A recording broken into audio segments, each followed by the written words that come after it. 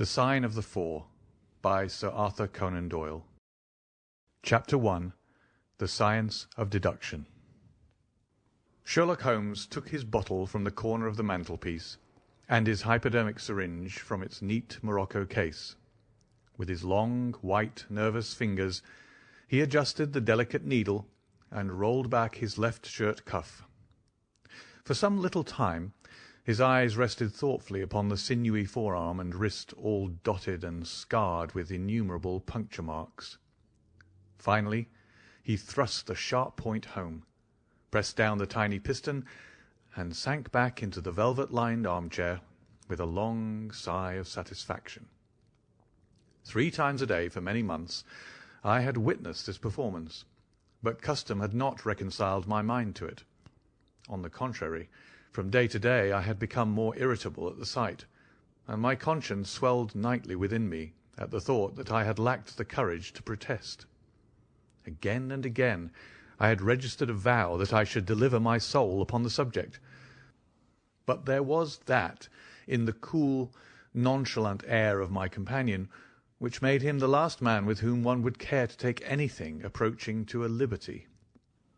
His great powers, his masterly manner, and the experience which I had had of his many extraordinary qualities, all made me diffident and backward in crossing him. Yet upon that afternoon, whether it was the bone which I had taken with my lunch, or the additional exasperation produced by the extreme deliberation of his manner, I suddenly felt that I could hold out no longer. "Which is it to-day?" I asked. "Morphine or cocaine?" He raised his eyes languidly from the old black-letter volume which he had opened. "It is cocaine," he said. "A 7% solution. Would you care to try it?" "No, indeed," I answered brusquely. "My constitution has not got over the Afghan campaign yet. I cannot afford to throw any extra strain upon it." He smiled at my vehemence. "Perhaps you are right, Watson," he said. "I suppose that its influence is physically a bad one. I find it, however, so transcendently stimulating and clarifying to the mind that its secondary action is a matter of small moment." "But consider," I said earnestly. "Count the cost. Your brain may, as you say, be roused and excited, but it is a pathological and morbid process which involves increased tissue change, and may at last leave a permanent weakness. You know, too, what a black reaction comes upon you. Surely the game is hardly worth the candle. Why should you, for a mere passing pleasure, risk the loss of those great powers with which you have been endowed? Remember that I speak not only as one comrade to another, but as a medical man to one for whose constitution he is to some extent answerable." He did not seem offended. On the contrary, he put his finger-tips together and leaned his elbows on the arms of his chair, like one who has a relish for conversation. "My mind," he says, "rebels at stagnation. Give me the problems, give me work, give me the most abstruse cryptogram or the most intricate analysis, and I am in my own proper atmosphere. I can dispense then with artificial stimulants, but I abhor the dull routine of existence. I crave for mental exaltation. That is why I have chosen my own particular profession, or rather created it, for I am the only one in the world." "The only unofficial detective?" I said, raising my eyebrows. "The only unofficial consulting detective," he answered. "I am the last and highest court of appeal in detection. When Gregson or Lestrade or Athelney Jones are out of their depths, which, by the way, is their normal state, the matter is laid before me. I examine the data, as an expert, and pronounce a specialist's opinion. I claim no credit in such cases. My name figures in no newspaper. The work itself, the pleasure of finding a field for my peculiar powers, is my highest reward. But you have yourself had some experience of my methods of work in the Jefferson Hope case." "Yes, indeed," said I cordially. "I was never so struck by anything in my life. I even embodied it in a small brochure, with the somewhat fantastic title of A Study in Scarlet. He shook his head sadly. "I glanced over it," said he. "Honestly, I cannot congratulate you upon it. Detection is, or ought to be, an exact science, and should be treated in the same cold and unemotional manner. You have attempted to tinge it with romanticism, which produces much the same effect as if you worked a love story or an elopement into the fifth proposition of Euclid." "But the romance was there," I remonstrated. "I could not tamper with the facts." "Some facts should be suppressed, or at least a just sense of proportion should be observed in treating them. The only point in the case which deserved mention was the curious analytical reasoning from effects to causes by which I succeeded in unravelling it." I was annoyed at his criticism of a work which had been especially designed to please him. I confess, too, that I was irritated by the egotism which seemed to demand that every line of my pamphlet should be devoted to his own special doings. More than once during the years that I had lived with him in Baker Street, I had observed that a small vanity underlay my companion's quiet and didactic manner. I make no remark, however, but sat nursing my wounded leg. I had a Giselle bullet through it some time before, and though it did not prevent me from walking, it ached wearily at every change of the weather. "My practice has extended recently to the Continent," said Holmes after a while, filling up his old briar-root pipe. "I was consulted last week by François Le Villard, who, as you probably know, has come rather to the front lately in the French detective service. He has all the Celtic power of quick intuition, but he is deficient in the wide range of exact knowledge which is essential to the higher developments of his art. The case was concerned with a will, and possessed some features of interest. I was able to refer him to two parallel cases, the one at Riga in 1857, and the other at St. Louis in 1871, which have suggested to him the true solution. Here is the letter which I had this morning acknowledging my assistance." He tossed over, as he spoke, a crumpled sheet of foreign notepaper. I glanced my eyes down it, catching a profusion of notes of admiration, with stray magnifique, coup de maître, and tour de force, all testifying to the ardent admiration of the Frenchman. "He speaks as a pupil to his master," said I. "Oh, he rates my assistance too highly," said Sherlock Holmes lightly. "He has considerable gifts himself. He possesses two of the three qualities necessary for the ideal detective. He has the power of observation and that of deduction. He is only wanting in knowledge, and that may come in time. He is now translating my small works into French." "Your works?" "Oh, didn't you know?" he cried, laughing. "Ha! Yes, I have been guilty of several monographs. They are all upon technical subjects. Here, for example, is one upon the distinction between the ashes of the various tobaccos. In it I enumerate 140 forms of cigar, cigarette, and pipe tobacco, with coloured plates illustrating the difference in the ash. It is a point which is continually turning up in criminal trials, and which is sometimes of supreme importance as a clue. If you can say definitely, for example, that some murder has been done by a man who was smoking an Indian lunka, it obviously narrows your field of search. To the trained eye there is as much difference between the black ash of a trichinopoly and the white fluff of bird's eye as there is between a cabbage and a potato. "You have an extraordinary genius for minutiae," I remarked. "I appreciate their importance. Here is my monograph upon the tracing of footsteps, with some remarks upon the uses of plaster of Paris as a preserver of impresses. Here, too, is a curious little work upon the influence of a trade upon the form of the hand, with lithotypes of the hands of slaters, sailors, cork-cutters, compositors, weavers, and diamond polishers. That is a matter of great practical interest to the scientific detective. especially in cases of unclaimed bodies, or in discovering the antecedents of criminals. But I weary you with my hobby." "Not at all," I answered earnestly. "It is of the greatest interest to me, especially since I have had the opportunity of observing your practical application of it. But you spoke just now of observation and deduction. Surely the one to some extent implies the other?" "Why, hardly," he answered, leaning back luxuriously in his armchair and sending up thick blue wreaths from his pipe. "For example, observation shows me that you have been to the Wigmore Street post office this morning, but deduction lets me know that when there you dispatched a telegram." "Right," said I.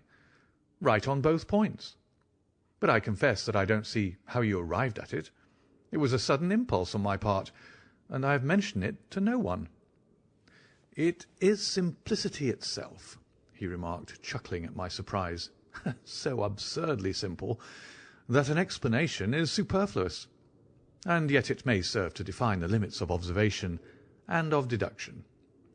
Observation tells me that you have a little reddish mould adhering to your instep. Just opposite the Seymour Street office they have taken up the pavement and thrown up some earth which lies in such a way that it is difficult to avoid treading in it in entering. The earth is of this peculiar reddish tint, which is found, as far as I know, nowhere else in the neighbourhood. So much is observation. The rest is deduction." "How, then, did you deduce the telegram?" "Why, of course I knew that you had not written a letter, since I sat opposite to you all morning. I see also in your open desk there that you have a sheet of stamps and a thick bundle of postcards. What could you go into the post office for, then, but to send a wire? Eliminate all other factors, and the one which remains must be the truth." "In this case it certainly is so," I replied, after a little thought. "The thing, however, is, as you say, of the simplest. Would you think me impertinent if I were to put your theories to a more severe test?" "On the contrary," he answered, "it would prevent me from taking a second dose of cocaine. I should be delighted to look into any problem which you might submit to me." "I've heard you say that it's difficult for a man to have any object in daily use without leaving the impress of his individuality upon it in such a way that a trained observer might read it. Now, I have here a watch which has recently come into my possession. Would you have the kindness to let me have an opinion upon the character or habits of the late owner?" I handed him over the watch with some slight feeling of amusement in my heart, for the test was, as I thought, an impossible one, and I intended it as a lesson against the somewhat dogmatic tone which he occasionally assumed. He balanced the watch in his hand, gazed hard at the dial, opened the back and examined the works, first with his naked eyes, and then with a powerful convex lens. I could hardly keep from smiling at his crestfallen face when he finally snapped the case to and handed it back. "There are hardly any data," he remarked. "The watch has been recently cleaned, which robs me of my most suggestive facts." "You're right," I answered. "It was cleaned before being sent to me." In my heart I accused my companion of putting forward a most lame and impotent excuse to cover his failure. What data could he expect from an uncleaned watch? "Though unsatisfactory, my research has not been entirely barren," he observed, staring up at the ceiling with dreamy, lack-lustre eyes. "Subject to your correction, I should judge that the watch belonged to your elder brother, who inherited it from your father." "That you gather, no doubt, from the H.W. on the back." "Quite so. The W suggests your own name. The date of the watch is nearly 50 years back, and the initials are as old as the watch. So it was made for the last generation. Jewellery usually descends to the eldest son, and he is most likely to have the same name as the father. Your father has, if I remember right, been dead many years. It has therefore been in the hands of your eldest brother." "Right so far," said I. "Anything else?" "He was a man of untidy habits, very untidy and careless.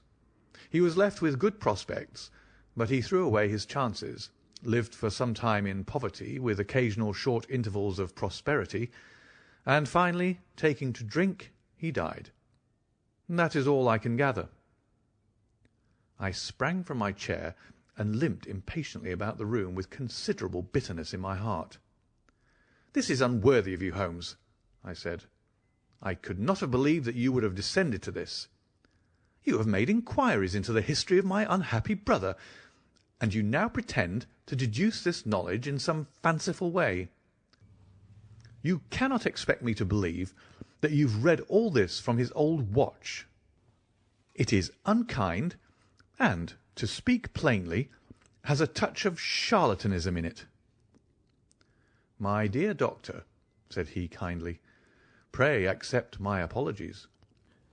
Viewing the matter as an abstract problem, I had forgotten how personal and painful a thing it might be to you. I assure you, however, that I never even knew that you had a brother until you handed me the watch." "Then how in the name of all that is wonderful did you get these facts? They're absolutely correct in every particular." "Ah, that is good luck. I could only say what was the balance of probability. I did not at all expect to be so accurate." "But it was not mere guesswork." No, I never guess. It is a shocking habit, destructive to the logical faculty. What seems strange to you is only so because you do not follow my train of thought, or observe the small facts upon which large inferences may depend. For example, I began by stating that your brother was careless. When you observe the lower part of that watch-case, you notice that it is not only dinted in 2 places, but it is cut and marked all over from the habit of keeping other hard objects, such as keys or coins, in the same pocket. Surely it is no great feat to assume that a man who treats a 50-guinea watch so cavalierly must be a careless man.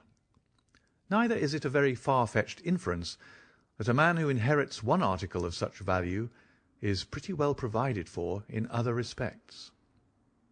I nodded to show that I followed his reasoning.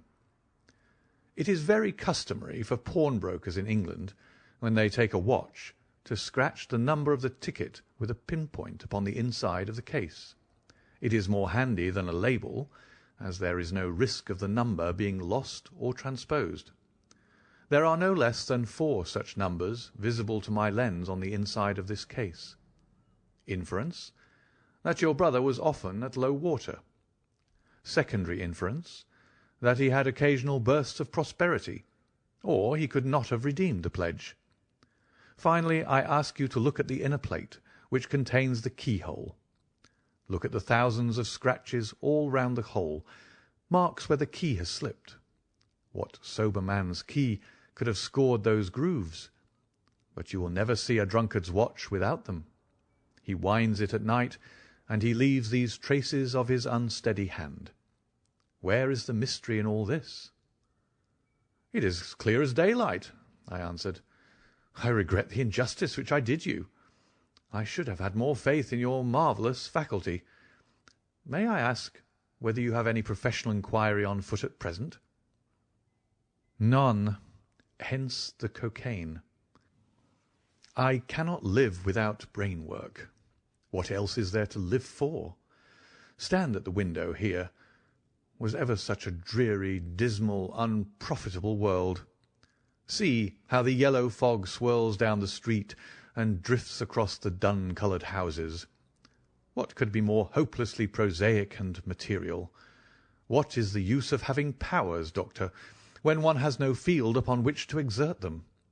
Crime is commonplace, existence is commonplace, and no qualities save those which are commonplace have any function upon earth." I had opened my mouth to reply to this tirade, when with a crisp knock our landlady entered, bearing a card upon the brass salver. "A young lady for you, sir," she said, addressing my companion. "Miss Mary Morstan," he read. I have no recollection of the name. Ask the young lady to step up, Mrs. Hudson. Don't go, Doctor. I should prefer that you remain. End of Chapter 1. Chapter 2. The Statement of the Case. Miss Morstan entered the room with a firm step and an outward composure of manner. She was a blonde young lady, small, dainty, well-gloved, and dressed in the most perfect taste. There was, however, a plainness and simplicity about her costume which bore with it a suggestion of limited means. The dress was a sombre greyish beige, untrimmed and unbraided, and she wore a small turban of the same dull hue, relieved only by a suspicion of white feather in the side. Her face had neither regularity of feature nor beauty of complexion, but her expression was sweet and amiable, and her large blue eyes were singularly spiritual and sympathetic. In an experience of women which extends over many nations and 3 separate continents, I have never looked upon a face which gave a clearer promise of a refined and sensitive nature.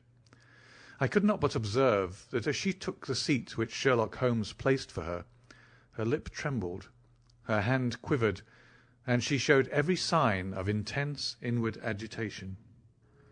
"I have come to you, Mr. Holmes," she said, "because you once enabled my employer, Mrs. Cecil Forrester, to unravel a little domestic complication. She was much impressed by your kindness and skill." "Mrs. Cecil Forrester," he repeated thoughtfully. "I believe that I was of some slight service to her. The case, however, as I remember it, was a very simple one." "She did not think so, but at least you cannot say the same of mine. I can hardly imagine anything more strange, more utterly inexplicable, than the situation in which I find myself." Holmes rubbed his hands, and his eyes glistened. He leaned forward in his chair with an expression of extraordinary concentration upon his clear-cut, hawk-like features. "State your case," said he in brisk business tones. I felt that my position was an embarrassing one. "You will, I am sure, excuse me," I said, rising from my chair. To my surprise, the young lady held up her gloved hand to detain me. "If your friend," she said, "would be good enough to stop, he might be of inestimable service to me." I relapsed into my chair. "Briefly," she continued, "the facts are these. My father was an officer in an Indian regiment who sent me home when I was quite a child. My mother was dead, and I had no relative in England. I was placed, however, in a comfortable boarding establishment at Edinburgh, and there I remained until I was 17 years of age. In the year 1878, my father, who was senior captain of his regiment, obtained 12 months' leave and came home. He telegraphed to me from London that he had arrived all safe, and directed me to come down at once, giving the Langham Hotel as his address. His message, as I remember, was full of kindness and love. On reaching London, I drove to the Langham, and was informed that Captain Morstan was staying there, but that he had gone out the night before and had not yet returned. I waited all day without news of him. That night, on the advice of the manager of the hotel, I communicated with the police, and next morning we advertised in all the papers. Our inquiries led to no result, and from that day to this no word has ever been heard of my unfortunate father. He came home with his heart full of hope, to find some peace, some comfort, and instead—" She put her hand to her throat, and a choking sob cut short the sentence. "The date?" asked Holmes, opening his notebook. He disappeared upon the 3rd of December, 1878, nearly 10 years ago." "His luggage?" "Remained at the hotel. There was nothing in it to suggest a clue. Some clothes, some books, and a considerable number of curiosities from the Andaman Islands. He had been one of the officers in charge of the convict guard there." "Had he any friends in town?" only one that we know of. Major Sholto, of his own regiment, the 34th Bombay Infantry. The Major had retired some little time before, and lived at Upper Norwood. We communicated with him, of course, but he did not even know that his brother officer was in England." "A singular case," remarked Holmes. "I have not yet described to you the most singular part.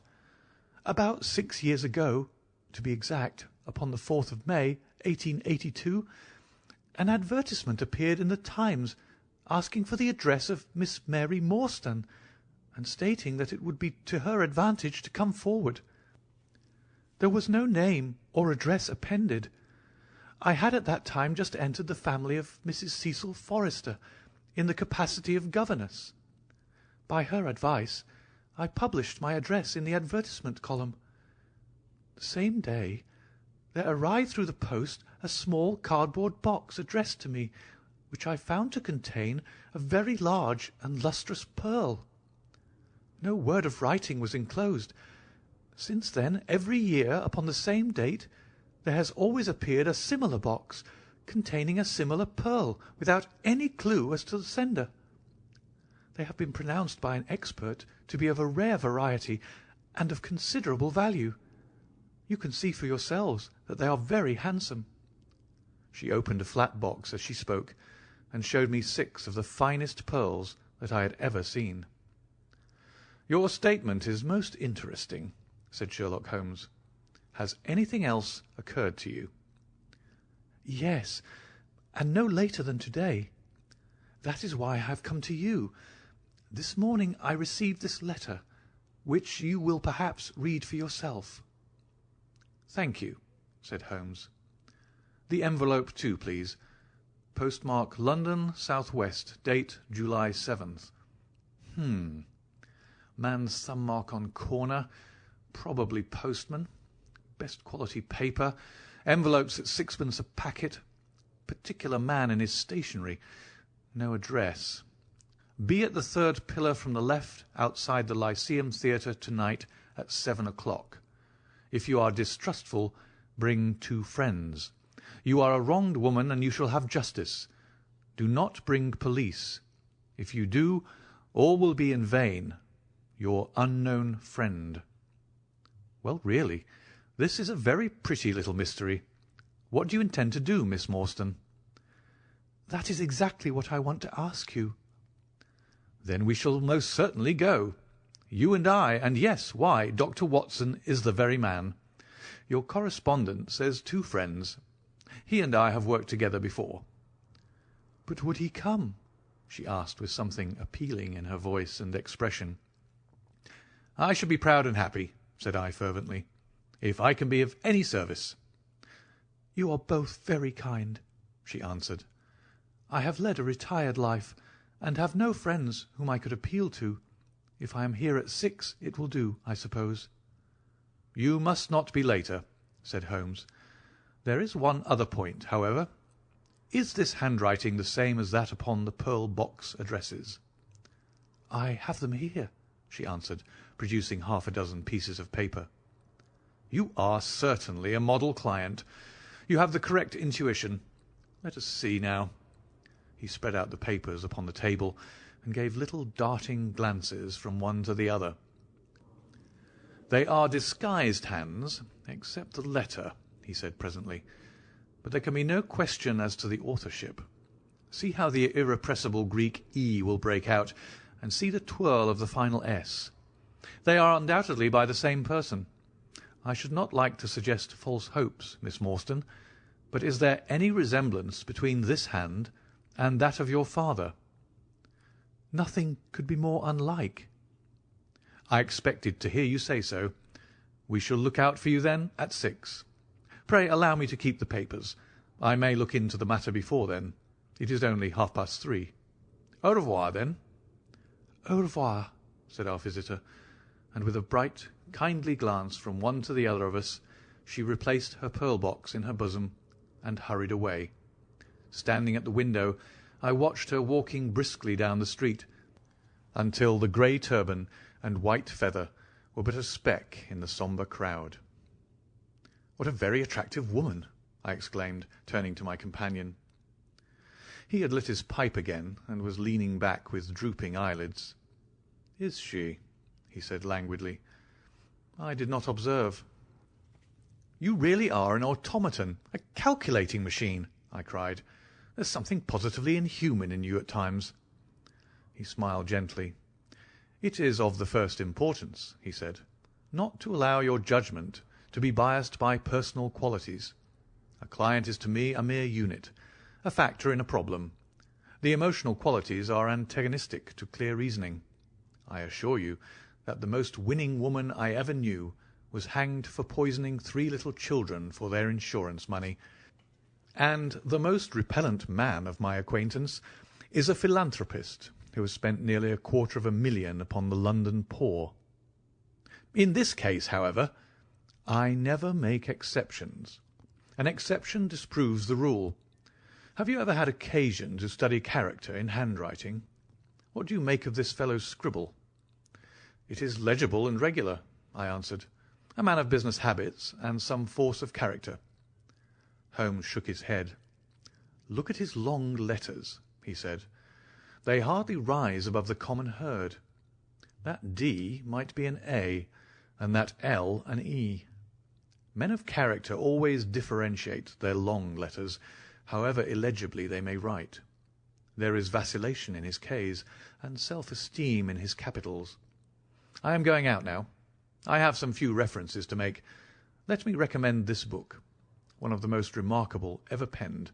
It is Winwood Reade's Martyrdom of Man. I shall be back in an hour."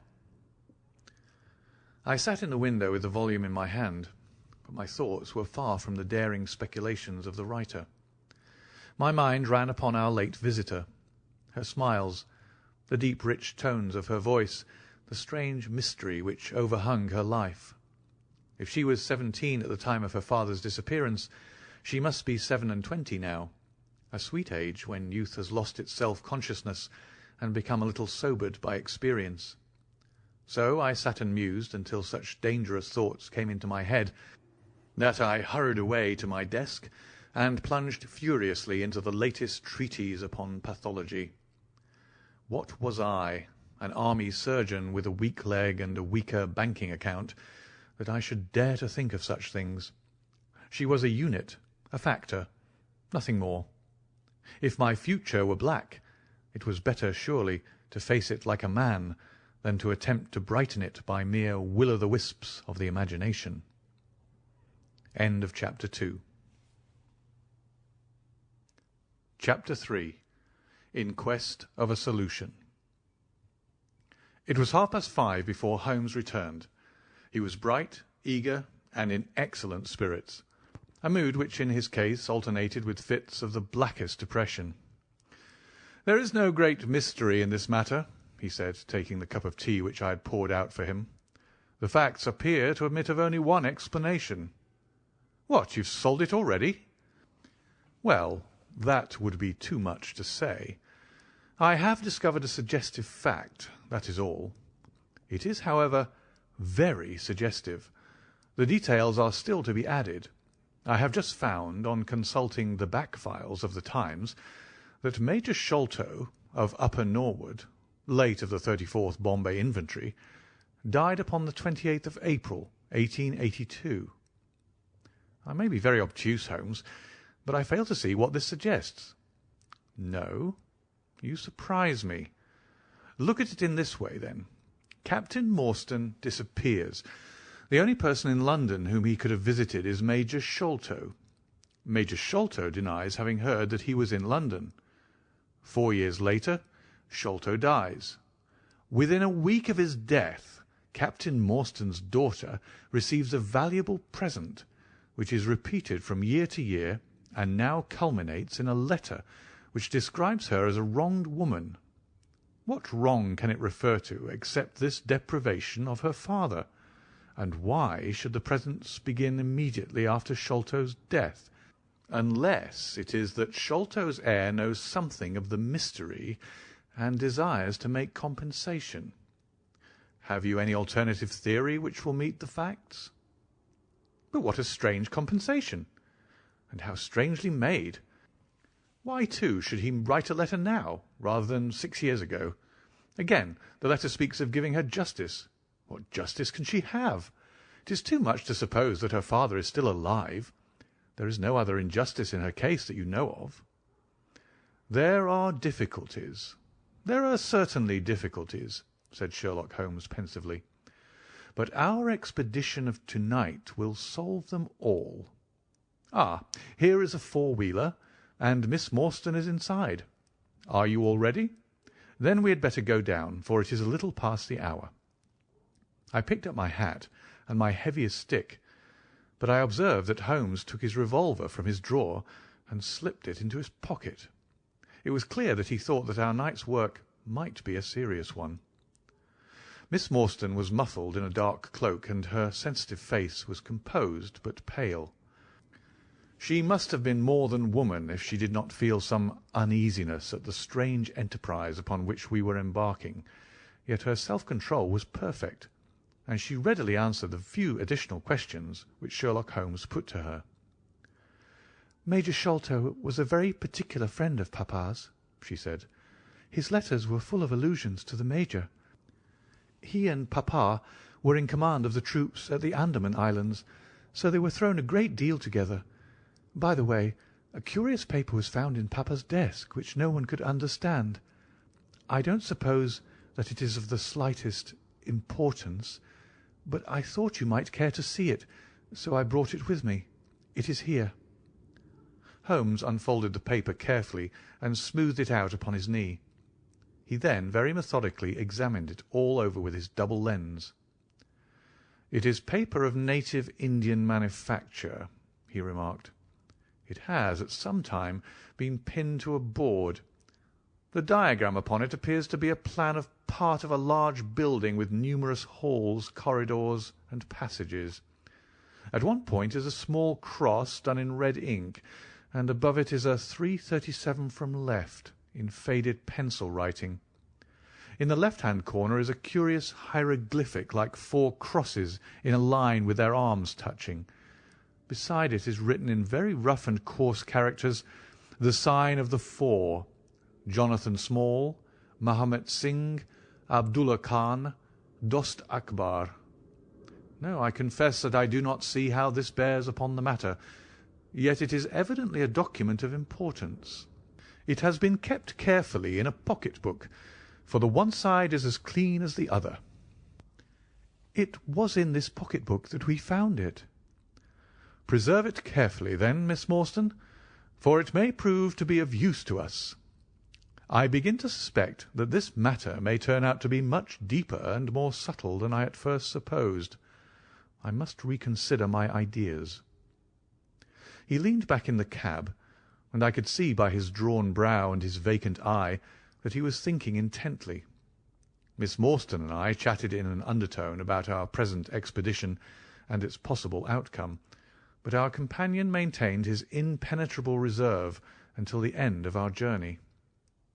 It was a September evening, and not yet 7 o'clock, but the day had been a dreary one, and a dense, drizzly fog lay low upon the great city.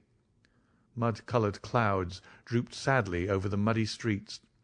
Down the Strand the lamps were but misty splotches of diffused light, which threw a feeble circular glimmer upon the slimy pavement. The yellow glare from the shop windows streamed out into the steamy, vaporous air, and threw a murky, shifting radiance across the crowded thoroughfare. There was, to my mind, something eerie and ghost-like in the endless procession of faces which flitted across these narrow bars of light. Sad faces, and glad, haggard and merry, like all humankind, they flitted from the gloom into the light, and so back into the gloom once more. I am not subject to impressions, but the dull, heavy evening, with the strange business upon which we were engaged, combined to make me nervous and depressed. I could see from Miss Morstan's manner that she was suffering from the same feeling. Holmes alone could rise superior to petty influences. He held his open note-book upon his knee, and from time to time he jotted down figures and memoranda in the light of his pocket lantern. At the Lyceum Theatre the crowds were already thick at the side entrances. In front a continuous stream of hansoms and four-wheelers were rattling up, discharging their cargoes of shirt-fronted men and beshawled, bediamonded women. We had hardly reached the third pillar, which was our rendezvous, before a small, dark, brisk man in the dress of a coachman accosted us. "Are you the parties who come with the Miss Morstan?" he asked. "I am Miss Morstan, and these two gentlemen are my friends," said she. He bent a pair of wonderfully penetrating and questioning eyes upon us. "You will excuse me, miss," he said with a certain dogged manner, "but I was to ask you to give me your word that neither of your companions is a police officer." "I give you my word on that," she answered. He gave a shrill whistle, on which a street Arab led across a four-wheeler and opened the door. The man who had addressed us mounted to the box, while we took our places inside. We had hardly done so before the driver whipped up his horse, and we plunged away at a furious pace through the foggy streets. The situation was a curious one. We were driving to an unknown place on an unknown errand, yet our invitation was either a complete hoax, which was an inconceivable hypothesis, or else we had good reason to think that important issues might hang upon our journey. Miss Morstan's demeanour was as resolute and collected as ever. I endeavoured to cheer and amuse her by reminiscences of my adventures in Afghanistan. But to tell the truth, I was myself so excited at our situation and so curious as to our destination that my stories were slightly involved. To this day she declares that I told her one moving anecdote as to how a musket looked into my tent at the dead of night, and how I fired a double-barrelled tiger cub at it.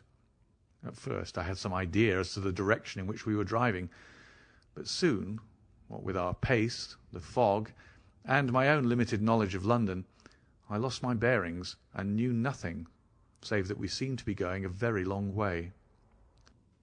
Sherlock Holmes was never at fault, however, and he muttered the names as the cab rattled through squares and in and out by tortuous by-streets. "Rochester Row," said he. "Now Vincent Square. Now we come out on the Vauxhall Bridge Road. We're making for the Surrey side, apparently. Yes, I thought so. Now we're on the bridge. You can catch glimpses of the river." We did indeed get a fleeting view of a stretch of the Thames, with the lamps shining upon the broad, silent water, but our cab dashed on, and was soon involved in a labyrinth of streets upon the other side. "Wordsworth Road," said my companion, "Priory Road, Larkhall Lane, Stockwell Place, Robert Street, Cold Harbour Lane. Our quest does not appear to take us to very fashionable regions." We had indeed reached a questionable and forbidding neighbourhood. Long lines of dull brick houses were only relieved by the coarse glare and tawdry brilliancy of public houses at the corner. Then came rows of two-storied villas, each with a fronting of miniature garden, and then again interminable lines of new staring brick buildings, the monster tentacles which the giant city was throwing out into the country. At last the cab drew up at the third house in a new terrace. None of the other houses were inhabited, and that at which we stopped was as dark as its neighbours, save for a single glimmer in the kitchen window. On our knocking, however, the door was instantly thrown open by a Hindu servant, clad in a yellow turban, white, loose-fitting clothes, and a yellow sash. There was something strangely incongruous in this oriental figure, framed in the commonplace doorway of a third-rate suburban dwelling-house. "The Sahib awaits you," said he, and even as he spoke there came a high, piping voice from some inner room. "Show them in to me, Kitmuga," it cried. "Show them straight in to me." End of Chapter 3. Chapter 4. The Story of the Bald-Headed Man. We followed the Indian down a sordid and common passage, ill-lit and worse furnished, until he came to a door upon the right, which he threw open. A blaze of yellow light streamed out upon us, and in the centre of the glare there stood a small man with a very high head, a bristle of red hair all round the fringe of it, and a bald, shining scalp, which shot out from among it like a mountain peak from fir trees.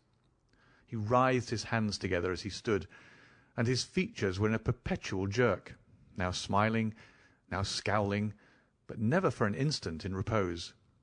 Nature had given him a pendulous lip, and a too visible line of yellow and irregular teeth, which he strove feebly to conceal by constantly passing his hand over the lower part of his face. In spite of his obtrusive baldness, he gave the impression of youth. In point of fact, he had just turned his 30th year.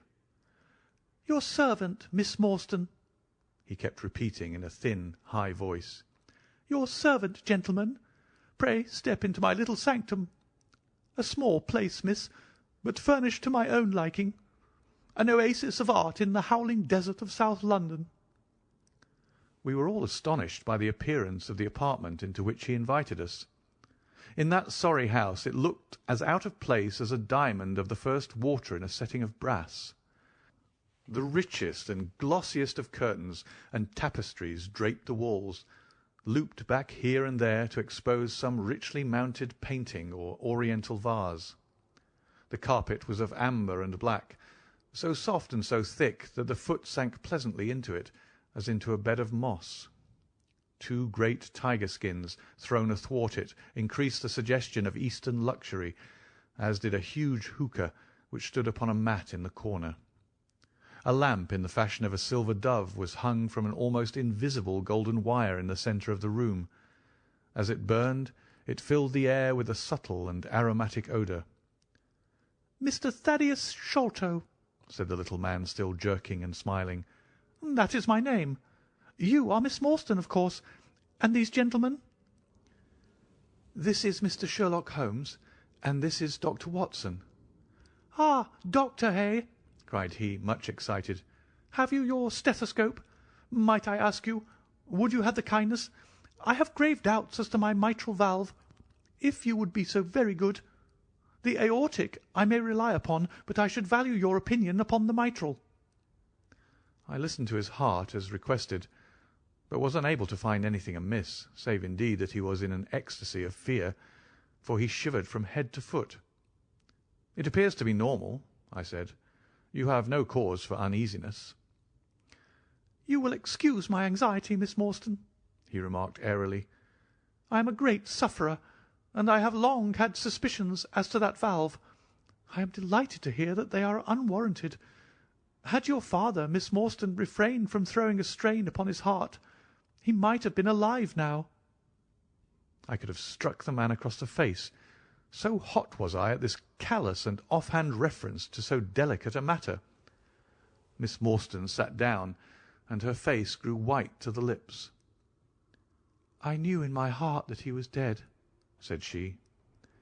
"I can give you every information," said he, "and what is more, I can do you justice, and I will too, whatever Brother Bartholomew may say. I am so glad to have your friends here, not only as an escort to you, but also as witnesses to what I am about to do and say. The 3 of us can show a bold front to Brother Bartholomew, but let us have no outsiders, no police or officials. We can settle everything satisfactorily among ourselves, without any interference. Nothing would annoy Brother Bartholomew more than any publicity." He sat down upon a low settee, and blinked at us inquiringly with his weak, watery blue eyes. "For my part," said Holmes, "whatever you may choose to say will go no further." I nodded to show my agreement. "That is well, that is well," said he. "May I offer you a glass of Chianti, Miss Morstan, or of Tokay? I keep no other wines. Shall I open a flask? No? Well, then I trust that you have no objection to tobacco smoke, to the mild balsamic odour of the Eastern tobacco. I am a little nervous, and I find my hookah an invaluable sedative." He applied a taper to the great bowl, and the smoke bubbled merrily through the rose-water. We sat all 3 in a semicircle with our heads advanced and our chins upon our hands, while the strange, jerky little fellow, with his high shining head, puffed uneasily in the centre. "When I first determined to make this communication to you," said he, "I might have given you my address, but I feared that you might disregard my request and bring unpleasant people with you. I took the liberty, therefore, of making an appointment in such a way that my man Williams might be able to see you first. I have complete confidence in his discretion, and he had orders, if he were dissatisfied, to proceed no further in the matter. You will excuse these precautions, but I am a man of somewhat retiring, and I might even say refined tastes, and there is nothing more unaesthetic than a policeman. I have a natural shrinking from all forms of rough materialism. I seldom come in contact with the rough crowd. I live, as you see, with some little atmosphere of elegance around me. I may call myself a patron of the arts. It is my weakness. The landscape is a genuine Corot, and though a connoisseur might perhaps throw a doubt upon that Salvator Rosa, there cannot be the least question about the Bouguereau. I am partial to the modern French school." "You will excuse me, Mr. Sholto," said Miss Morstan, "but I am here at your request to learn something which you desire to tell me. It is very late, and I should desire the interview to be as short as possible."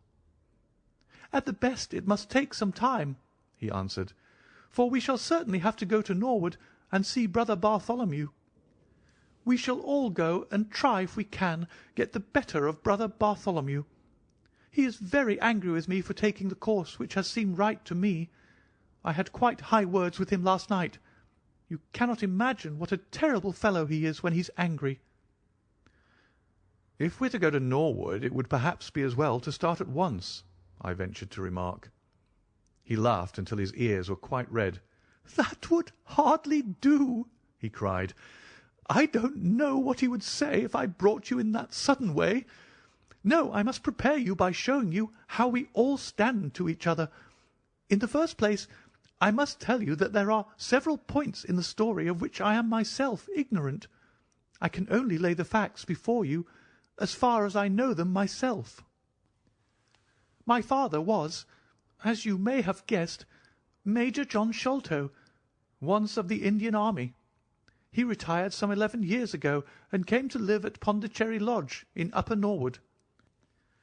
He had prospered in India and brought back with him a considerable sum of money, a large collection of valuable curiosities, and a staff of native servants. With these advantages he bought himself a house and lived in great luxury. My twin brother Bartholomew and I were the only children. I very well remember the sensation which was caused by the disappearance of Captain Morstan. We read the details in the papers, and, knowing that he had been a friend of our father's, we discussed the case freely in his presence. He used to join in our speculations as to what could have happened. Never for an instant did we suspect that he had the whole secret hidden in his own breast, that of all men he alone knew the fate of Arthur Morstan.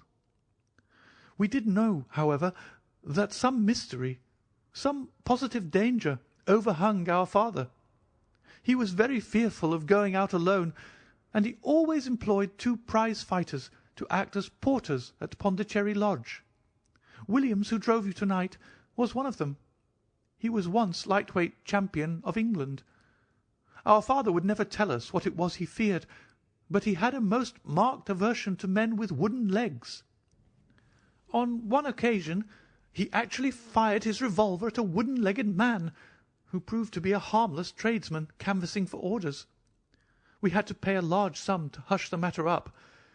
My brother and I used to think this is a mere whim of my father's, but events have since led us to change our opinion. Early in 1882 my father received a letter from India, which was a great shock to him. He nearly fainted at the breakfast table when he opened it, and from that day he sickened to his death. What was in the letter we could never discover, but I could see as he held it that it was short and written in a scrawling hand. He had suffered for years from an enlarged spleen, but he now became rapidly worse, and towards the end of April we were informed that he was beyond all hope, and that he wished to make a last communication to us. When we entered his room, he was propped up with pillows and breathing heavily. He besought us to lock the door and to come upon either side of the bed. Then, grasping our hands, he made a remarkable statement to us.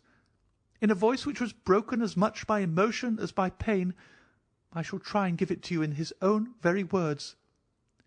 "I have only one thing," he said, "which weighs upon my mind at this supreme moment. It is my treatment of poor Morstan's orphan. The cursed greed which has been my besetting sin through life has withheld from her the treasure, half at least of which should have been hers, and yet I have made no use of it myself. So blind and foolish a thing is avarice. The mere feeling of possession has been so dear to me that I could not bear to share it with another. See that chaplet dipped with pearls beside the quinine bottle. Even that I could not bear to part with, although I had got it out with the design of sending it to her. You, my sons, will give her a fair share of the Agra treasure, but send her nothing, not even the chaplet, until I am gone. After all, men have been as bad as this, and have recovered. I will tell you how Morstan died," he continued.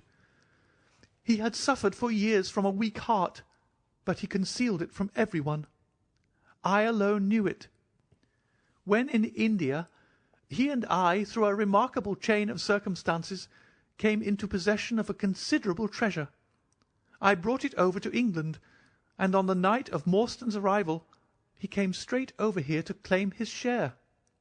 He walked over from the station and was admitted by my faithful Lal Chowdar, who is now dead.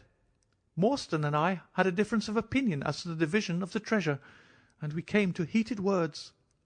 Morstan had sprung out of his chair in a paroxysm of anger, when he suddenly pressed his hand to his side, his face turned a dusky hue, and he fell backwards, cutting his head against the corner of the treasure chest. When I stooped over him, I found to my horror that he was dead.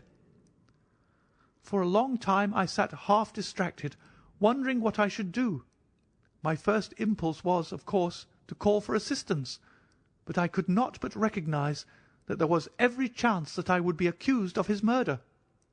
His death at the moment of a quarrel, and the gash in his head, would be black against me. Again, an official inquiry could not be made without bringing out some facts about the treasure, which I was particularly anxious to keep secret. He had told me that no soul upon earth knew where he had gone. There seemed to be no necessity why any soul ever should know. I was still pondering over the matter, when, looking up, I saw my servant Lal Chowdar in the doorway. He stole in and bolted the door behind him. "Do not fear, Sahib," he said. "No one need know that you have killed him. Let us hide him away, and who is the wiser?" "I did not kill him," said I. Lal Chowdar shook his head and smiled. "I heard it all, Sahib," said he. "I heard you quarrel, and I heard the blow. But my lips are sealed. All are asleep in the house. Let us put him away together." That was enough to decide me. If my own servant could not believe my innocence, how could I hope to make it good before 12 foolish tradesmen in a jury box? Lal Chowdar and I disposed of the body that night, and within a few days the London papers were full of mysterious disappearance of Captain Morstan. You will see from what I say that I can hardly be blamed in the matter. My fault lies in the fact that we concealed not only the body, but also the treasure, and that I have clung to Morstan's share as well as to my own. I wish you, therefore, to make restitution. Put your ears down to my mouth. The treasure is hidden in—" At this instant a horrible change came over his expression. His eyes stared wildly, his jaw dropped, and he yelled in a voice which I can never forget, "Keep him out! For Christ's sake, keep him out!" We both stared round at the window behind us, upon which his gaze was fixed. A face was looking in at us out of the darkness. We could see the whitening of the nose where it was pressed against the glass. It was a bearded, hairy face, with wild, cruel eyes and an expression of concentrated malevolence. My brother and I rushed towards the window, but the man was gone. When we returned to my father, his head had dropped and his pulse had ceased to beat. We searched the garden that night, but found no sign of the intruder, save that just under the window a single footmark was visible in the flower-bed. But for that one trace, we might have thought that our imaginations had conjured up that wild, fierce face. We soon, however, had another and a more striking proof that there were secret agencies at work all round us. The window of my father's room was found open in the morning. His cupboards and boxes had been rifled, and upon his chest was fixed a torn piece of paper with the words, "The sign of the 4," scrawled across it. What the phrase meant, or who our secret visitor may have been, we never knew. As far as we can judge, none of my father's property had been actually stolen, though everything had been turned out. My brother and I naturally associated this peculiar incident with the fear which haunted my father during his life, but it is still a complete mystery to us. The little man stopped to relight his hookah and puff thoughtfully for a few moments. We had all sat absorbed, listening to his extraordinary narrative. At the short account of her father's death, Miss Morstan had turned deadly white, and for a moment I feared that she was about to faint. She rallied, however, on drinking a glass of water which I quietly poured out for her from a Venetian carafe upon the side table. Sherlock Holmes leaned back in his chair with an abstracted expression and the lids drawn low over his glittering eyes. As I glanced at him, I could not but think how on that very day he had complained bitterly of the commonplaceness of life. Here at least was a problem which would tax his sagacity to the utmost. Mr. Thaddeus Sholto looked from one to the other of us with an obvious pride at the effect which his story had produced, and then continued between the puffs of his overgrown pipe. "My brother and I," said he, "were, as you may imagine, much excited as to the treasure which my father had spoken of. For weeks and for months we dug and delved in every part of the garden without discovering its whereabouts. It was maddening to think that the hiding-place was on his very lips at the moment that he died. We could judge the splendour of his missing riches by the chaplet which he had taken out. Over this chaplet my brother Bartholomew and I had some little discussion. The pearls were evidently of great value, and he was averse to part with them, for between friends my brother was himself a little inclined to my father's fault. He thought, too, that if we parted with the chaplet it might give rise to gossip, and finally bring us into trouble. It was all that I could do to persuade him to let me find out Miss Morstan's address, and send her a detached pearl at fixed intervals, so that at least she might never feel destitute." "It was a kindly thought," said our companion earnestly. "It was extremely good of you." The little man waved his hand deprecatingly. "We were your trustees," he said. "That was the view which I took of it, though brother Bartholomew could not altogether see it in that light. We had plenty of money ourselves. I desired no more. Besides, it would have been such bad taste to have treated a young lady in so scurvy a fashion. Le mauvais goût mène au crime. The French have a very neat way of putting these things. Our difference of opinion on this subject went so far that I thought it best to set up rooms for myself. So I left Pondicherry Lodge, taking the old Kitmougat and Williams with me. Yesterday, however, I learn that an event of extreme importance has occurred. The treasure has been discovered. I instantly communicated with Miss Morstan, and it only remains for us to drive out to Norwood and demand our share. I explained my views last night to brother Bartholomew, so we shall be expected, if not welcome, visitors." Mr. Thaddeus Sholto ceased, and sat twitching on his luxurious settee. We all remained silent, with our thoughts upon the new development which the mysterious business had taken. Holmes was the first to spring to his feet. "You have done well, sir, from first to last," said he. "It is possible that we may be able to make you some small return by throwing some light upon that which is still dark to you.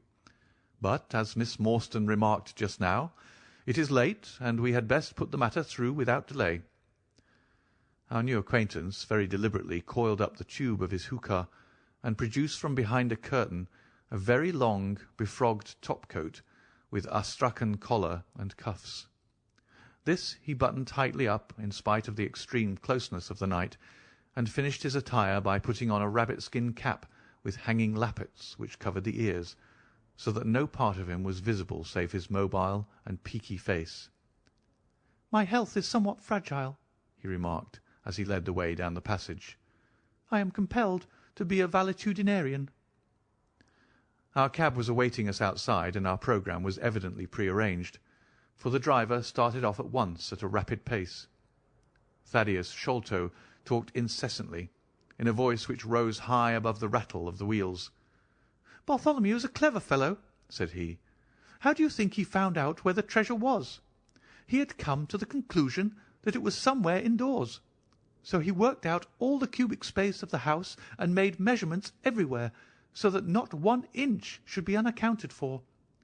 Among other things, he found that the height of the building was 74 feet, but on adding together the heights of all the separate rooms, and making every allowance for the space between, which he ascertained by borings, he could not bring the total to more than 70 feet. There were 4 feet unaccounted for. These could only be at the top of the building. He knocked a hole, therefore, in the lath and plaster ceiling of the highest room, and there, sure enough, he came upon another little garret above it, which had been sealed up and was known to no one. In the centre stood the treasure chest, resting upon 2 rafters.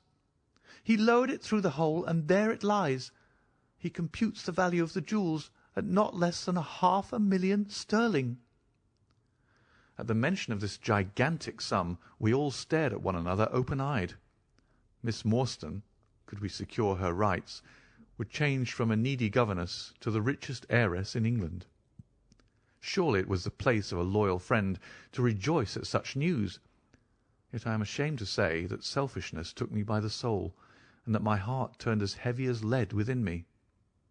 I stammered out some few halting words of congratulation, and then sat downcast with my head drooped, deaf to the babble of our new acquaintance. He was clearly a confirmed hypochondriac, and I was dreamily conscious that he was pouring forth interminable trains of symptoms and imploring information as to the composition and action of innumerable quack nostrums, some of which he bore about in a leather case in his pocket. I trust that he may not remember any of the answers which I gave him that night. Holmes declares that he overheard me caution him against the great danger of taking more than 2 drops of castor oil, while I recommended strychnine in large doses as a sedative. However that may be, I was certainly relieved when our cab pulled up with a jerk, and the coachman sprang down to open the door. "This, Miss Morstan, is Pondicherry Lodge," said Mr. Thaddeus Sholto, as he handed her out. End of Chapter 4. Chapter 5. The Tragedy of Pondicherry Lodge. It was nearly 11 o'clock when we reached this final stage of our night's adventures. We had left the damp fog of the great city behind us, and the night was fairly fine. A warm wind blew from the westward, and heavy clouds moved slowly across the sky, with half a moon peeping occasionally through the rifts. It was clear enough to see for some distance, but Thaddeus Sholto took down one of the side lamps from the carriage to give us a better light upon our way. Pondicherry Lodge stood in its own grounds, and was girt round with a very high stone wall topped with broken glass. A single, narrow, iron-clamped door formed the only means of entrance. On this our guide knocked with a peculiar postman-like rat-tat. "Who is there?" cried a gruff voice from within. "It is I, Macmurdo. You surely know my knock by this time." There was a grumbling sound and a clanking and jarring of keys. The door swung heavily back, and a short, deep-chested man stood in the opening, with the yellow light of the lantern shining upon his protruded face and twinkling, distrustful eyes. "That you, Mr. Thaddeus? But who are the others? I had no orders about them from the master." "No, McMurdo. You surprised me. I told my brother last night that I should bring some friends." "He ain't been out his room to-day, Mr. Thaddeus, and I have no orders. You know very well that I must stick to regulations. I can let you in, but your friends must just stop where they are." This was an unexpected obstacle. Thaddeus Sholto looked about him in a perplexed and helpless manner. "This is too bad of you, McMurdo," he said. "If I guarantee them, that is enough for you. There is the young lady, too. She cannot wait on the public road at this hour." "Very sorry, Mr. Thaddeus," said the porter inexorably. "Folk may be friends of yours, and yet no friends of the master's. He pays me well to do my duty, and my duty I'll do. I don't know none of your friends." "Oh, yes, you do, McMurdo," cried Sherlock Holmes genially. "I don't think you can have forgotten me. Don't you remember the amateur who fought 3 rounds with you at Alison's rooms on the night of your benefit tour years back?" "Not Mr. Sherlock Holmes!" roared the prize-fighter. "God's truth, how could I have mistook you? If instead of standing there so quiet you just stepped up and given me that cross hit of yours under the jaw, I'd have known you without question. Ah, you're one that has wasted your gifts, you have.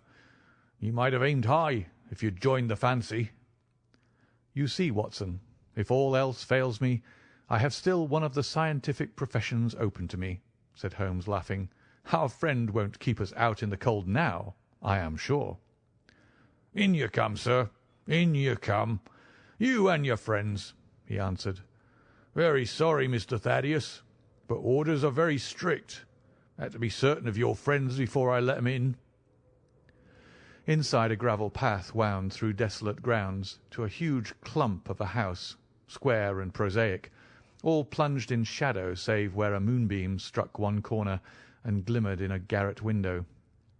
The vast size of the building, with its gloom and its deathly silence, struck a chill to the heart.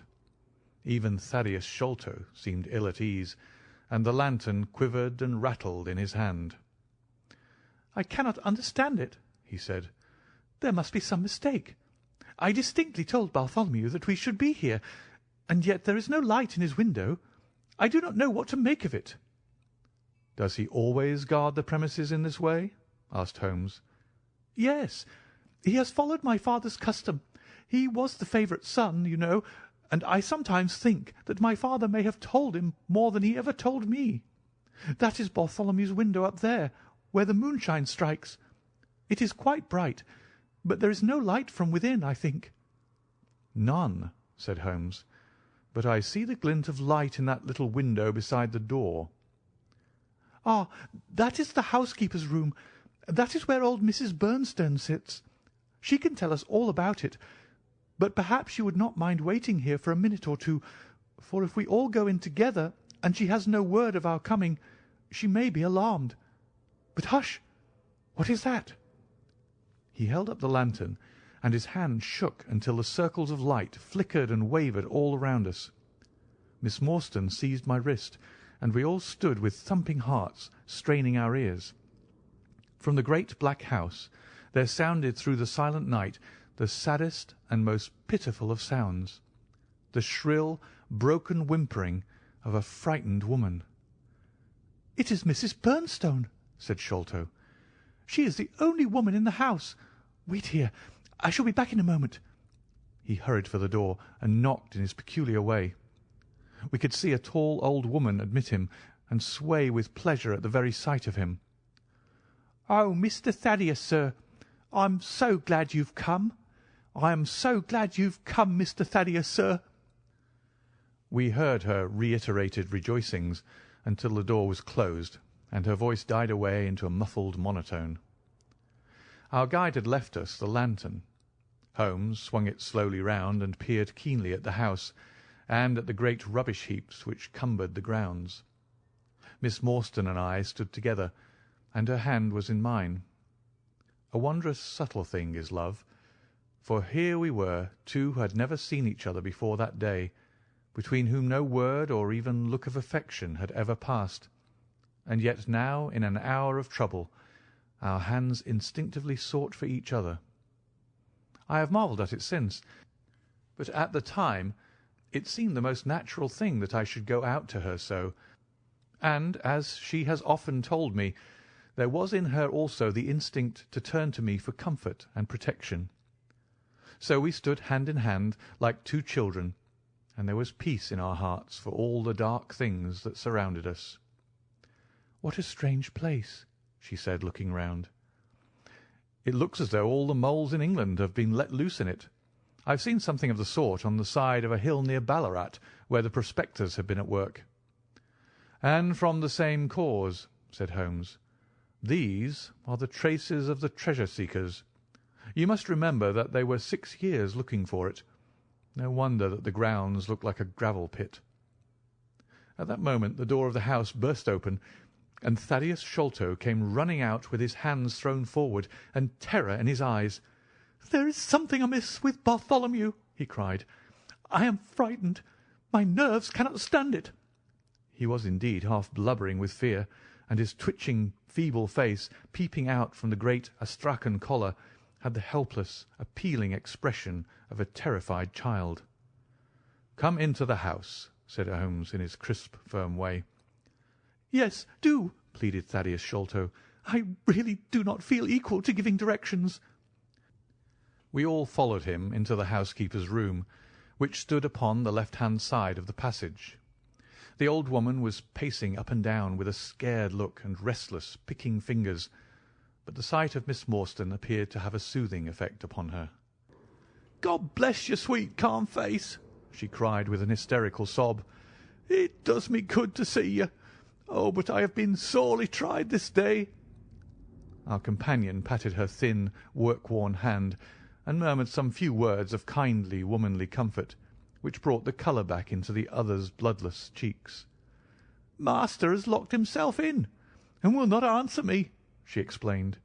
"All day I've waited to hear from him, for he often likes to be alone, but an hour ago I feared that something was amiss, so I went up and peeped through the keyhole. You must go up, Mr. Thaddeus. You must go up and look for yourself. I've seen Mr. Bartholomew Sholto in joy and in sorrow for 10 long years, but I never saw him with such a face on him as that." Sherlock Holmes took the lamp and led the way, for Thaddeus Sholto's teeth were chattering in his head. So shaken was he that I had to pass my hand under his arm as we went up the stairs, for his knees were trembling under him. Twice as we ascended, Holmes whipped his lens out of his pocket and carefully examined marks which appeared to me to be mere shapeless smudges of dust upon the cocoa-nut matting which served as a stair carpet. He walked slowly from step to step, holding the lamp and shooting keen glances to right and left. Miss Morstan had remained behind with the frightened housekeeper.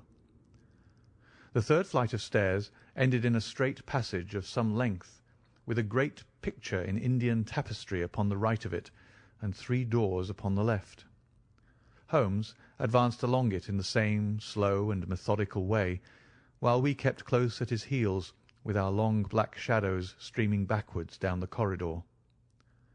The third door was that which we were seeking. Holmes knocked without receiving any answer, and then tried to turn the handle and force it open. It was locked on the inside, however, and by a broad and powerful bolt, as we could see when we set our lamp up against it. The key being turned, however, the hole was not entirely closed. Sherlock Holmes bent down to it and instantly rose again with a sharp intaking of the breath.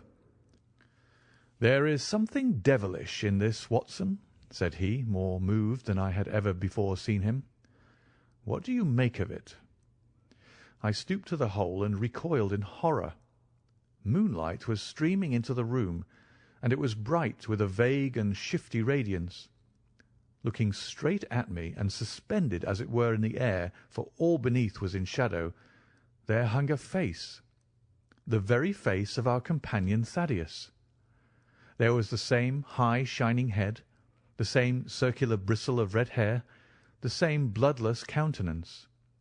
The features were set, however, in a horrible smile, a fixed and unnatural grin, which in that still and moonlit room was more jarring to the nerves than any scowl or contortion.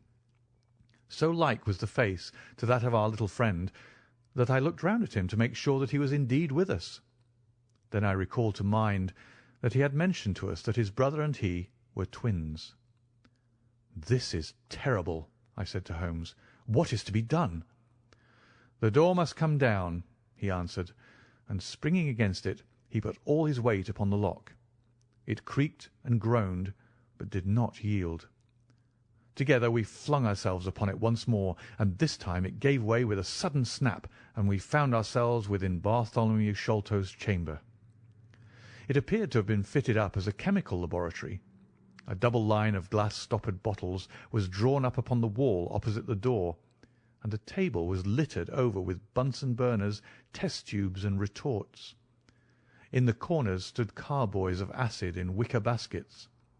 One of these appeared to leak or to have been broken, for a stream of dark-coloured liquid had trickled out from it, and the air was heavy with a peculiarly pungent tar-like odour. A set of steps stood at one side of the room, in the midst of a litter of lath and plaster, and above them there was an opening in the ceiling large enough for a man to pass through. At the foot of the steps a long coil of rope was thrown carelessly together. By the table, in a wooden armchair, the master of the house was seated all in a heap, with his head sunk upon his left shoulder, and that ghastly, inscrutable smile upon his face. He was stiff and cold, and had clearly been dead many hours. It seemed to me that not only his features, but all his limbs were twisted and turned in the most fantastic fashion. By his hand, upon the table there lay a peculiar instrument, a brown, close-grained stick, with a stone head like a hammer, rudely lashed on with coarse twine. Beside it was a torn sheet of note-paper with some words scrawled upon it. Holmes glanced at it, then handed it to me. "You see," he said with a significant raising of the eyebrows. In the light of the lantern I read with a thrill of horror, "The Sign of the Four." "In God's name, what does it all mean?" I asked. "It means murder," said he, stooping over the dead man. "Ah, I expected it. Look here." He pointed to what looked like a long, dark thorn stuck in the skin just above the ear. "It looks like a thorn," said I. "It is a thorn. You may pick it out, but be careful, for it is poisoned." I took it up between my finger and thumb. It came away from the skin so readily that hardly any mark was left behind. One tiny speck of blood showed where the puncture had been. "This is all an insoluble mystery to me," said I. "It grows darker instead of clearer." "On the contrary," he answered, "it clears every instant. I only require a few missing links to have an entirely connected case." We had almost forgotten our companion's presence since we entered the chamber. He was still standing in the doorway, the very picture of terror, wringing his hands and moaning to himself. Suddenly, however, he broke out into a sharp, querulous cry. "The treasure is gone," he said. "They have robbed him of the treasure. There is the hole through which we lowered it. I helped him to do it. I was the last person who saw him. I left him here last night, and I heard him lock the door as I came downstairs." "What time was that?" "It was 10 o'clock. And now he is dead, and the police will be called in, and I shall be suspected of having had a hand in it. Oh, yes, I am sure I shall. But you don't think so, gentlemen? Surely you don't think it was I? Is it likely that I would have brought you here if it were I? Oh, dear, I know that I shall go mad." He jerked his arms and stamped his feet in a kind of convulsive frenzy. "You have no reason for fear, Mr. Sholto," said Holmes, kindly putting his hand upon his shoulder. "Take my advice and drive down to the station to report this matter to the police. Offer to assist them in every way. We shall wait here until your return." The little man obeyed in a half-stupefied fashion, and we heard him stumbling down the stairs in the dark. End of Chapter 5. Chapter 6. Sherlock Holmes gives a demonstration. "Now, Watson," said Holmes, rubbing his hands, "we have half an hour to ourselves. Let us make good use of it. My case is, as I have told you, almost complete, but we must not err on the side of over-confidence. Simple as the case seems now, there may be something deeper underlying it." "Simple!" I ejaculated. "Surely," said he, with something of the air of a clinical professor expounding to his class. "Just sit in the corner there, that your footprints may not complicate matters. Now to work. In the first place, how did these folk come, and how did they go? The door has not been opened since last night. How of the window?" He carried the lamp across to it, muttering his observations aloud the while, but addressing them to himself rather than to me. "Window is snibbed on the inner side. Framework is solid. No hinges at the side. Let us open it. No water pipe near. Roof quite out of reach. Yet a man has mounted by the window. It rained a little last night. Here is the print of a foot in the mould upon the sill, and here is a circular muddy mark, and here again upon the floor, and here again by the table. See here, Watson, this is really a very pretty demonstration." I looked at the round, well-defined, muddy discs. "This is not a footmark," said I. "It is something much more valuable to us. It is the impression of a wooden stump. You see here on the sill is the boot mark, a heavy boot with the broad metal heel, and beside it is the mark of the timber toe." "It is the wooden-legged man." "Quite so. But there has been someone else, a very able and efficient ally. Could you scale that wall, Doctor?" I looked out of the open window. The moon still shone brightly on that angle of the house. We were a good 60 feet from the ground, and look where I would I could see no foothold, nor as much as a crevice in the brickwork. "It is absolutely impossible," I answered. "Without aid it is so. But suppose you had a friend up here who lowered you this good stout rope which I see in the corner, securing one end of it to this great hook in the wall. Then, I think, if you were an active man, you might swarm up, wooden leg and all. You would depart, of course, in the same fashion, and your ally would draw up the rope, untie it from the hook, shut the window, snib it on the inside, and get away in the way that he originally came.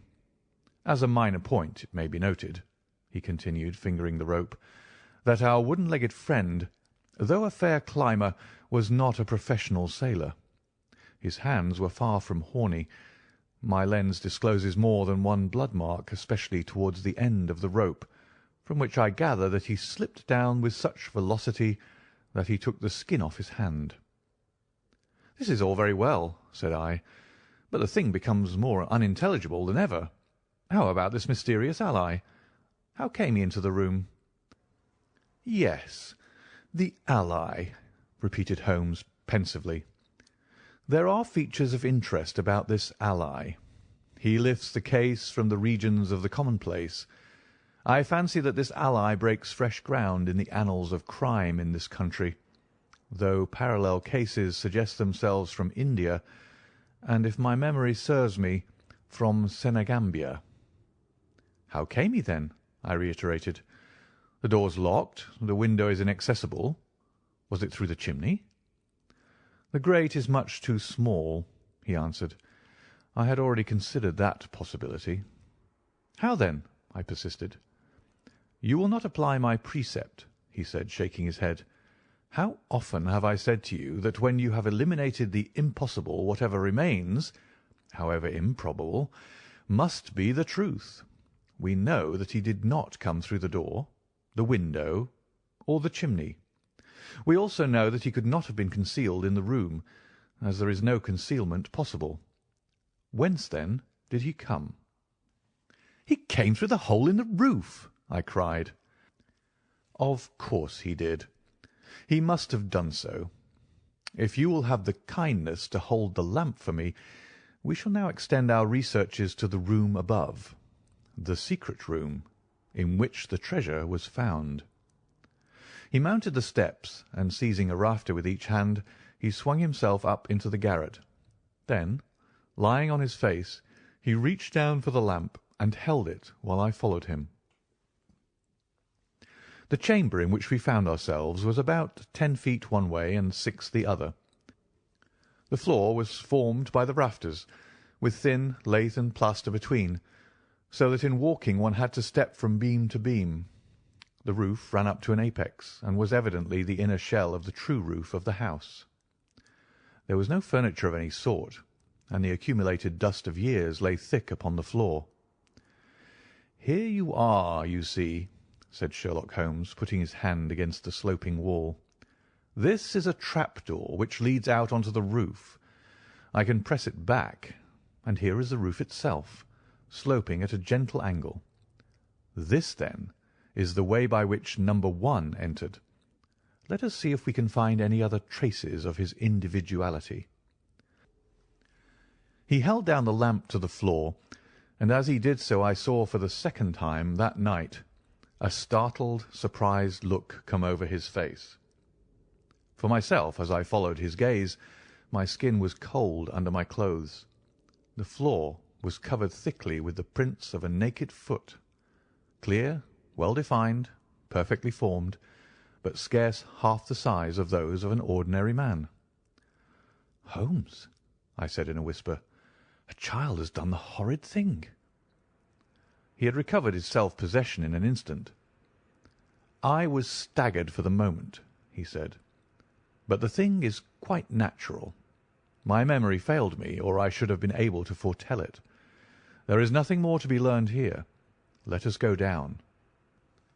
"What is your theory, then, as to those footmarks?" I asked eagerly, when we had regained the lower room once more. "My dear Watson, try a little analysis yourself," said he, with a touch of impatience. "You know my methods. Apply them, and it will be instructive to compare results." "I cannot conceive anything which will cover the facts," I answered. "It will be clear enough soon," he said in an off-hand way. "I think that there is nothing else of importance here, but I will look." He whipped out his lens and a tape measure, and hurried about the room on his knees, measuring, comparing, examining, with his long thin nose only a few inches from the planks, and his beady eyes gleaming and deep-set like those of a bird. So swift, silent, and furtive were his movements, like those of a trained bloodhound picking out a scent, that I could not but think what a terrible criminal he would have made had he turned his energy and sagacity against the law, instead of exerting them in its defence. As he hunted about, he kept muttering to himself, and finally he broke out into a loud crow of delight. "We are certainly in luck," said he. "We ought to have very little trouble now. Number 1 has had the misfortune to tread in the creosote. You can see the outline of the edge of his small foot here at the side of this evil-smelling mess. The carboy has been cracked, you see, and the stuff has leaked out." "What then?" I asked. "Why, we have got him, that's all," said he. "I know a dog that would follow that scent to the world's end. If a pack can track a trailed herring across a shire, how far can a specially trained hound follow so pungent a smell as this? It sounds like a sum in the rule of 3. The answer should give us the— But hullo! Here are the accredited representatives of the law." Heavy steps and the clamour of loud voices were audible from below, and the hall door shut with a loud crash. "Before they come," said Holmes, "just put your hand here on this poor fellow's arm, and here on his leg. What do you feel?" "The muscles are as hard as a board," I answered. "Quite so.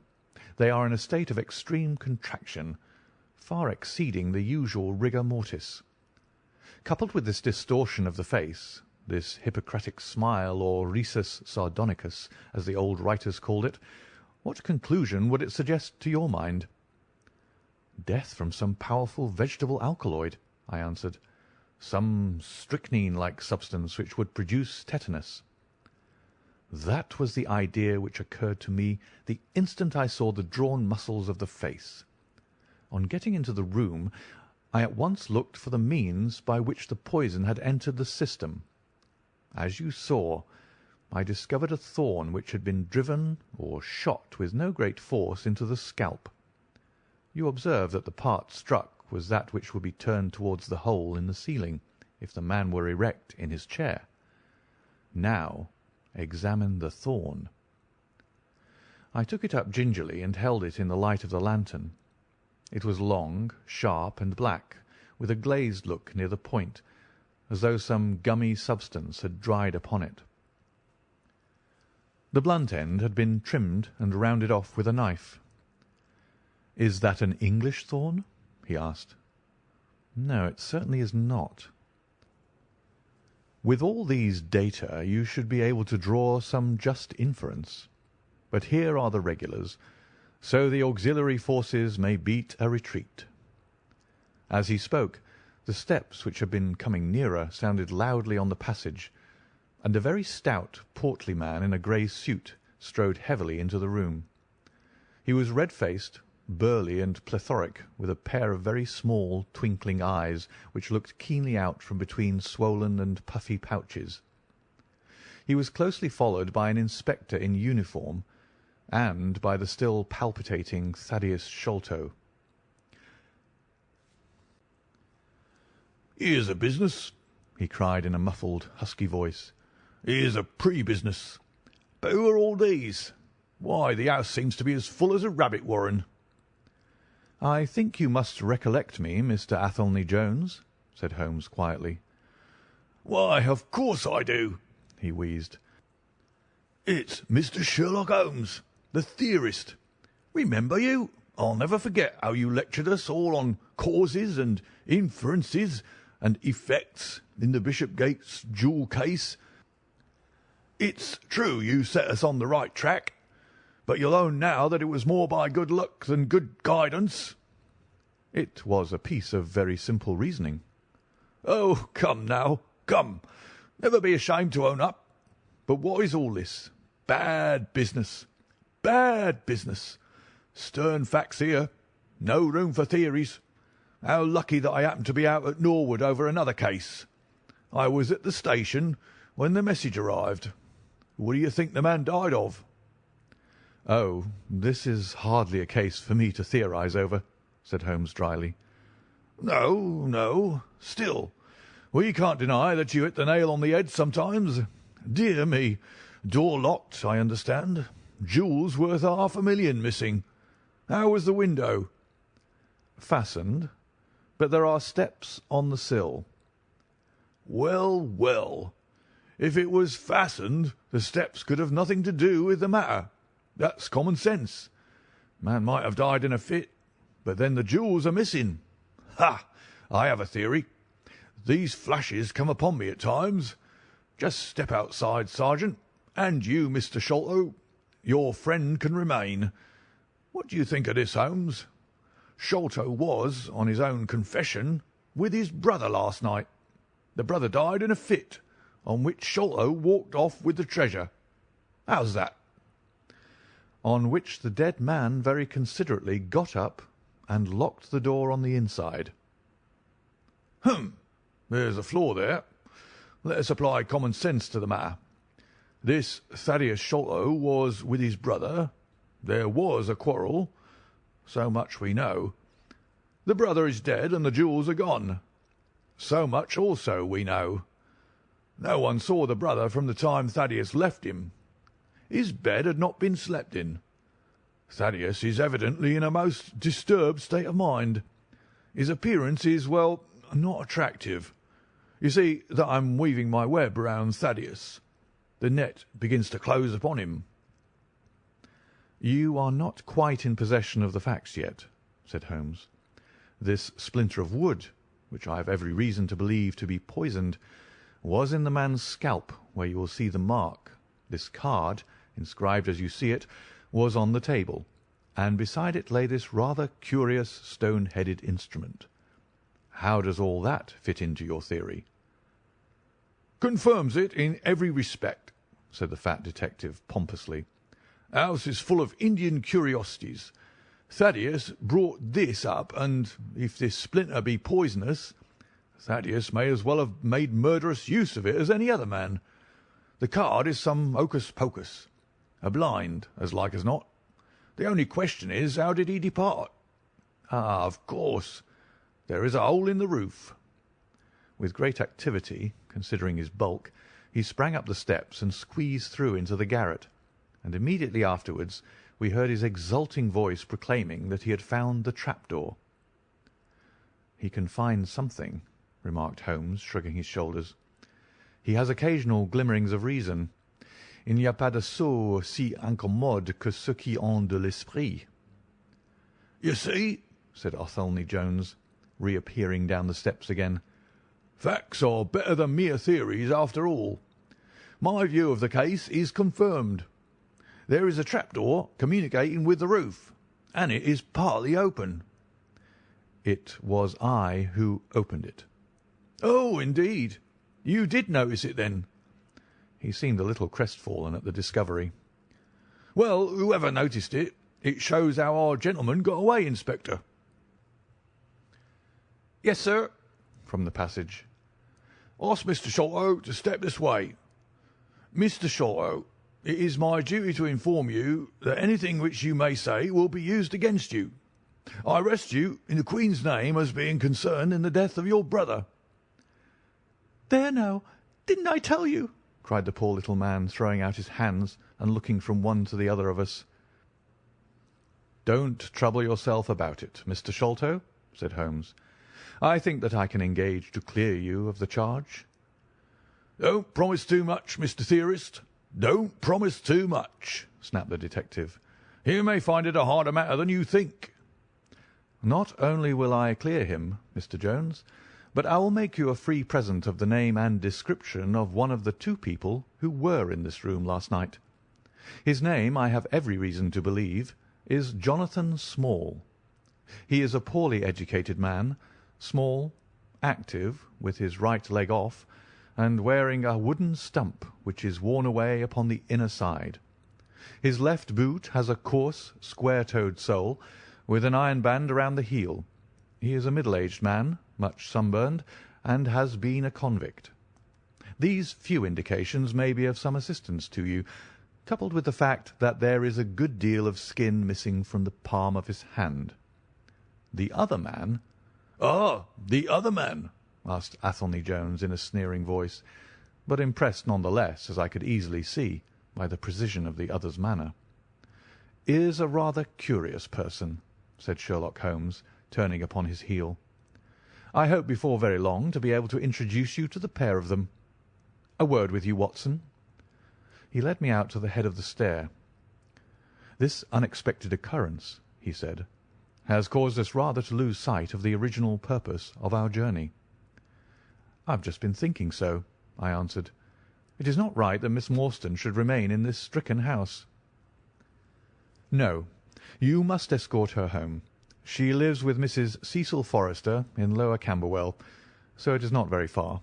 I will wait for you here if you will drive out again, or perhaps you are too tired." "By no means. I don't think I could rest until I know more of this fantastic business. I've seen something of the rough side of life, but I give you my word that this quick succession of strange surprises to-night has shaken my nerve completely. I should like, however, to see the matter through with you, now that I have got so far."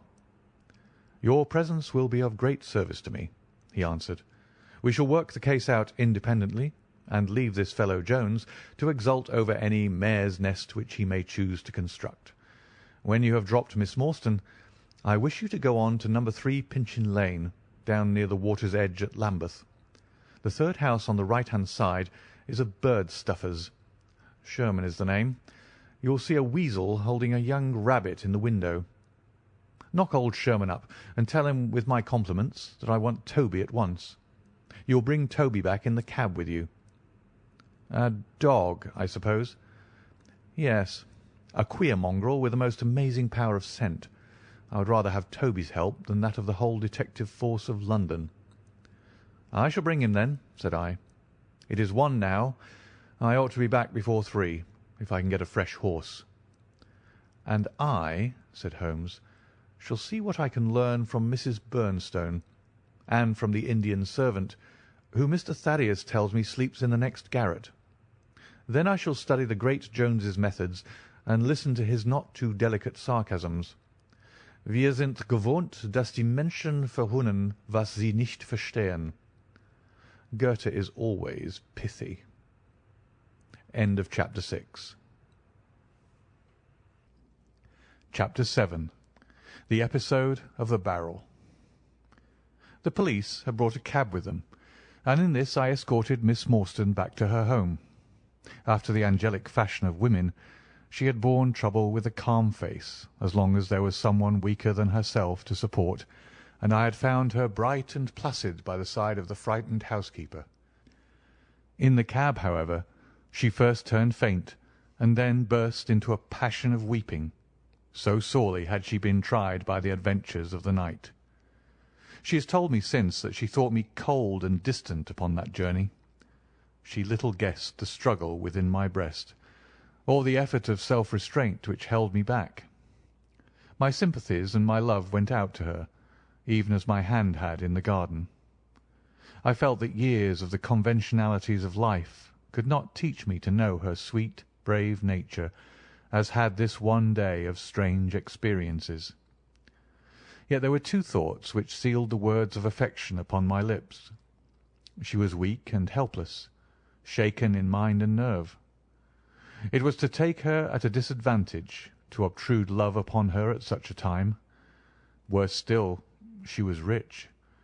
If Holmes's researches were successful, she would be an heiress. Was it fair, was it honourable, that a half-pay surgeon should take such advantage of an intimacy which chance had brought about? Might she not look upon me as a mere vulgar fortune-seeker? I could not bear to risk that such a thought should cross her mind. This Agra treasure intervened like an impassable barrier between us. It was nearly 2 o'clock when we reached Mrs. Cecil Forrester's. The servants had retired hours ago, but Mrs. Forrester had been so interested by the strange message which Miss Morstan had received that she had sat up in the hope of her return. She opened the door herself, a middle-aged, graceful woman, and it gave me joy to see how tenderly her arm stole around the other's waist, and how motherly was the voice in which she greeted her. She was clearly no mere paid dependent, but an honoured friend. I was introduced, and Mrs. Forrester earnestly begged me to step in and tell her our adventures. I explained, however, the importance of my errand, and promised faithfully to call and report any progress which we might make with the case. As we drove away, I stole a glance back, and I still seemed to see that little group on the step, the 2 graceful, clinging figures, the half-open door, the hall light shining through stained glass, the barometer, and the bright stair-rods. It was soothing to catch even that passing glimpse of a tranquil English home in the midst of the wild, dark business which had absorbed us. The more I thought of what had happened, the wilder and darker it grew. I reviewed the whole extraordinary sequence of events as I rattled on through the silent gaslit streets. There was the original problem. That at least was pretty clear now. The death of Captain Morstan, the sending of the pearls, the advertisement, the letter. We had only light upon all those events. They had only led us, however, to a deeper and far more tragic mystery. The Indian treasure, the curious plan found among Morstan's baggage, the strange scene at Major Sholto's death, the rediscovery of the treasure immediately followed by the murder of the discoverer, the very singular accompaniments to the crime, the footsteps, the remarkable weapons, the words upon the card corresponding with those upon Captain Morstan's chart. Here was indeed a labyrinth in which a man less singularly endowed than my fellow lodger might well despair of ever finding the clue. Pinchin Lane was a row of shabby two-storied brick houses in the lower quarter of Lambeth. I had to knock for some time at number 3 before I could make my impression. At last, however, there was the glint of a candle behind the blind, and a face looked out at the upper window. "Go on, you drunken vagabond," said the face. "If you kick up any more row, I'll open the kennels and let our 43 dogs upon you." "If you'll let one out, it's just what I have come for," said I. "Go on," yelled a voice. "So help me gracious, I have a wiper in the bag, and I'll drop it on your head if you don't hook it." "But I want a dog," I cried. "I won't be argued with," shouted Mr. Sherman. "Now stand clear, for when I say 3, down goes the wiper." "Mr. Sherlock Holmes," I began, but the words had a most magical effect, for the window instantly slammed down, and within a minute the door was unbarred and open. Mr. Sherman was a lanky, lean old man, with stooping shoulders, a stringy neck, and blue-tinted glasses. "A friend of Mr. Sherlock is always welcome," said he. "Step in, sir. Keep clear of the badger, for he bites. Ah, naughty, naughty. Would you take a nip at the gentleman?" This to a stoat, which thrust its wicked head and red eyes between the bars of its cage. "Don't mind that, sir. It's only a slow worm. It ain't got no fangs, so I gives it the run of the room, for it keeps the beetles down. You mustn't mind being just a little short with you at first, for I'm guided by the children, and there's many a one just comes down this lane to knock me up. What was it that Mr. Sherlock Holmes wanted, sir?" "He wanted a dog of yours." "Ah, that will be Toby." "Yes, Toby was the name." "Toby lives at number 7 on the left there." He moved slowly forward with his candle among the queer animal family which he had gathered around him. In the uncertain, shadowy light I could see dimly that there were glancing, glimmering eyes peeping down at us from every cranny and corner. Even the rafters above our heads were lined by solemn fowls, who lazily shifted their weight from one leg to the other as our voices disturbed their slumbers. Toby proved to be an ugly, long-haired, lop-eared creature, half spaniel and half lurcher, brown and white in colour, with a very clumsy, waddling gait. It accepted, after some hesitation, a lump of sugar which the old naturalist handed to me, and having thus sealed an alliance, it followed me to the cab and made no difficulties about accompanying me. It had just struck 3 on the palace clock when I found myself back once more at Pondicherry Lodge. The ex-prize-fighter, Macmurdo, had, I found, been arrested as an accessory, and both he and Mr. Sholto had been marched off to the station. 2 constables guarded the narrow gate, but they allowed me to pass with the dog on my mentioning the detective's name. Holmes was standing on the doorstep, with his hands in his pockets, smoking his pipe. "Ah, you have him there," said he. "Good dog, then. Anthony Jones has gone. We've had an immense display of energy since you left. He has arrested not only friend Thaddeus, but the gatekeeper, the housekeeper, and the Indian servant. We have the place to ourselves, but for a sergeant upstairs. Leave the dog here and come up." We tied Toby to the hall table and reascended the stairs. The room was as he had left it, save that a sheet had been draped over the central figure. A weary-looking police sergeant reclined in the corner. "Lend me your bull's-eye, sergeant," said my companion. "Now, tie this bit of card round my neck so as to hang it in front of me. Thank you. Now I must kick off my boots and stockings. Just you carry them down with you, Watson. I'm going to do a little climbing, and dip my handkerchief into the creosote. That will do. Now, come up into the garret with me for a moment." We clambered up through the hole. Holmes turned his light once more upon the footsteps in the dust. "I wish you particularly to notice these footmarks," he said. "Do you observe anything noteworthy about them?" "They belong," I said, "to a child or a small woman." "Apart from their size, though, is there nothing else?" "They appear to be much as other footmarks." "Not at all. Look here. This is the print of right foot in the dust. Now I make one with my naked foot beside it. What is the chief difference? Your toes are all cramped together. The other print has each toe distinctly divided. Quite so. That is the point. Bear that in mind. Now, would you kindly step over to that flap window and smell the edge of the woodwork? I shall stay here, as I have this handkerchief in my hand. I did as he directed, and was instantly conscious of a strong tarry smell. That is where he put his foot in getting out. If you can trace him, I should think that Toby will have no difficulty. Now run downstairs, loose the dog, and look out for Blondin. By the time that I got out into the grounds, Sherlock Holmes was on the roof, and I could see him like an enormous glowworm crawling very slowly along the ridge.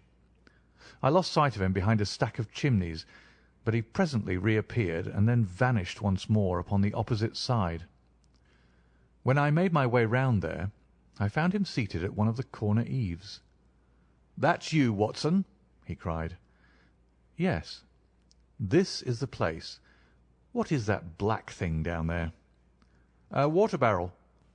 "Top on it?" "Yes." "No sign of a ladder?" "No." "Confound the fellow! It's a most breakneck place. I ought to be able to come down where he could climb up. The water pipe feels pretty firm. Here goes, anyhow."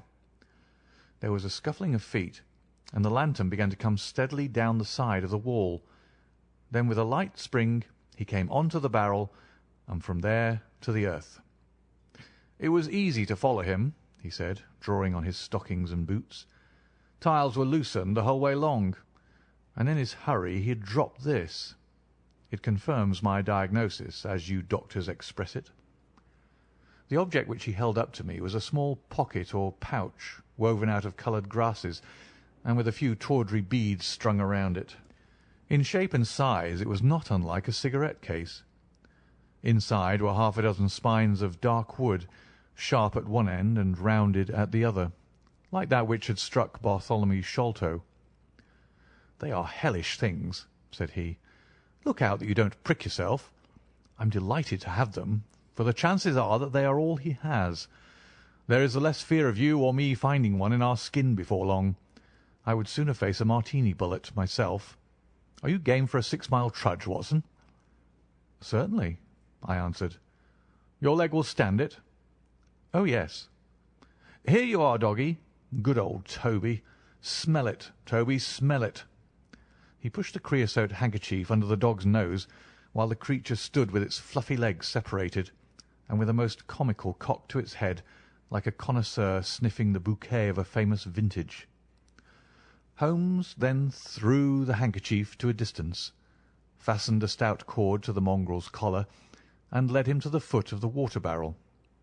The creature instantly broke into a succession of high, tremulous yelps, and, with his nose on the ground and his tail in the air, pattered off upon the trail at a pace which strained his leash and kept us at the top of our speed.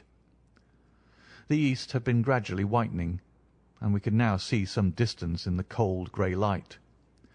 The square massive house, with its black empty windows and high bare walls, towered up sad and forlorn behind us. Our course led right across the grounds, in and out among the trenches and pits with which they were scarred and intersected. The whole place, with its scattered dirt heaps and ill-grown shrubs, had a blighted, ill-omened look which harmonized with the black tragedy which hung over it. On reaching the boundary wall, Toby ran along, whining eagerly underneath its shadow, and stopped finally in a corner screened by a young beech.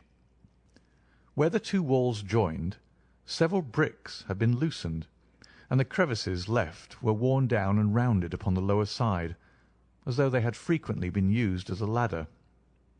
Holmes clambered up, and, taking the dog from me, he dropped it over upon the other side. "There's the print of Wooden-leg's hand," he remarked, as I mounted up beside him. "You see the slight smudge of blood upon the white plaster. What a lucky thing it is that we have had no very heavy rain since yesterday. The scent will lie upon the road in spite of their 8 hours' start. I confess that I had my doubts myself when I reflected upon the great traffic which had passed along the London road in the interval. My fears were soon appeased, however. Toby never hesitated or swerved, but waddled on in his peculiar rolling fashion. Clearly the pungent smell of the creosote rose high above all other contending scents.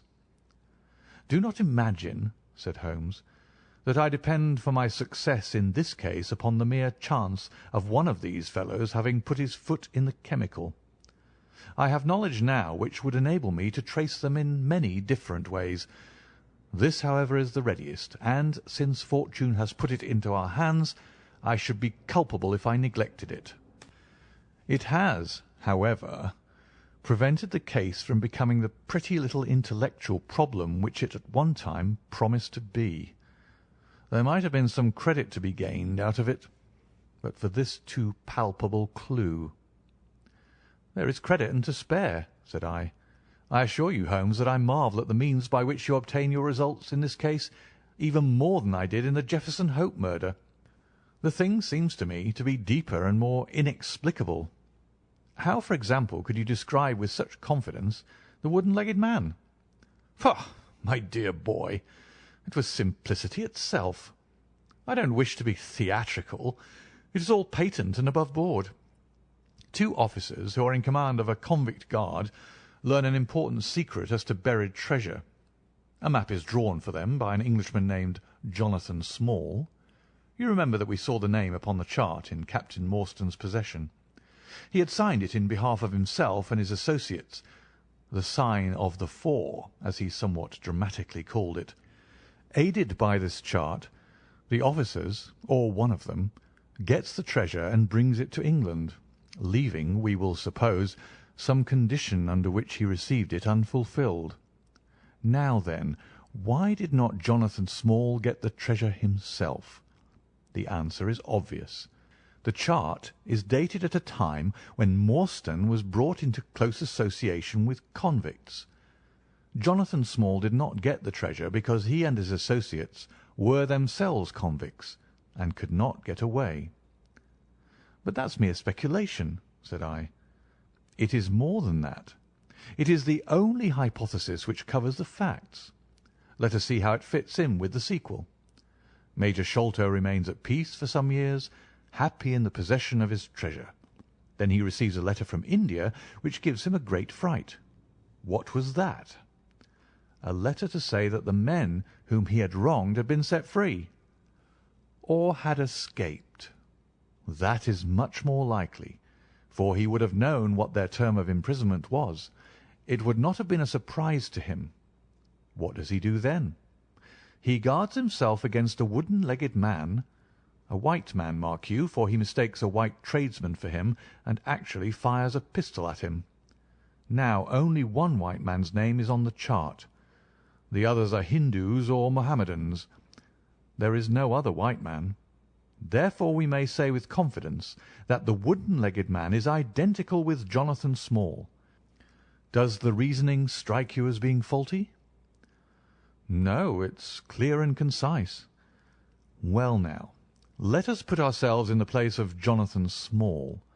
Let us look at it from his point of view. He comes to England with the double idea of regaining what he would consider to be his rights, and of having his revenge upon the man who had wronged him. He found out where Sholto lived, and very possibly he established communications with someone inside the house. There is this butler, Lal Rao, whom we have not seen. Mrs. Bernstone gives him far from a good character. Small could not find out, however, where the treasure was hid, for no one ever knew save the Major and one faithful servant who had died. Suddenly Small learns that the Major is on his deathbed. In a frenzy, lest the secret of the treasure die with him, he runs the gauntlet of the guards, makes his way to the dying man's window, and is only deterred from entering by the presence of his two sons. Mad with hate, however, against the dead man, he enters the room that night, searches his private papers in the hope of discovering some memorandum relating to the treasure, and finally leaves a memento of his visit in the short inscription upon the card. He had doubtless planned beforehand that should he slay the Major he would leave some such record upon the body as a sign that it was not a common murder, but from the point of view of the four associates, something in the nature of an act of justice. Whimsical and bizarre conceits of this kind are common enough in the annals of crime, and usually afford valuable indications as to the criminal. Do you follow all this? Very clearly. Now, what could Jonathan Small do? He could only continue to keep a secret watch upon the efforts made to find the treasure. Possibly he leaves England and only comes back at intervals. Then comes the discovery of the garret, and he is instantly informed of it. We again trace the presence of some confederate in the household. Jonathan, with his wooden leg, is utterly unable to reach the lofty room of Bartholomew Sholto. He takes with him, however, a rather curious associate, who gets over this difficulty, but dips his naked foot into creosote. Whence comes Toby, and a 6-mile limp for a half-pay officer with a damaged tendo Achilles. But it was the associate and not Jonathan who committed the crime. Quite so, and rather to Jonathan's disgust, to judge by the way he stamped about when he got into the room. He bore no grudge against Bartholomew Sholto, and would have preferred if he could have been simply bound and gagged. He did not wish to put his head in a halter. There was no help for it, however. The savage instincts of his companion had broken out, and the poison had done its work. So Jonathan Small left his record, lowered the treasure box to the ground, and followed it himself. That was the train of events as far as I can decipher them. Of course, as to his personal appearance, he must be middle-aged, and must be sunburned after serving his time in such an oven as the Andamans. His height is readily calculated from the length of his stride, and we know that he was bearded. His hairiness was the one point which impressed itself upon Thaddeus Sholto when he saw him at the window. I don't know that there is anything else. The associate? Ah, well, there is no great mystery in that, but you will know all about it soon enough. How sweet the morning air is! See how that one little cloud floats like a pink feather from some gigantic flamingo. Now the red rim of the sun pushes itself over the London cloud-bank. It shines on a good many folk, but on none, I dare bet, who are on a stranger errand than you and I. How small we feel with our petty ambitions and strivings in the presence of the great elemental forces of nature. Are you well up in your Jean Paul? Fairly so. I worked back to him through Carlyle. That was like following the brook to the parent lake. He makes one curious but profound remark. It is that the chief proof of man's real greatness lies in his perception of his own smallness. It argues, you see, a power of comparison and of appreciation, which is in itself a proof of nobility. There is much food for thought in Richter. You have not a pistol, have you? I have my stick. It is just possible that we may need something of the sort if we get to their lair. Jonathan I shall leave to you, but if the other turns nasty I shall shoot him dead. He took out his revolver as he spoke, and having loaded 2 of the chambers, he put it back into the right-hand pocket of his jacket.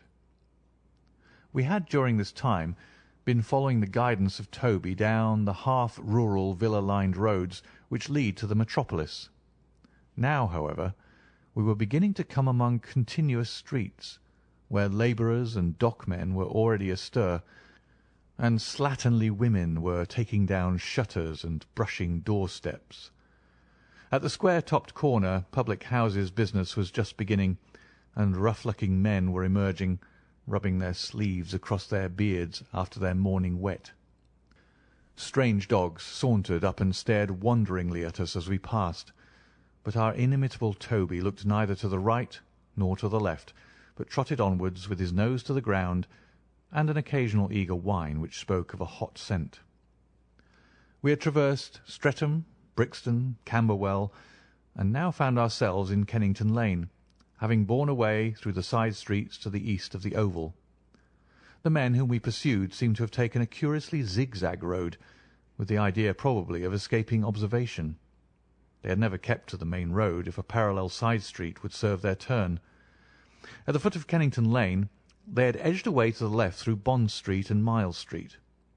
Where the latter street turns into Knight's Place, Toby ceased to advance, but began to run backwards and forwards, with one ear cocked and the other drooping, the very picture of canine indecision.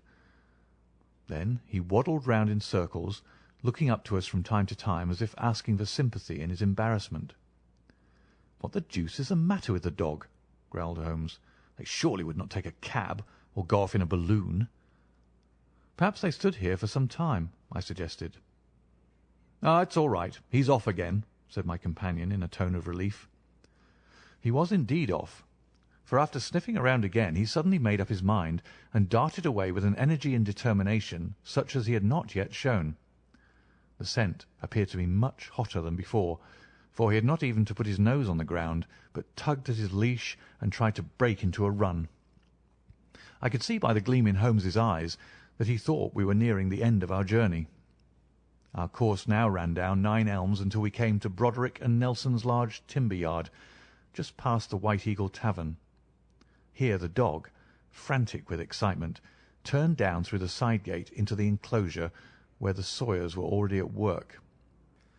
On the dog race through sawdust and shavings, down an alley, round a passage, between 2 wood piles, and finally, with a triumphant yelp, sprang upon a large barrel which still stood upon the hand trolley on which it had been brought. With lolling tongue and blinking eyes, Toby stood upon the cask, looking from one to the other of us for some sign of appreciation. The staves of the barrel and the wheels of the trolley were smeared with a dark liquid, and the whole air was heavy with the smell of creosote. Sherlock Holmes and I looked blankly at each other, and then burst simultaneously into an uncontrollable fit of laughter. End of Chapter 7. Chapter 8. The Baker Street Irregulars. "What now?" I asked. "Toby has lost his character for infallibility." "He acted according to his lights," said Holmes, lifting him down from the barrel and walking him out of the timber yard. "If you consider how much creosote is carted about London in one day, it is no great wonder that our trail should have been crossed. It is much used now, especially for the seasoning of wood. Poor Toby is not to blame. We must get on the main scent again, I suppose." "Yes, and fortunately we have no distance to go." Evidently what puzzled the dog at the corner of Knight's Place was that there were 2 different trails running in opposite directions. We took the wrong one. It only remains to follow the other. There was no difficulty about this. On leading Toby to the place where he had committed his fault, he cast about in a wide circle and finally dashed off in a fresh direction. "We must take care that he doesn't now bring us to the place where the creosote barrel came from," I observed. "I had thought of that, but you notice that he keeps on the pavement, whereas the barrel passed down the roadway. No, we are on the true scent now." It tended down towards the riverside, running through Belmont Place and Princes Street. At the end of Broad Street it ran right down to the water's edge, where there was a small wooden wharf. Toby led us to the very edge of this, and there stood whining, looking out on the dark current beyond. "We are out of luck," said Holmes. "They have taken to a boat here." Several small punts and skiffs were lying about in the water and on the edge of the wharf. We took Toby round to each in turn, but though he sniffed earnestly, he made no sign. Close to the rude landing stage was a small brick house with a wooden placard slung out through the second window. "Mordecai Smith" was printed across it in large letters, and underneath, "Boats to hire by the hour or day." A second inscription above the door informed us that a steam launch was kept, a statement which was confirmed by a great pile of coke upon the jetty. Sherlock Holmes looked slowly round, and his face assumed an ominous expression. "This looks bad," said he. "These fellows are sharper than I expected. They seem to have covered their tracks. There has, I fear, been preconcerted management here." He was approaching the door of the house when it opened, and a little curly-headed lad of 6 came running out, followed by a stoutish, red-faced woman with a large sponge in her hand. "You come back and be washed, Jack," she shouted. "Come back, you young imp, for if your father comes home and finds you like that, he'll let us hear of it." "Dear little chap," said Holmes strategically. "What a rosy-cheeked young rascal. Now, Jack, is there anything you would like?"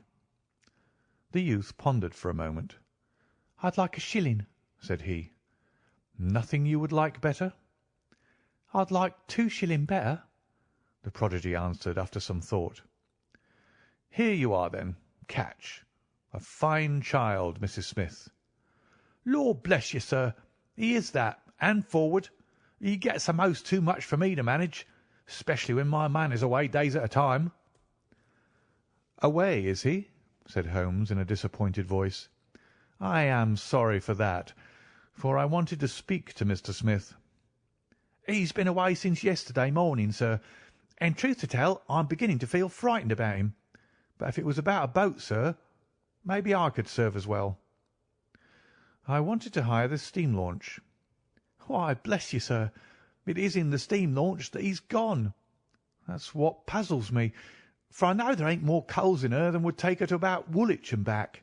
If he'd been away in the barge, I'd have thought nothing, for many a time a job has taken him as far as Gravesend, and then if there was much doing there he might have stayed over. But what good is a steam launch without coals?" "He might have bought some at a wharf down the river." "He might, sir, but it weren't his way. Many a time I've heard him call out the prices they charge for a few odd bags. Besides, I don't like that wooden-legged man with his ugly face and outlandish talk. What did he want always knocking about here for?" "A wooden-legged man?" said Holmes with bland surprise. "Yes, sir, a brown monkey-faced chap. It's called more than once for my old man. It was him that roused him up yesternight, and what's more, my man knew he was coming, for he had steam up in the launch. I tell you straight, sir, I don't feel easy in my mind about it." "But, my dear Mrs. Smith," said Holmes, shrugging his shoulders, "you are frightening yourself about nothing. How could you possibly tell that it was the wooden-legged man who came in the night? I don't quite understand how you can be so sure." "His voice, sir. I know his voice, which is kind of thick and foggy. He tapped at the winder, about 3 it would be. 'Show a leg, matey,' says he. 'Time to turn out guard.' My old man woke up, Jim, that's my eldest, and away they went without so much as a word to me. I could hear the wooden leg clacking on the stones." "And was this wooden-legged man alone?" "Couldn't say. I'm not sure, sir. I didn't hear no one else." "I am sorry, Mrs. Smith, for I wanted a steam launch, and I have heard good reports of the— let me see. What is her name?" "The Aurora, sir." "Ah, she's not that old green launch with a yellow line, very broad in the beam." "No, indeed. She's as trim a little thing as any on the river. She's been fresh painted, black with 2 red streaks." "Thanks. I hope you will hear soon from Mr. Smith. I am going down the river, and if I should see anything of the Aurora, I shall let him know that you are uneasy. A black funnel, you say?" "No, sir. Black with a white band." "Ah, of course. It was the sides which were black. Good morning, Mrs. Smith. There is a boatman here with a wherry, Watson. We shall take it and cross the river." "The main thing with people of that sort," said Holmes, as we sat in the sheets of the wherry, "is never to let them think that their information can be of the slightest importance to you. If you do, they will instantly shut up like an oyster. If you listen to them under protest, as it were, you are very likely to get what you want." "Our course now seems pretty clear," said I. "What would you do, then?" "I would engage a launch and go down the river on the track of the Aurora." "My dear fellow, it would be a colossal task. She may have touched at any wharf on either side of the stream between here and Greenwich. Below the bridge there is a perfect labyrinth of landing places for miles. It would take you days and days to exhaust them, if you set about it alone. Employ the police, then? No, I shall probably call Athelney Jones in at the last moment. He is not a bad fellow, and I should not like to do anything which would injure him professionally. But I have a fancy for working it out myself, now that we have gone so far. Could we advertise, then, asking for information from wharfingers? Worse and worse. Our men would know that the chase was hot at their heels, and they would be off out of the country. As it is, they are likely enough to leave, but as long as they think they are perfectly safe, they will be in no hurry. Jones's energy will be of use to us there, for his view of the case is sure to push itself into the daily press, and the runaways will think that everyone is off on the wrong scent. What are we to do, then? I asked, as we landed near Millbank Penitentiary. Take this hansom, drive home, have some breakfast, and get an hour's sleep. It is quite on the cards that we may be afoot tonight again. Stop at a telegraph office, cabby. We will keep Toby, for he may be of use to us yet. We pulled up at the Great Peter Street post office, and Holmes dispatched his wire. "Whom do you think that is to?" he asked, as we resumed our journey. "I'm sure I don't know." "You remember the Baker Street division of the detective police force whom I employed in the Jefferson Hope case?" "Well," said I, laughing, "this is just the case where they might be invaluable. If they fail, I have other resources, but I shall try them first. That wire was to my dirty little Lieutenant Wiggins, and I expect that he and his gang will be with us before we have finished our breakfast." It was between 8 and 9 o'clock now, and I was conscious of a strong reaction after the successive excitements of the night. I was limp and weary, befogged in mind and fatigued in body. I had not the professional enthusiasm which carried my companion on, nor could I look at the matter as a mere abstract intellectual problem. As far as the death of Bartholomew Sholto went, I had heard little good of him, and could feel no intense antipathy to his murderers. The treasure, however, was a different matter. That, or part of it, belonged rightfully to Miss Morstan. While there was a chance of recovering it, I was ready to devote my life to the one object. True, if I found it, it would probably put her forever beyond my reach. Yet it would be a petty and selfish love which would be influenced by such a thought as that. If Holmes could work to find the criminals, I had a tenfold stronger reason to urge me on to find the treasure. A bath at Baker Street and a complete change freshened me up wonderfully. When I came down to our room, I found the breakfast laid and Holmes pouring out the coffee. "Here it is," said he, laughing, and pointing to an open newspaper. "The energetic Jones and the ubiquitous reporter have fixed it up between them. But you have had enough of the case. Better have your ham and eggs first."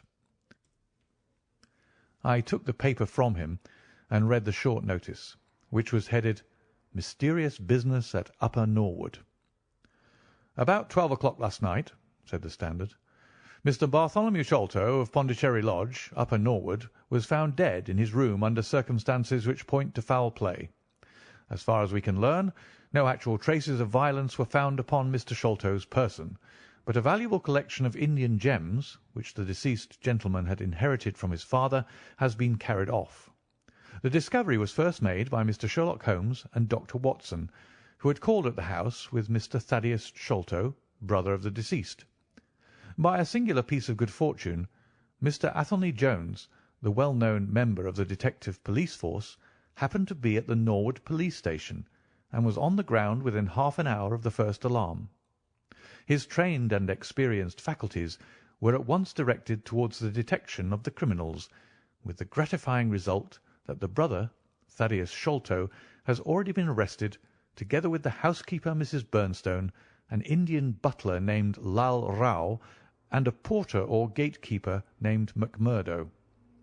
It is quite certain that the thief or thieves were well acquainted with the house, for Mr. Jones's well-known technical knowledge and his powers of minute observation have enabled him to prove conclusively that the miscreants could not have entered by the door or by the window, but must have made their way across the roof of the building, and so through a trap-door into a room which communicated with that in which the body was found. This fact, which has been very clearly made out, proves conclusively that it was no mere haphazard burglary. The prompt and energetic action of the officers of the law shows the great advantage of the presence on such occasions of a single, vigorous, and masterful mind. We cannot but think that it supplies an argument to those who would wish to see our detectives more decentralized, and so brought into closer and more effective touch with the cases which it is their duty to investigate. "Isn't it gorgeous?" said Holmes, grinning over his coffee cup. "What do you think of it?" "I think that we have had a close shave ourselves of being arrested for the crime."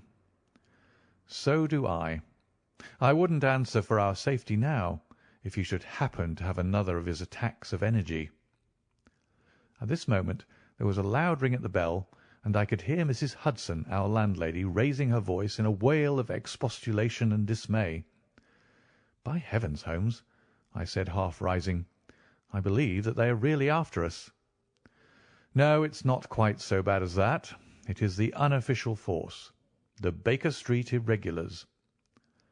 As he spoke, there came a swift pattering of naked feet upon the stairs, a clatter of high voices, and in rushed a dozen dirty and ragged little street Arabs. There was some show of discipline among them, despite their tumultuous entry, for they instantly drew up in line and stood facing us with expectant faces. One of their number, taller and older than the others, stood forward with an air of lounging superiority, which was very funny in such a disreputable little scarecrow. "Got your message, sir," said he, "and brought 'em on sharp. 3 bob and a tanner for tickets." "Here you are," said Holmes, producing some silver. "In future they can report to you, Wiggins, and you to me. I cannot have the house invaded in this way. However, it is just as well that you should all hear the instructions. I want to find the whereabouts of a steam launch called the Aurora. Owner, Mordecai Smith, black with 2 red streaks, funnel black with a white band. She is down the river somewhere. I want one boy to be at Mordecai Smith's landing stage opposite Millbank to say if the boat comes back. You must divide it out among yourselves, and do both banks thoroughly. Let me know the moment you have news. Is that all clear?" "Yes, governor," said Wiggins. "The old scale of pay, and a guinea to the boy who finds the boat. Here's a day in advance. Now off you go." He handed them a shilling each, and away they buzzed down the stairs, and I saw them a moment later streaming down the street. "If the launch is above water they will find her," said Holmes, as he rose from the table and lit his pipe. "They can go everywhere, see everything, overhear everyone. I expect to hear before evening that they have spotted her. In the meanwhile, we can do nothing but await results. We cannot pick up the broken trail until we find either the Aurora or Mr. Mordecai Smith. Toby could eat these scraps, I dare say. Are you going to bed, Holmes?" "No, I am not tired. I have a curious constitution. I never remember feeling tired by work, though idleness exhausts me completely. I am going to smoke and to think over this queer business to which my fair client has introduced us. If ever man had an easy task, this of ours ought to be. Wooden-legged men are not so common, but the other man must, I shouldn't think, be absolutely unique. That other man again. I have no wish to make a mystery of him, to you anyway, but you must have formed your own opinion. Now do consider the data. Diminutive footmarks, toes never fettered by boots, naked feet, stone-headed wooden mace, great agility, small poisoned darts. What do you make of all this?" "A savage!" I exclaimed. "Perhaps one of those Indians who were the associates of Jonathan Small." "Hardly that," said he. "When first I saw signs of strange weapons, I was inclined to think so.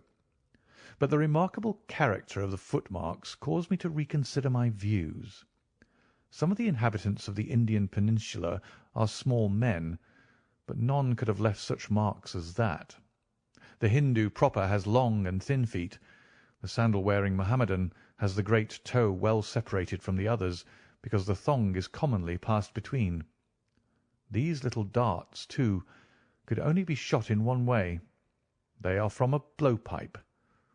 Now then, where are we to find our savage? South American? I hazarded. He stretched his hand up and took down a bulky volume from the shelf. This is the first volume of a gazetteer which is now being published. It may be looked upon as the very latest authority. What have we here? Andaman Islands, situated 340 miles to the north of Sumatra in the Bay of Bengal. Hum. What's all this?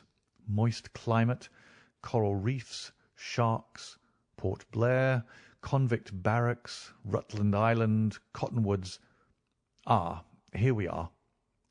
The aborigines of the Andaman Islands may perhaps claim the distinction of being the smallest race upon this earth, though some anthropologists prefer the Bushmen of Africa, the Digger Indians of America, and the Terra del Fuegans. The average height is rather below 4 feet, although many full-grown adults may be found who are very much smaller than this. They are a fierce, morose, and intractable people, though capable of forming most devoted friendships when their confidence has once been gained. Mark that, Watson. Now then, listen to this. They are naturally hideous, having large misshapen heads, small fierce eyes, and distorted features. Their feet and hands, however, are remarkably small. So intractable and fierce are they that all the efforts of the British official have failed to win them over in any degree. They have always been a terror to shipwrecked crews, braining the survivors with their stone-headed clubs, or shooting them with their poisoned arrows. These massacres are invariably concluded by a cannibal feast. Nice, amiable people, Watson. If this fellow had been left to his own unaided devices, this affair might have taken an even more ghastly turn. I fancy that, even as it is, Jonathan Small would give a good deal not to have employed him. But how came he to have such singular a companion? Ah, that is more than I can tell. Since, however, we had already determined that Small had come from the Andamans, it is not so very wonderful that this islander should be with him. No doubt we shall know all about it in time. Look here, Watson, you look regularly done. Lie down there on the sofa and see if I can put you to sleep." He took up his violin from the corner, and as I stretched myself out he began to play some low, dreamy, melodious air. His own, no doubt, for he had a remarkable gift for improvisation. I have a vague remembrance of his gaunt limbs, his earnest face, and the rise and fall of his bow. Then I seemed to be floated peacefully away upon a soft sea of sound, until I found myself in dreamland, with the sweet face of Mary Morstan looking down upon me. End of Chapter 8. Chapter 9. A Break in the Chain. It was late in the afternoon before I woke, strengthened and refreshed. Sherlock Holmes still sat exactly as I had left him, save that he had laid aside his violin and was deep in a book. He looked across at me as I stirred, and I noticed that his face was dark and troubled. "You have slept soundly," he said. "I feared that our talk would wake you." "I heard nothing," I answered. "Have you had fresh news, then?" "Unfortunately, no. I confess that I'm surprised and disappointed. I expected something definite by this time. Wiggins has just been up to report. He says that no trace can be found of the launch. It is a provoking check, for every hour is of importance. Can I do anything? I am perfectly fresh now and quite ready for another night's outing." "No, we can do nothing. We can only wait. If we go ourselves, the message might come in our absence and delay be caused. You can do what you will, but I must remain on guard." "Then I shall run over to Camberwell and call upon Mrs. Cecil Forrester. She asked me to yesterday." "On Mrs. Cecil Forrester?" asked Holmes, with the twinkle of a smile in his eyes. "Well, of course, Miss Morstan, too. They were anxious to hear what happened." "I would not tell them too much," said Holmes. "Women are never to be entirely trusted. Not the best of them." I did not pause to argue over this atrocious sentiment. "I shall be back in an hour or two," I remarked. "All right. Good luck. But I say, if you are crossing the river you may as well return Toby, for I don't think it is at all likely that we shall have any use for him now." I took our mongrel accordingly and left him, together with a half-sovereign, at the old naturalist's in Pinchin Lane. At Camberwell I found Miss Morstan a little weary after her night's adventures, but very eager to hear the news. Mrs. Forrester, too, was full of curiosity. I told them all that we had done, suppressing, however, the more dreadful parts of the tragedy. Thus, although I spoke of Mr. Sholto's death, I said nothing of the exact manner and method of it. With all my omissions, however, there was enough to startle and amaze them. "It is a romance," cried Mrs. Forrester. "An injured lady, 500,000 in treasure, a black cannibal, and a wooden-legged ruffian. They take the place of the conventional dragon or wicked earl." "And 2 knight-errants to the rescue," added Miss Morstan, with a bright glance at me. "Why, Mary, your fortune depends upon the issue of this search. I don't think that you are nearly excited enough. Just imagine what it must be to be so rich and to have the world at your feet." It sent a little thrill of joy to my heart to notice that she showed no sign of elation at the prospect. On the contrary, she gave a toss of her proud head, as though the matter were one in which she took small interest. "It is for Mr. Thaddeus Sholto that I am anxious," she said. "Nothing else is of any consequence, but I think that he has behaved most kindly and honourably throughout. It is our duty to clear him of this dreadful and unfounded charge." It was evening before I left Camberwell, and quite dark by the time I reached home. My companion's book and pipe lay by his chair, but he had disappeared. I looked about in the hope of seeing a note, but there was none. "I suppose that Mr. Sherlock Holmes has gone out," I said to Mrs. Hudson as she came up to lower the blinds. "No, sir. He's gone to his room, sir.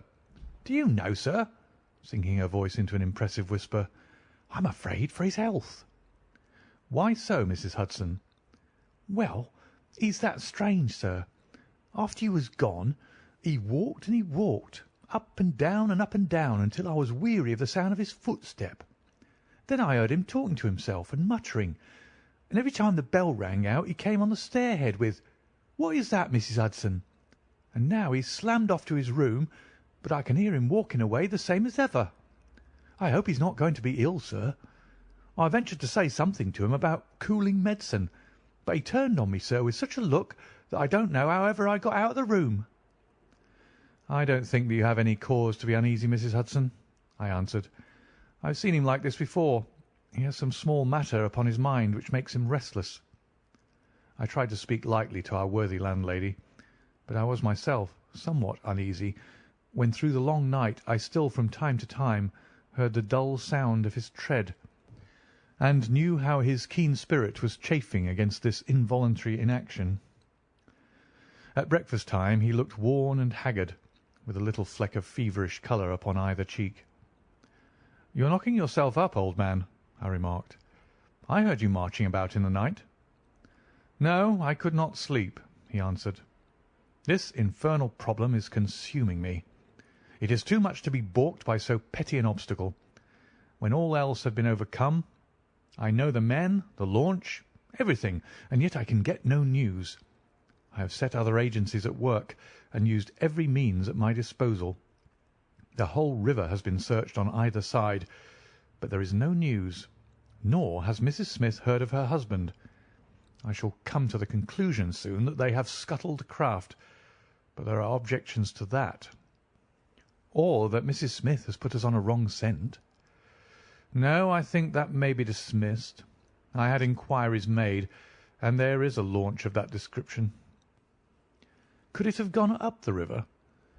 "I have considered that possibility too, and there is a search party who will work up as far as Richmond. If no news comes to-day, I shall start off myself to-morrow and go for the men rather than the boat. But surely, surely we shall hear something." We did not, however. Not a word came to us either from Wiggins or from the other agencies. There were articles in most of the papers upon the Norwood tragedy. They all appeared to be rather hostile to the unfortunate Thaddeus Sholto.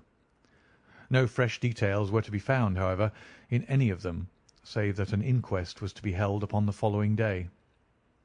I walked over to Camberwell in the evening to report our ill success to the ladies, and on my return I found Holmes dejected and somewhat morose. He would hardly reply to my questions, and busied himself all evening in an abstruse chemical analysis which involved much heating of retorts and distilling of vapours, ending at last in a smell which fairly drove me out of the apartment. Up to the small hours of the morning I could hear the clinking of his test tubes, which told me that he was still engaged in his malodorous experiment. In the early dawn I woke with a start and was surprised to find him standing by my bedside, clad in a rude sailor dress with a pea-jacket and a coarse red scarf round his neck. "I am off down the river, Watson," said he. "I have been turning it over in my mind, and I can see only one way out of it. It is worth trying at all events." "Surely I can come with you, then?" said I. "No, you can be much more useful if you will remain here as my representative. I am loath to go, for it is quite on the cards that some message may come during the day, though Wiggins was despondent about it last night. I want you to open all notes and telegrams, and to act on your own judgment if any news should come. Can I rely upon you?" "Most certainly." "I am afraid that you will not be able to wire to me, for I can hardly tell yet where I may find myself. If I am in luck, however, I may not be gone so very long. I shall have news of some sort or other before I get back." I had heard nothing of him by breakfast time.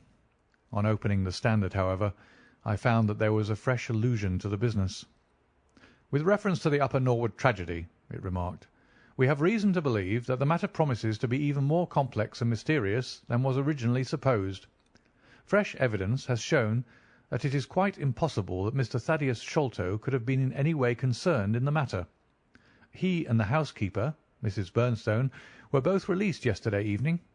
It is believed, however, that the police have a clue as to the real culprits, and that it is being prosecuted by Mr. Athelney Jones of Scotland Yard, with all his well-known energy and sagacity. Further arrests may be expected at any moment." That is satisfactory so far as it goes, thought I. Friend Sholto is safe, at any rate. I wonder what the fresh clue may be, though it seems to be a stereotype form whenever the police have made a blunder. I tossed the paper down upon the table, but at that moment my eye caught an advertisement in the agony column. It ran in this way: "Lost. Whereas Mordecai Smith, boatman, and his son Jim left Smith's Wharf at or about 3 o'clock last Tuesday morning in the steam launch Aurora, black with 2 red stripes, funnel black with a white band, the sum of £5 will be paid to anyone who can give information to Mrs. Smith at Smith's Wharf or at 221B Baker Street as to the whereabouts of the said Mordecai Smith and the launch Aurora." This was clearly Holmes's doing. The Baker Street address was enough to prove that. It struck me as rather ingenious, because it might be read by the fugitives without their seeing in it more than the natural anxiety of a wife for her missing husband. It was a long day. Every time that a knock came to the door or a sharp step passed in the street, I imagined that it was either Holmes returning or an answer to his advertisement. I tried to read, but my thoughts would wander off to our strange quest and to the ill-assorted and villainous pair whom we were pursuing. Could there be, I wondered, some radical flaw in my companion's reasoning? Might he be suffering from some huge self-deception? Was it not possible that his nimble and speculative mind had built up this wild theory upon faulty premises? I had never known him to be wrong, and yet the keenest reasoner may occasionally be deceived. He was likely, I thought, to fall into error through the over-refinement of his logic. his preference for a subtle and bizarre explanation when a plainer and more commonplace one lay ready to his hand. Yet, on the other hand, I had myself seen the evidence, and I had heard the reasons for his deductions. When I looked back on the long chain of curious circumstances, many of them trivial in themselves, but all tending in the same direction, I could not disguise from myself that even if Holmes's explanation were incorrect, the true theory must be equally outre and startling. At 3 o'clock in the afternoon there was a loud peal at the bell, an authoritative voice in the hall, and, to my surprise, no less a person than Mr. Athelney Jones was shown up to me. Very different was he, however, from the brusque and masterful professor of common sense who had taken over the case so confidently at Upper Norwood. His expression was downcast, and his bearing meek, and even apologetic. "Good day, sir, good day," said he. "Mr. Sherlock Holmes is out, I understand?" "Yes, and I cannot be sure when he'll be back, but perhaps you would care to wait. Take that chair and try one of these cigars." "Thank you. I don't mind if I do," said he, mopping his face with a red bandana handkerchief. "And a whisky and soda?" "Well, half a glass. It is very hot for the time of year, and I have had a good deal to worry and try me. You know my theory about this Norwood case?" "I remember that you expressed one." "Well, I've been obliged to reconsider it. I had my net drawn tightly round Mr. Sholto, sir, when pop, he went through a hole in the middle of it. He was able to prove an alibi which could not be shaken. From the time that he left his brother's room he was never out of sight of some one or other, so it could not be he who climbed over roofs and through trapdoors. It's a very dark case, and my professional credit is at stake. I should be very glad of a little assistance." "We all need help sometimes," said I. "Your friend, Mr. Sherlock Holmes, is a wonderful man, sir," said he, in a husky and confidential voice. "He's a man who is not to be beat. I've known that young man go into a good many cases, but I never saw the case yet that he could not throw a light upon. He is irregular in his methods and a little quick, perhaps, in jumping at theories, but on the whole I think he would have made a most promising officer, and I don't care who knows it. I've had a wire from him this morning, by which I understand that he has got some clue to this Sholto business. Here is the message." He took the telegram out of his pocket and handed it to me. It was dated from Poplar at 12 o'clock. "Go to Baker Street at once," it said. "If I have not returned, wait for me. I am close on the track of the Sholto gang. You can come with us tonight if you want to be in at the finish." "This sounds well. He has evidently picked up the scent again," said I. "Ah, then he has been at fault too," exclaimed Jones, with evident satisfaction. "Even the best of us are thrown off sometimes. Of course this may prove to be a false alarm, but it is my duty as an officer of the law to allow no chance to slip. But there is someone at the door. Perhaps this is he." A heavy step was heard ascending the stair, with a great wheezing and rattling as from a man who was sorely put to it for breath. Once or twice he stopped, as though the climb were too much for him, but at last he made his way to our door and entered. His appearance corresponded to the sounds which we had heard. He was an aged man, clad in seafaring garb, with an old pea-jacket buttoned up to his throat. His back was bowed, his knees were shaky, and his breathing was painfully asthmatic. As he leaned upon a thick oaken cudgel, his shoulders heaved in the effort to draw the air into his lungs. He had a coloured scarf round his chin, and I could see little of his face save a pair of keen dark eyes, overhung by bushy white brows and long grey side whiskers. Altogether he gave me the impression of a respectable master mariner who had fallen into years and poverty. "What is it, my man?" I asked. He looked about him in the slow, methodical fashion of old age. "Is Mr. Sherlock Holmes here?" said he. "No, but I am acting for him. You can tell me any message you have for him." "It was to him himself I was to tell it," said he. "But I tell you that I am acting for him. Was it about Mordecai Smith's boat?" "Yes, I knows well where it is, and I knows where the men he is after are, and I knows where the treasure is.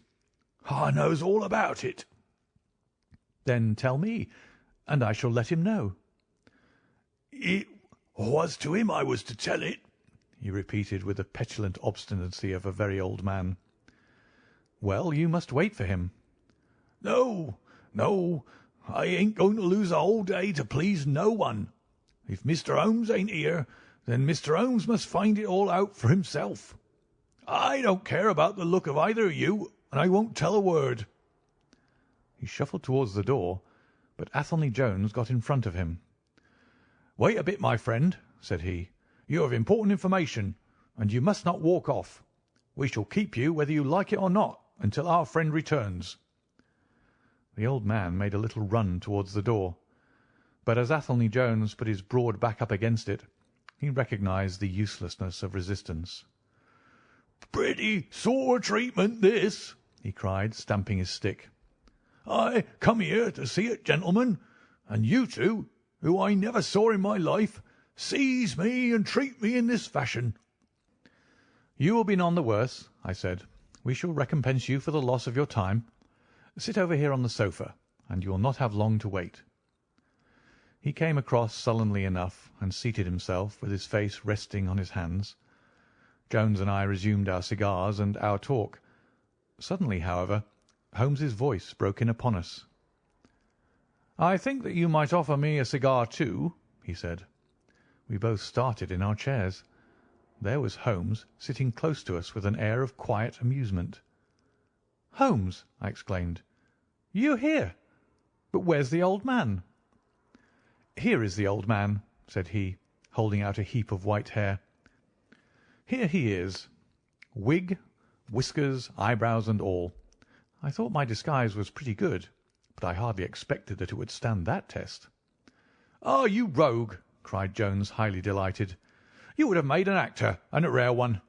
You had the proper workhouse cough, and those weak legs of yours are worth £10 a week. I thought I knew the glint of your eye, though. You didn't get away from us so easily, you see." "I have been working in that get-up all day," said he, lighting his cigar. "You see, a good many of the criminal classes begin to know me, especially since our friend here took to publishing some of my cases. So I can only go on the warpath under some simple disguise like this." "You got my wire?" "Yes, that was what brought me here." "How has your case prospered?" "It has all come to nothing. I've had to release 2 of my prisoners, and there is no evidence against the other 2. "Never mind. We shall give you 2 others in the place of them. But you must put yourself under my orders. You are welcome to all the official credit, but you must act on the line that I point out. Is that agreed?" "Entirely, if you'll help me to the men." "Well, then, in the first place I shall want a fast police boat, a steam launch, to be at the Westminster Stairs at 7 o'clock." "That is easily managed. There's always one about there, but I can step across the road and telephone to make sure." "Then I shall want 2 stanch men in case of resistance."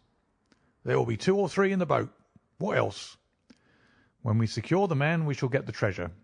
I think that it would be a pleasure to my friend here to take the box round to the young lady to whom half of it rightfully belongs.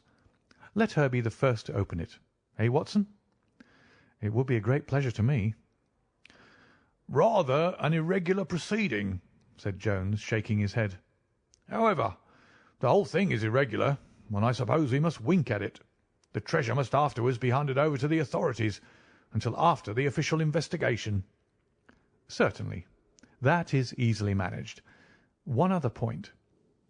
I should much like to have a few details about this matter from the lips of Jonathan Small himself. You know I like to work the detail of my cases out. There is no objection to my having an unofficial interview with him, either here in my rooms or elsewhere, as long as he is efficiently guarded." "Well, you're master of the situation. I've had no proof yet of the existence of this Jonathan Small.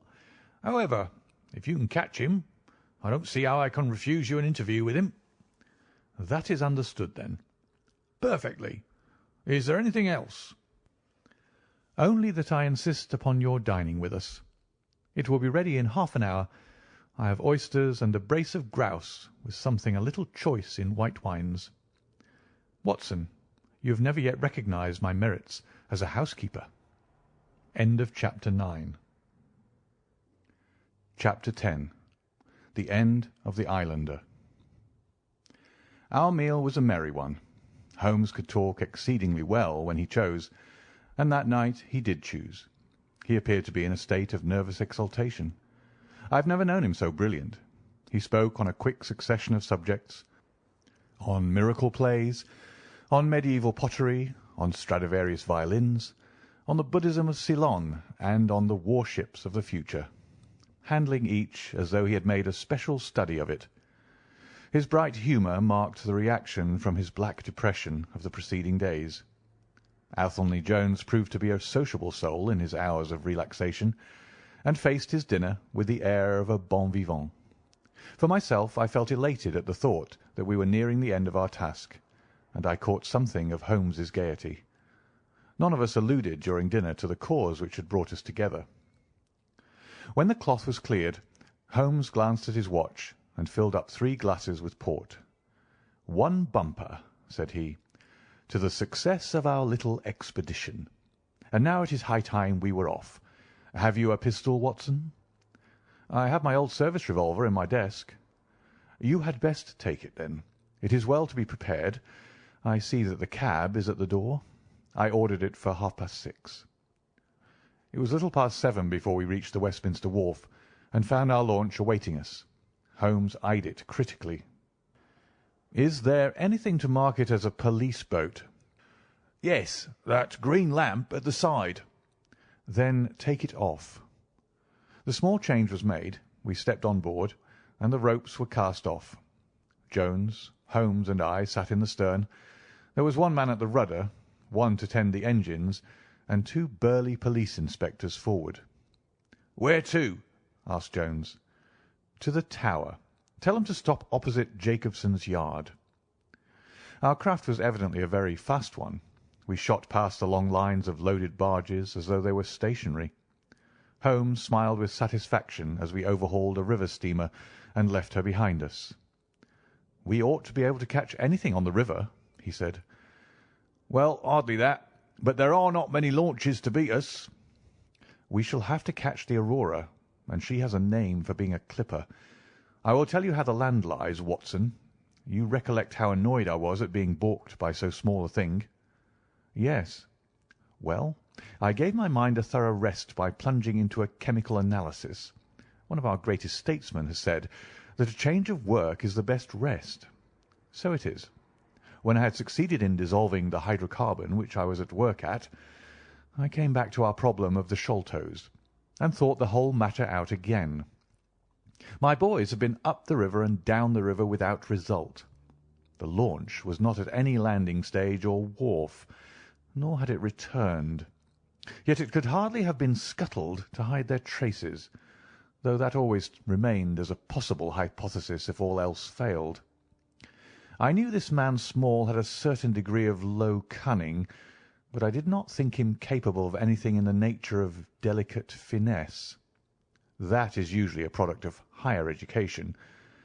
I then reflected that since he had certainly been in London some time, as we had evidence that he maintained a continual watch over Pondicherry Lodge, he could hardly leave at a moment's notice, but would need some little time, if it were only a day, to arrange his affairs.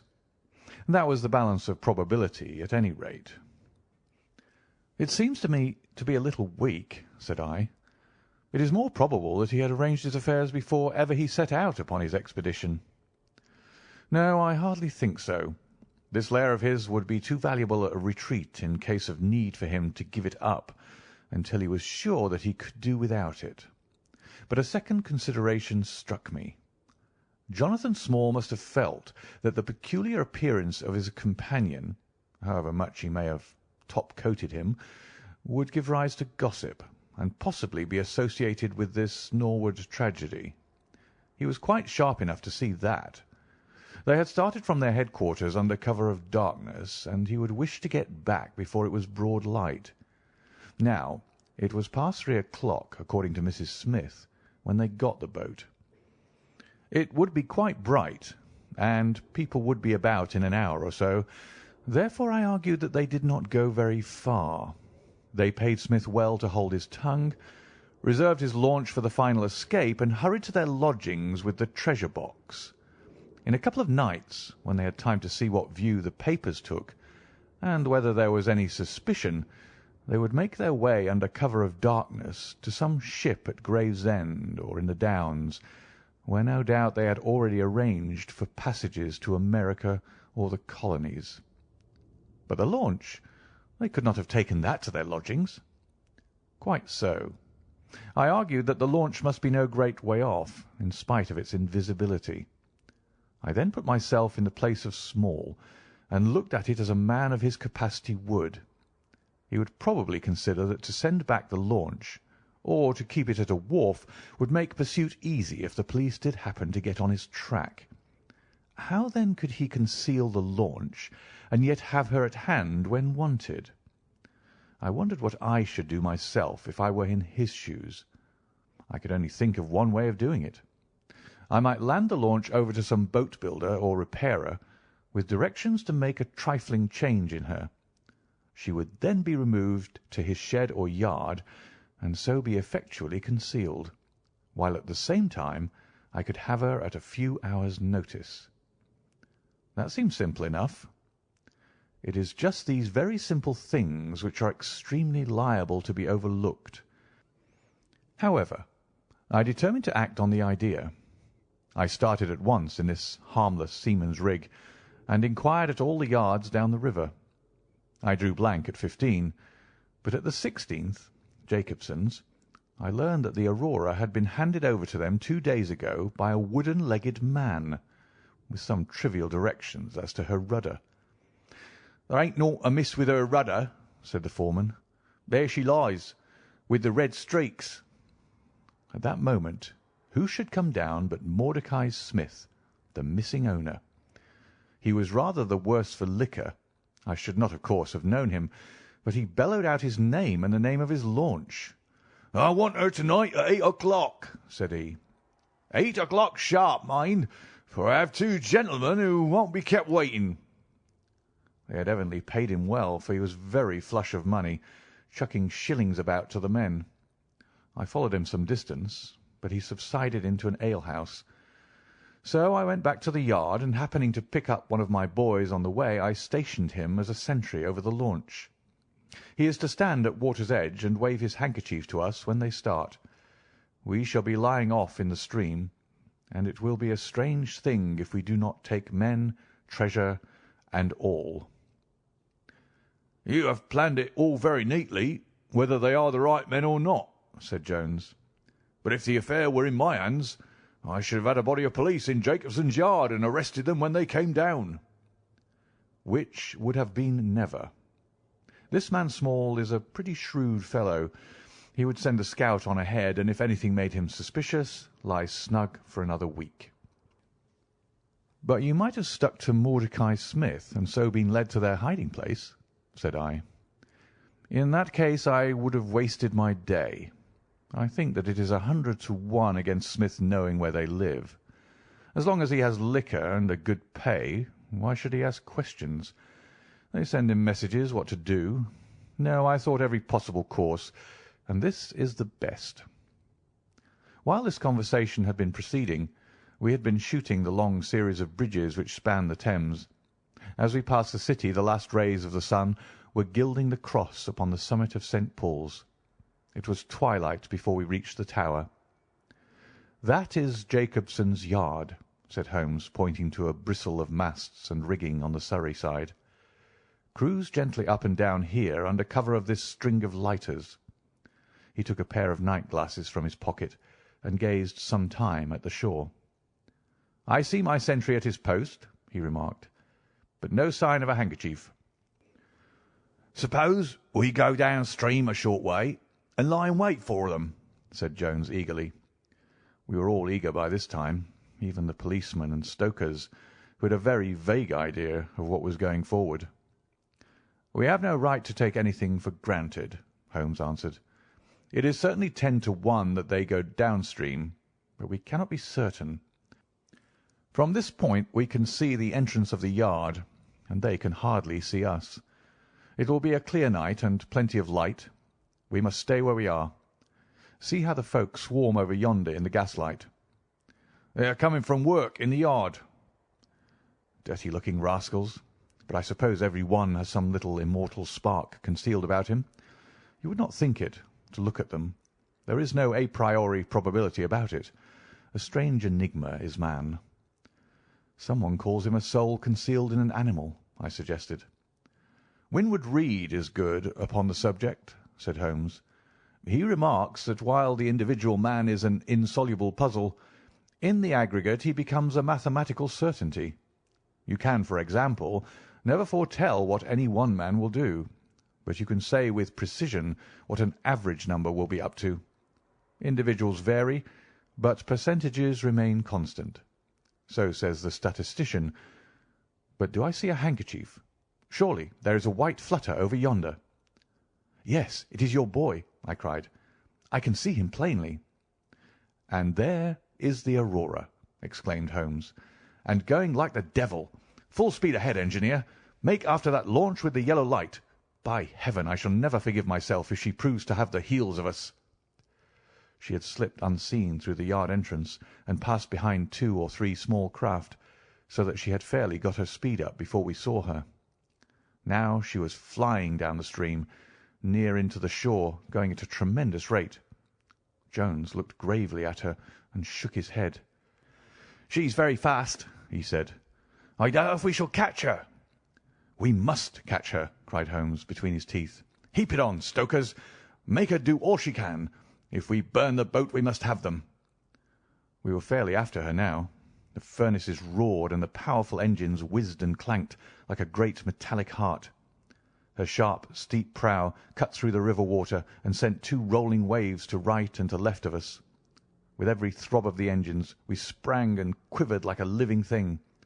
One great yellow lantern in our bows threw a long, flickering funnel of light in front of us. Right ahead a dark blur upon the water showed where the Aurora lay, and a swirl of white foam behind her spoke of the pace at which she was going. We flashed past barges, steamers, merchant vessels, in and out, behind this one and round the other.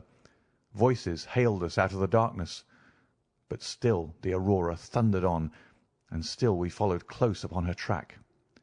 "Pile it on, men! Pile it on!" cried Holmes, looking down into the engine-room, while the fierce glow from below beat upon his eager, aquiline face. "Get every pound of steam you can." "I think we can gain a little," said Jones, with his eyes on the Aurora. "I'm sure of it," said I. "We shall be up with her in a very few minutes." At that moment, however, as our evil fate would have it, a tug with 3 barges in tow blundered in between us. It was only by putting our helm hard down that we avoided a collision, and before we could round them and recover our way, the Aurora had gained a good 200 yards. She was still, however, well in view, and the murky, uncertain twilight was setting into a clear, starlit night. Our boilers were strained to their utmost, and the frail shell vibrated and creaked with the fierce energy which was driving us along. We had shot through the Pool, past the West India Docks, down the long Deptford Reach, and up again after rounding the Isle of Dogs. The dull blur in front of us resolved itself now clearly enough into the dainty Aurora. Jones turned our searchlight upon her, so that we could plainly see the figures upon her deck. One man sat by the stern with something black between his knees, over which he stooped. Beside him lay a dark mass which looked like a Newfoundland dog. The boy held the tiller, while against the red glare of the furnace I could see old Smith, stripped to the waist and shovelling coals for dear life. They may have had some doubt at first as to whether we were really pursuing them, but now, as we followed every winding and turning which they took, there could be no longer any question about it. At Greenwich we were about 300 paces behind them. At Blackwall we could not have been more than 250. I have coursed many creatures in many countries during my checkered career, but never did sport give me such a wild thrill as this mad flying man-hunt down the Thames. Steadily we drew in upon them, yard by yard. In the silence of the night we could hear the panting and clanking of their machinery. The man in the stern still crouched upon the deck, and his arms were moving as though he were busy, while every now and then he would look up and measure with a glance the distance which still separated us. Nearer we came, and nearer. Jones yelled to them to stop. We were not more than 4 boats' lengths behind them, both boats flying at a tremendous pace. It was a clear reach of the river, with Barking level upon one side and the melancholy Plumstead marshes upon the other. At our hail, the man in the stern sprang up from the deck and shook his 2 clenched fists at us, cursing the while in a high, cracked voice. He was a good-sized, powerful man, and as he stood poising himself with legs astride, I could see that from the thigh downwards there was but a wooden stump upon the right side. At the sound of his strident, angry cries, there was movement in the huddled bundle upon the deck. It straightened itself into a little black man, the smallest I have ever seen, with a great misshapen head and a shock of tangled, dishevelled hair. Holmes had already drawn his revolver, and I whipped out mine at the sight of this savage, distorted creature. He was wrapped in some sort of dark ulster or blanket, which left only his face exposed. But that face was enough to give a man a sleepless night. Never have I seen features so deeply marked with all bestiality and cruelty. His small eyes glowed and burned with a sombre light, and his thick lips were writhed back from his teeth, which grinned and chattered at us with a half-animal fury. "Fire if he raises his hand," said Holmes quietly. We were within a boat's length by this time, and almost within touch of our quarry. I can see the 2 of them now as they stood, the white man with his legs far apart, shrieking out curses, and the unhallowed dwarf with his hideous face and his strong yellow teeth gnashing at us in the light of our lantern. It was well that we had so clear a view of him. Even as we looked, he plucked out from under his covering a short, round piece of wood like a school ruler and clapped it to his lips. Our pistols rang out together. He whirled round, threw up his arms, and with a kind of choking cough fell sideways into the stream. I caught one glimpse of his venomous, menacing eyes amid the white swirl of the waters. At the same moment the wooden-legged man threw himself upon the rudder and put it hard down, so that his boat made straight in for the southern bank, while we shot past her stern, only clearing her by a few feet. We were round after her in an instant, but she was already nearly at the bank. It was a wild and desolate place where the moon glimmered upon a wide expanse of marshland, with pools of stagnant water and beds of decaying vegetation. The launch, with a dull thud, ran up upon the mudbank with her bow in the air and her stern flush with the water. The fugitive sprang out, but his stump instantly sank its whole length into the sodden soil. In vain he struggled and writhed. Not one step could he possibly take, either forwards or backwards. He yelled in impotent rage and kicked frantically into the mud with his other foot, but his struggles only bored his wooden pin the deeper into the sticky bank. When we brought our launch alongside, he was so firmly anchored that it was only by throwing the end of a rope over his shoulders that we were able to haul him out and to drag him, like some evil fish, over our side. The 2 Smiths, father and son, sat sullenly in their launch, but came aboard meekly enough when commanded. The Aurora herself was hauled off and made fast to our stern.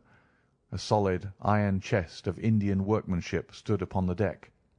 This, there could be no question, was the same that had contained the ill-omened treasure of the Sholtos. There was no key, but it was of considerable weight, so we transferred it carefully to our own little cabin. As we steamed slowly upstream again, we flashed our searchlight in every direction, but there was no sign of the islander. Somewhere in the dark ooze at the bottom of the Thames lie the bones of that strange visitor to our shores. "See here," said Holmes, pointing to the wooden hatchway. We were hardly quick enough with our pistols.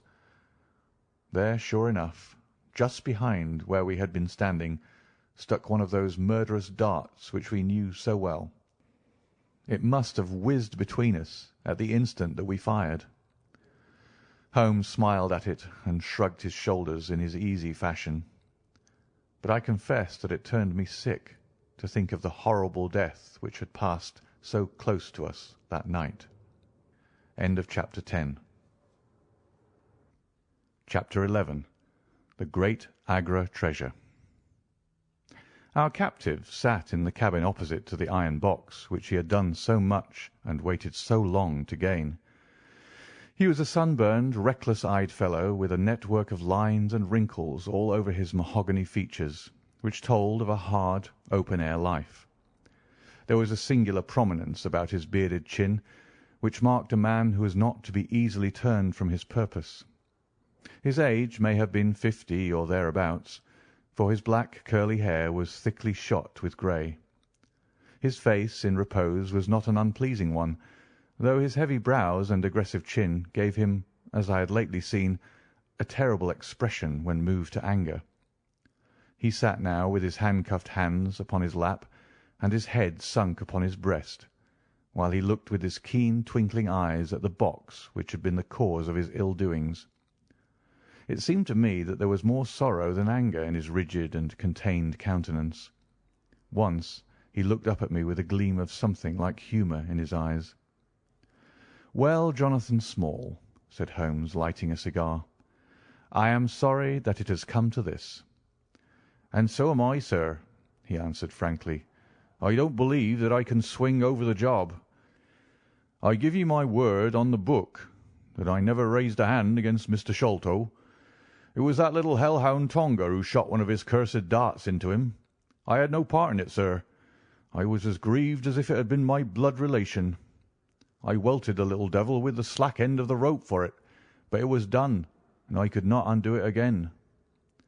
"Have a cigar," said Holmes, "and you had best take a pull out of my flask, for you're very wet. How could you expect so small and weak a man as this black fellow to overpower Mr. Sholto and hold him while you were climbing the rope?" "You seem to know as much about it as if you were there, sir. The truth is, I had hoped to find the room clear. I knew the habits of the house pretty well, and it was the time when Mr. Sholto usually went down to his supper. I shall make no secret of the business. The best defence that I can make is just the simple truth. Now, if it had been the old Major, I would have swung for him with a light heart. I would have thought no more of knifing him than of smoking this cigar.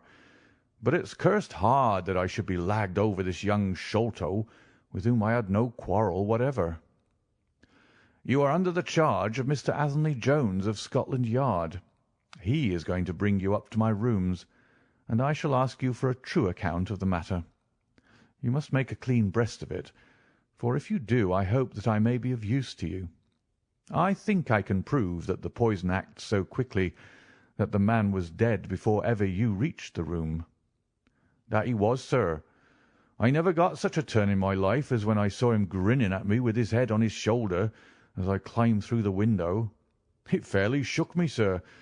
I'd have half killed Tonga for it if he had not scrambled off. That was how he came to leave his club, and some of his darts too, as he tells me, which I dare say helped to put you on our track, though how you kept on it is more than I could tell. I don't feel no malice against you for it, but it does seem a queer thing," he added with a bitter smile, "that I, who have a fair claim to nigh upon £500,000 of money, should spend the first half of my life building a breakwater in the Andamans, and am like to spend the other half digging drains at Dartmoor. It was an evil day for me when I first clapped eyes upon the merchant Achmet, and had to do with the Agra treasure, which never brought anything but a curse yet upon the man who owned it. To him it brought murder, to Major Sholto it brought fear and guilt. To me it has meant slavery for life." At this moment Athelney Jones thrust his broad face and heavy shoulders into the tiny cabin. "Quite a familiar party," he remarked. "I think I shall have a pull at that flask, Holmes. Well, I think we may all congratulate each other. Pity we didn't take the other alive, but there was no choice. I say, Holmes, You must confess that you cut it rather fine. It was all we could do to overhaul her." "All is well that ends well," said Holmes, "but I certainly did not know that the Aurora was such a clipper." "Smith says she's one of the fastest launches on the river, and that if he had another man to help him with the engines, we should never have caught her. He swears he knew nothing of this Norwood business." "Neither did he," cried our prisoner. "Not a word. I chose his launch because I heard that she was a flyer. We told him nothing, but we paid him well, and he was to get something handsome if we reached our vessel, the Esmeralda, at Gravesend, outward bound for the Brazils." "Well, if he's done no wrong, we shall see that no wrong comes to him. If we are pretty quick in catching our men, we are not so quick in condemning them." It was amusing to notice how the consequential Jones was already beginning to give himself airs on the strength of the capture. From the slight smile which played over Sherlock Holmes's face, I could see that the speech had not been lost upon him. "We will be at Vauxhall Bridge presently," said Jones, "and shall land you, Dr. Watson, with the treasure box. I need hardly tell you that I am taking a very grave responsibility upon myself in doing this. It is most irregular, but of course an agreement is an agreement. I must, however, as a matter of duty, send an inspector with you, since you have so valuable a charge. You will drive, no doubt?" "Yes, I shall drive." "It is a pity there is no key, that we may make an inventory first. You will have to break it open. Where is the key, my man?" "At the bottom of the river," said Small shortly. "Hum. There was no use you giving this unnecessary trouble. We have had work enough already through you. However, Doctor, I need not warn you to be careful. Bring the box back with you to the Baker Street rooms. You will find us there on our way to the station." They landed me at Vauxhall with my heavy iron box, and with a bluff, genial inspector as my companion. A quarter of an hour's drive brought us to Mrs. Cecil Forrester's. The servant seemed surprised at so late a visitor. Mrs. Cecil Forrester was out for the evening, she explained, and likely to be very late. Miss Morstan, however, was in the drawing-room, so to the drawing-room I went, box in hand, leaving the obliging inspector in the cab. She was seated by the open window, dressed in some sort of white diaphanous material, with a little touch of scarlet at the neck and waist. The soft light of a shaded lamp fell upon her as she leaned back in the basket chair, playing over her sweet, grave face and tinting with a dull metallic spark the rich coils of her luxuriant hair. One white arm and hand drooped over the side of the chair, and her whole pose and figure spoke of an absorbing melancholy. At the sound of my footfall she sprang to her feet, however, and a bright flush of surprise and of pleasure coloured her pale cheeks. "I heard a cab drive up," she said. "I thought that Mrs. Forrester had come back very early, but I never dreamed that it might be you. What news have you brought me?" "I have brought you something better than news," said I, putting down the box upon the table and speaking jovially and boisterously, though my heart was heavy within me. "I have brought you something which is worth all the news in the world. I have brought you a fortune." She glanced at the iron box. "Is that the treasure, then?" she asked coolly enough. "Yes, this is the great Agra treasure.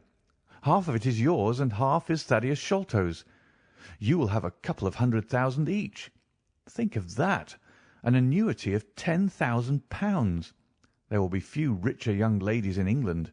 Is it not glorious?"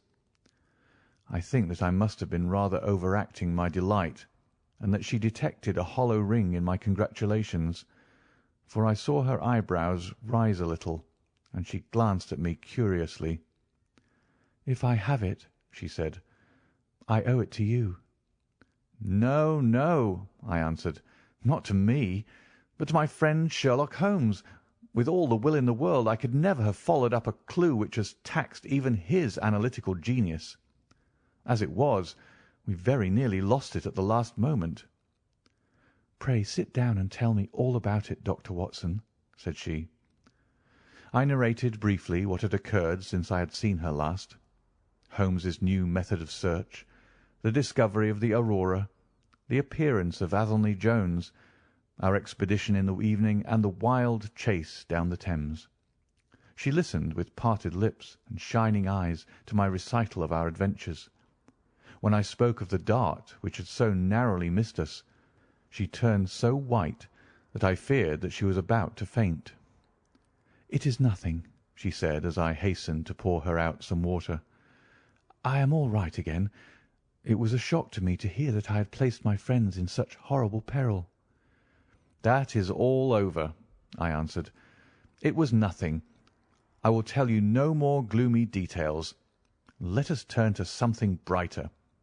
There is the treasure. What could be brighter than that? I got leave to bring it with me, thinking that it would interest you to be the first to see it." "It would be of the greatest interest to me," she said. There was no eagerness in her voice, however. It had struck her, doubtless, that it might seem ungracious upon her part to be indifferent to a prize which had cost so much to win. "What a pretty box," she said, stooping over it. "This is Indian work, I suppose?" "Yes, it is Benares metalwork." "And so heavy," she exclaimed, trying to raise it. "The box alone must be of some value. Where is the key?" "Small threw it into the Thames," I answered. "I must borrow Mrs. Forrester's poker." There was in the front a thick and broad hasp, wrought in the image of a sitting Buddha. Under this I thrust the end of the poker and twisted it outward as a lever. The hasp sprang open with a loud snap. With trembling fingers I flung back the lid. We both stood gazing in astonishment. The box was empty. No wonder that it was heavy. The ironwork was 2/3 of an inch thick all round. It was massive, well made and solid, like a chest constructed to carry things of great price. But not one shred or crumb of metal or jewellery lay within it. It was absolutely and completely empty. "The treasure is lost," said Miss Morstan calmly. As I listened to the words and realized what they meant, a great shadow seemed to pass from my soul.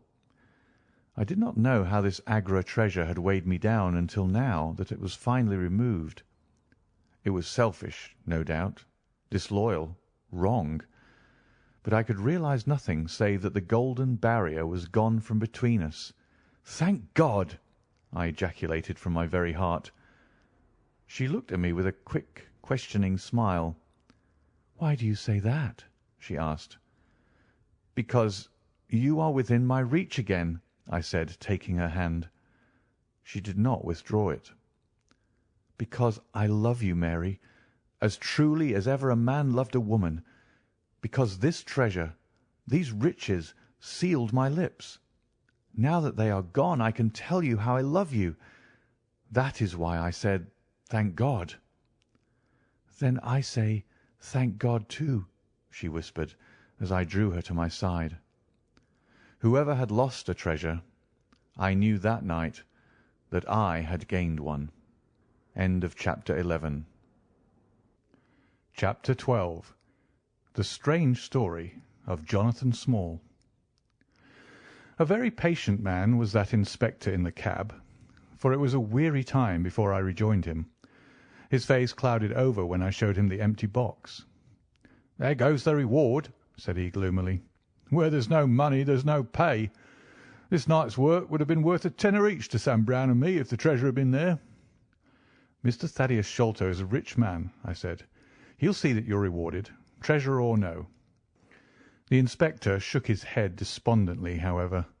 "It's a bad job," he repeated, "and so Mr. Athelney Jones will think."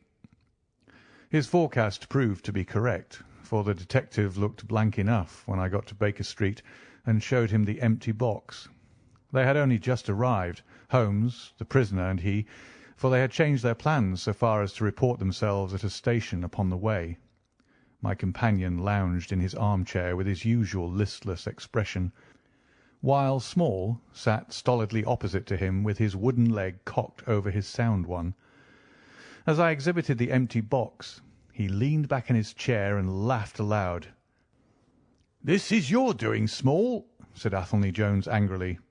"Yes, I've put it away where you shall never lay hand upon it," he cried exultantly. "It is my treasure, and if I can't have the loot, I'll take darn good care that no one else does. I tell you that no living man has any right to it, unless it is 3 men who are in the Andaman convict barracks and myself. I know now that I cannot have the use of it, and I know that they cannot. I have acted all through for them as much as for myself. It's been the sign of 4 with us always. Well, I know now that they would have had me do just what I've done, and throw the treasure into the Thames, rather than let it go to kith or kin of Sholto or of Morstan. It was not to make them rich that we did for Achmet. You'll find the treasure where the key is, and where little Tonga is. When I saw that your launch must catch us, I put the loot away in a safe place. There are no rupees for you this journey." "You are deceiving us, Small," said Athelney Jones sternly. "If you had wished to throw the treasure into the Thames, it would have been easier for you to have thrown box and all." "Easier for me to throw, and easier for you to recover," he answered, with a shrewd, sidelong look. "The man that was clever enough to hunt me down is clever enough to pick an iron box from the bottom of a river. Now that they are scattered over 5 miles or so, it may be a harder job. It went to my heart to do it, though. I was half mad when you came up with us. However, there's no good grieving over it. I've had ups in my life and I've had downs, but I've learned not to cry over spilled milk." "This is a very serious matter, Small," said the detective. "If you had helped justice instead of thwarting it in this way, you'd have had a better chance at your trial." "Justice!" snarled the ex-convict. "A pretty justice! Whose loot is this? If it is not ours, where is the justice that I should give it up to those who have never earned it? Look how I have earned it. 20 long years in that fever-ridden swamp, all day at work under the mangrove tree, all night chained up in the filthy convict huts, bitten by mosquitoes, racked with ague, bullied by every cursed black-faced policeman who loved to take it out of a white man. That was how I earned the Agra treasure. And you talk to me of justice, because I cannot bear to feel that I have paid this price, only that another may enjoy it. I would rather swing a score of times, or have one of the Tonga's darts in my hide, than live in a convict cell and feel that another man is at his ease in a palace with the money that should be mine." Small had dropped his mask of stoicism, and all this came out in a wild whirl of words, while his eyes blazed and the handcuffs clanked together with the impassioned movement of his hands. I could understand, as I saw the fury and the passion of the man, that it was no groundless or unnatural terror which had possessed Major Sholto when he first learned that the injured convict was upon his track. "You forget that we know nothing of all this," said Holmes quietly. "We have not heard your story, and we cannot tell how far justice may originally have been on your side." "Well, sir, you've been very fair spoken to me, though I can see that I have you to thank that I have these bracelets upon my wrists. Still, I bear no grudge for that. It is all fair and above board. If you want to hear my story, I have no wish to hold it back. What I say to you is God's truth, every word of it. Thank you. You can put the glass beside me here, and I'll put my lips to it if I'm dry. I am a Worcestershire man myself, born near Pershore. I dare say you would find a heap of Smalls living there now if you were to look. I have often thought of taking a look around there, but the truth is that I was never much of a credit to the family, and I doubt if they would be so very glad to see me. They were all steady, chapel-going folk, small farmers, well known and respected over the countryside, while I was always a bit of a rover. At last, however, when I was about 18, I gave them no more trouble, for I got into a mess over a girl, and could only get out of it again by taking the Queen's shilling and joined the 3D Buffs, which was just starting for India. I wasn't destined to do much soldiering, however. I just got past the goose step and learned to handle my musket when I was fool enough to go swimming in the Ganges. Luckily for me, my company sergeant, John Alder, was in the water at the same time, and he was one of the finest swimmers in the service. A crocodile took me, just as I was halfway across, and nipped off my right leg as clean as a surgeon would have done, just above the knee. What with the shock and the loss of blood, I fainted, and should have drowned if Holder had not caught hold of me and paddled for the bank. I was 5 months in hospital over it, and when at last I was able to limp out of it with this timber toe strapped to my stump, I found myself invalided out of the army and unfitted for any active occupation. I was, as you can imagine, pretty down on my luck at this time, for I was a useless cripple, though not yet in my 20th year. However, my misfortune soon proving to be a blessing in disguise, a man named Ablewhite, who had come out there as an indigo planter, wanted an overseer to look after his coolies and keep them up to their work. He'd happened to be a friend of our colonel's, who had taken to an interest in me since the accident. To make a long story short, the colonel recommended me strongly for the post, and as the work was mostly to be done on horseback, my leg was no great obstacle, for I had enough knee left to keep good grip on the saddle. What I had to do was to ride over the plantation, to keep an eye on the men as they worked, and to report the idlers. The pay was fair, I had comfortable quarters, and altogether I was content to spend the remainder of my life in indigo planting. Mr. Ablewhite was a kind man, and he would often drop into my little shanty and smoke a pipe with me, for white folk out there feel their hearts warm to each other as they never do here at home. Well, I was never in luck's way long. Suddenly, without a note of warning, the great mutiny broke upon us. 1 month, India lay as still and peaceful to all appearance as Surrey and Kent. The next, there were 200,000 black devils let loose, and the country was a perfect hell. Of course, you know all about it, gentlemen. A deal more than I do, very like, since reading is not in my line. I only know what I saw with my own eyes. Our plantation was at a place called Muttra, near the border of the northwest provinces. Night after night the whole sky was alight with the burning bungalows, and day after day we had small companies of Europeans passing through our estate with their wives and children on their way to Agra, where were the nearest troops. Mr. Ablewhite was an obstinate man. He had it in his head that the affair had been exaggerated, and that it would blow over as suddenly as it had sprung up. There he sat on his veranda, drinking whisky pegs and smoking cheroots, while the country was in a blaze about him. Of course, we stuck by him, I and Dawson, who with his wife used to do the bookwork and the managing. Well, one fine day the crash came. I'd been away on a distant plantation, and was riding slowly home in the evening, when my eye fell upon something all huddled together at the bottom of a steep nullah. I rode down to see what it was, and the cold struck through my heart when I found it was Dawson's wife, all cut into ribbons and half eaten by jackals and native dogs.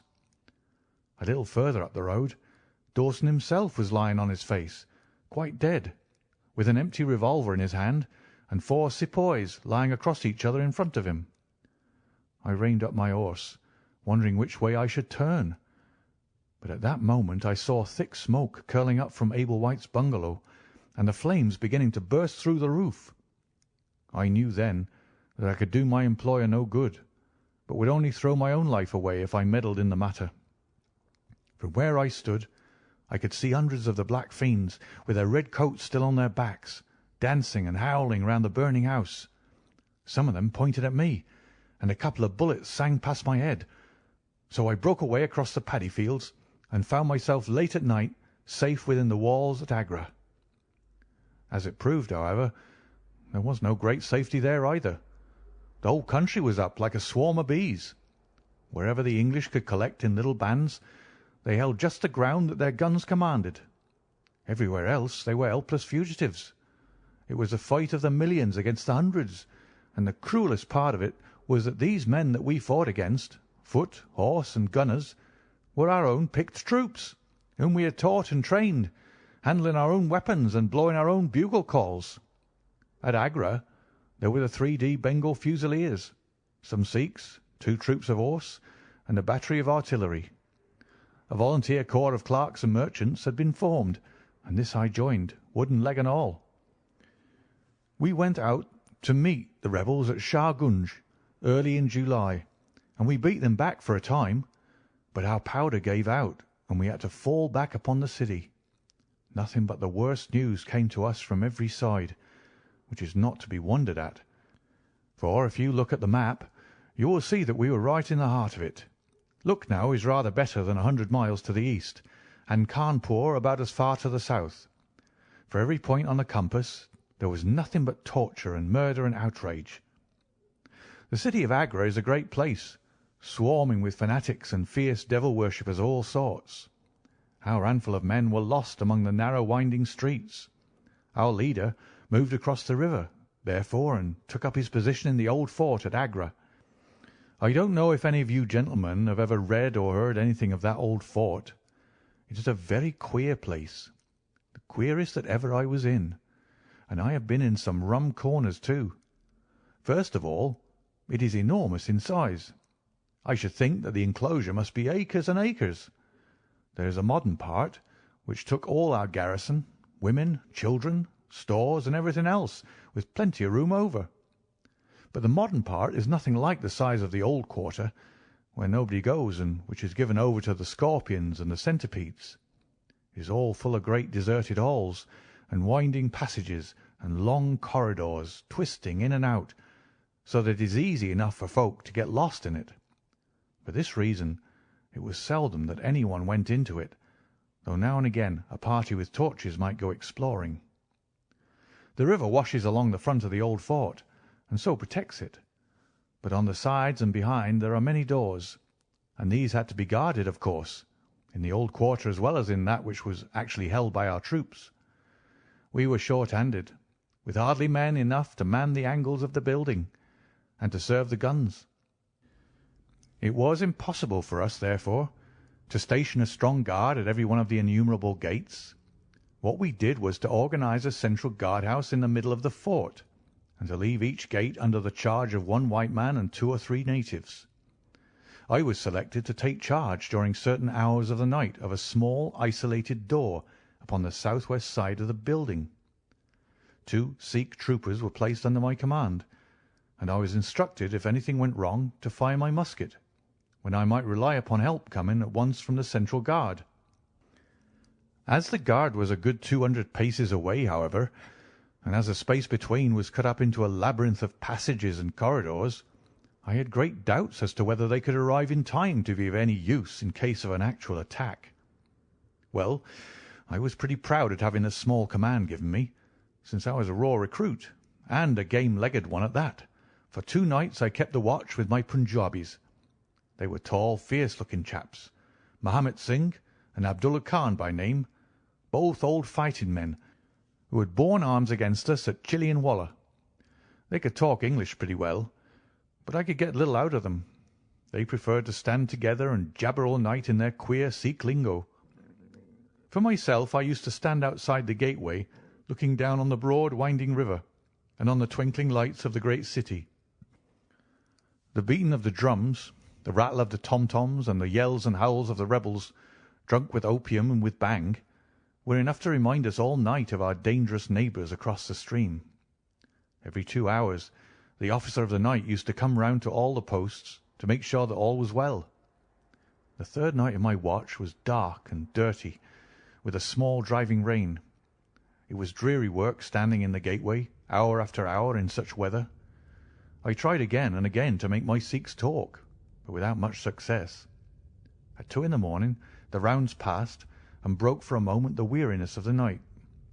Finding that my companions would not be led into conversation, I took out my pipe and laid down my musket to strike the match. In an instant the 2 Sikhs were upon me. One of them snatched my firelock up and levelled it at my head, while the other held a great knife to my throat and swore between his teeth that he would plunge it into me if I moved a step. My first thought was that these fellows were in league with the rebels, and that this was the beginning of an assault. If our door were in the hands of the sepoys, the place must fall, and the women and children be treated as they were in Cawnpore. Maybe you gentlemen think that I'm just making out a case for myself, but I give you my word that when I thought of that, though I felt the point of the knife at my throat. I opened my mouth with the intention of giving a scream, if it was my last one, which might alarm the main guard. The man who held me seemed to know my thoughts, for even as I braced myself to do it, he whispered, "Don't make a noise. The fort is safe enough. There are no rebel dogs on this side of the river." There was the ring of truth in what he said, and I knew that if I raised my voice I was a dead man. I could read it in the fellow's brown eyes. I waited, therefore, in silence to see what it was that he wanted from me. "Listen to me, Sahib," said the taller and fiercer of the pair, the one whom they called Abdullah Khan. "You must either be with us now, or you must be silenced for ever. The thing is too great a one for us to hesitate. Either you are heart and soul with us on your oath on the cross of the Christians, or your body this night shall be thrown into the ditch, and we shall pass over to our brothers in the rebel army. There is no middle way. Which is it to be, death or life? We can only give you 3 minutes to decide, for the time is passing, and all must be done before the rounds come again." "How can I decide?" said I. "You have not told me what you want of me. But I tell you now that if it is anything against the safety of the fort, I'll have no truck with it, so you can drive home your knife and welcome." "It is nothing against the fort," said he. "We only ask you to do that which your countrymen come to this land for. We ask you to be rich. If you will be one of us this night, we will swear to you upon the naked knife and by the threefold oath, which no Sikh was ever known to break, that you shall have your fair share of the loot. A quarter of the treasure shall be yours. We can say no fairer." "But what is the treasure, then?" I asked. "I am as ready to be rich as you can be, if you will but show me how it can be done." "You will swear, then," said he, "by the bones of your father, by the honour of your mother, by the cross of your faith, to raise no hand and speak no word against us, either now or afterwards." "I will swear it," I answered, "provided that the fort is not endangered." "Then my comrade and I will swear that you shall have a quarter of the treasure, which shall be equally divided among the 4 of us." "There are but 3," said I.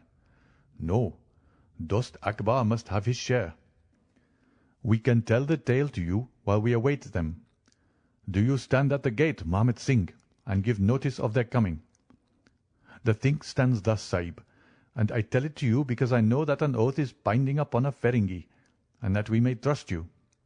Had you been a lying Hindu, though you had sworn by all the gods in their false temples, your blood would have been put upon the knife, and your body in the water.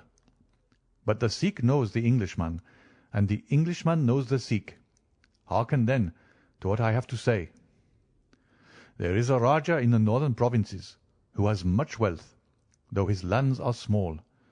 Much has come to him from his father, and more still he has set by himself.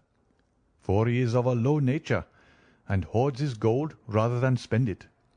When the troubles broke out, he would be friends both with the lion and the tiger, with the sepoy and with the company's Raj. Soon, however, it seemed to him that the white men's day was come, for through all the land he could hear of nothing but their death and their overthrow. Yet being a careful man, he made such plans that, come what may, half at least of his treasure should be left to him. That which was in gold and silver he kept by him in the vaults of his palace. But the most precious stones and the choicest pearls that he had he put in an iron box, and sent it by a trusty servant who, under the guise of a merchant, should take it to the fort at Agra, there to lie until the land is at peace. Thus, if the rebels won, he would have his money. But if the company conquered, his jewels would be saved to him. Having thus divided his hoard, he threw himself into the cause of the sepoys, since they were strong upon his borders. By doing this, mark you, Sahib, his property becomes the due of those who have been true to their salt. This pretended merchant, who travels under the name of Ahmed, is now in the city of Agra, and desires to gain his way into the fort. He has with him as travelling companion my foster brother Dost Akbar, who knows his secret. Dost Akbar has promised this night to lead him to a side postern of the fort, and has chosen this one for his purpose. Here he will come presently, and here he will find Mahmat Singh and myself awaiting him. The place is lonely, and none shall know of his coming. The world shall know of the merchant Ahmed no more, but the great treasure of the Rajah shall be divided among us. What say you to it, Sahib?" "In Worcestershire the life of a man seems a great and a sacred thing. But it is very different when there is fire and blood all round you, and you have been used to meeting death at every turn. Whether Ahmed the merchant lived or died was a thing as light as air to me, but at the talk about the treasure my heart turned to it, and I thought of what I might do in the old country with it, and how my folk would stare when they saw their ne'er-do-well coming back with his pockets full of gold moidores. I had therefore already made up my mind. Abdullah Khan, however, thinking that I hesitated, pressed the matter more closely. "Consider, Sahib," said he, "that if this man is taken by the commandant, he will be hung or shot, and his jewels taken by the government, so that no man will be a rupee the better for them. Now, since we do the taking of him, why should we not do the rest as well? The jewels will be as well with us as in the company's coffers. There will be enough to make every one of us rich men and great chiefs. No one can know about the matter, for here we are, cut off from all men. What could be better for the purpose? Say again then, Sahib, whether you are with us, or if we must look upon you as an enemy." "I am with you heart and soul," said I. "It is well," he answered, handing me back my firelock. "You see that we trust you, for your word, like ours, is not to be broken. We have now only to wait for my brother and the merchant." "Does your brother know, then, of what you will do?" I asked. "The plan is this. He has devised it. We will go to the gate and share the watch with Mahmat Singh." The rain was still falling steadily, for it was just the beginning of the wet season. Brown, heavy clouds were drifting across the sky, and it was hard to see more than a stone cast. A deep moat lay in front of our door, but the water was in places nearly dried up, and it could easily be crossed. It was strange to me to be standing there with these two wild Punjabis waiting for the man who was coming to his death. Suddenly my eye caught the glint of a shaded lantern at the other side of the moat. It vanished among the mound heaps, and then appeared again, coming slowly in our direction. "Here they are!" I exclaimed. "You will challenge him, Sahib, as usual," whispered Abdullah. "Give him no cause for fear. Send us in with him, and we shall do the rest while you stay here on guard. Have the lantern ready to uncover, that we may be sure that it is indeed the man." The light had flickered onwards, now stopping and now advancing, until I could see two dark figures upon the other side of the moat. I let them scramble down the sloping bank, splash through the mire, and climb half-way up to the gate before I challenged them. "Who goes there?" said I in a subdued voice. "Friends," came the answer. I uncovered my lantern and threw a flood of light upon them. The first was an enormous Sikh with a black beard which swept nearly down to his cummerbund. Outside of a show I had never seen so tall a man. The other was a little fat round fellow with a great yellow turban and a bundle in his hand, done up in a shawl. He seemed to be all in a quiver with fear, for his hands twitched as if he had the ague, and his head kept turning to the left and right with two bright little twinkling eyes like a mouse when he ventures out from his hole. It gave me the chills to think of killing him, but I thought of the treasure, and my heart set as hard as a flint within me. When he saw my white face he gave a little chirrup of joy and came running up towards me. "Your protection, Sahib," he panted. "Your protection for the unhappy merchant Ahmed. I have travelled across Rajputana that I might seek the shelter of the fort at Agra. I have been robbed and beaten and abused because I have been the friend of the company. It is a blessed night this when I am once more in safety, I and my poor possessions." "What have you in the bundle?" I asked. "An iron box," he answered, "which contains one or two little family matters which are of no value to others, but which I should be sorry to lose. Yet I am not a beggar, and I shall reward you, young Sahib, and your governor also, if you would give me the shelter I ask." I could not trust myself to speak longer with the man. The more I looked at his fat, frightened face, the harder did it seem that we should slay him in cold blood. It was best to get it over. "Take him to the main guard," said I. The two Sikhs closed in upon him on each side, and the giant walked behind, while they marched in through the dark gateway. Never was a man so compassed round with death. I remained at the gateway with the lantern. I could hear the measured tramp of the footsteps sounding through the lonely corridors. Suddenly it ceased, and I heard voices and a scuffle with the sound of blows. A moment later there came, to my horror, a rush of footsteps coming in my direction, with the loud breathing of a running man. I turned my lantern down the long straight passage, and there was the fat man, running like the wind, with a smear of blood across his face, and close at his heels, bounding like a tiger, the great black-bearded Sikh, with a knife flashing in his hand. I have never seen a man run so fast as that little merchant. He was gaining on the Sikh, and I could see that if he once passed me and got to the open air he would save himself yet. My heart softened to him, but again the thought of his treasure turned me hard and bitter. I cast my firelock between his legs as he raced past, and he rolled twice over like a shot rabbit. Ere he could stagger to his feet, the Sikh was upon him and buried his knife twice in his side. The man never uttered moan nor moved muscle, but lay where he had fallen. I think myself that he may have broken his neck with the fall. You see, gentlemen, that I am keeping my promise. I am telling you every work of the business just exactly as it happened, whether it is in my favour or not." He stopped and held out his manacled hands for the whisky and water which Holmes had brewed for him. For myself, I confess that I had now conceived the utmost horror of the man, not only for this cold-blooded business in which he had been concerned, but even more for the somewhat flippant and careless way in which he narrated it. Whatever punishment was in store for him, I felt that he might expect no sympathy from me. Sherlock Holmes and Jones sat with their hands upon their knees, deeply interested in the story, but with the same disgust written upon their faces. He may have observed it, for there was a touch of defiance in his voice and manner as he proceeded. "It was all very bad, no doubt," said he.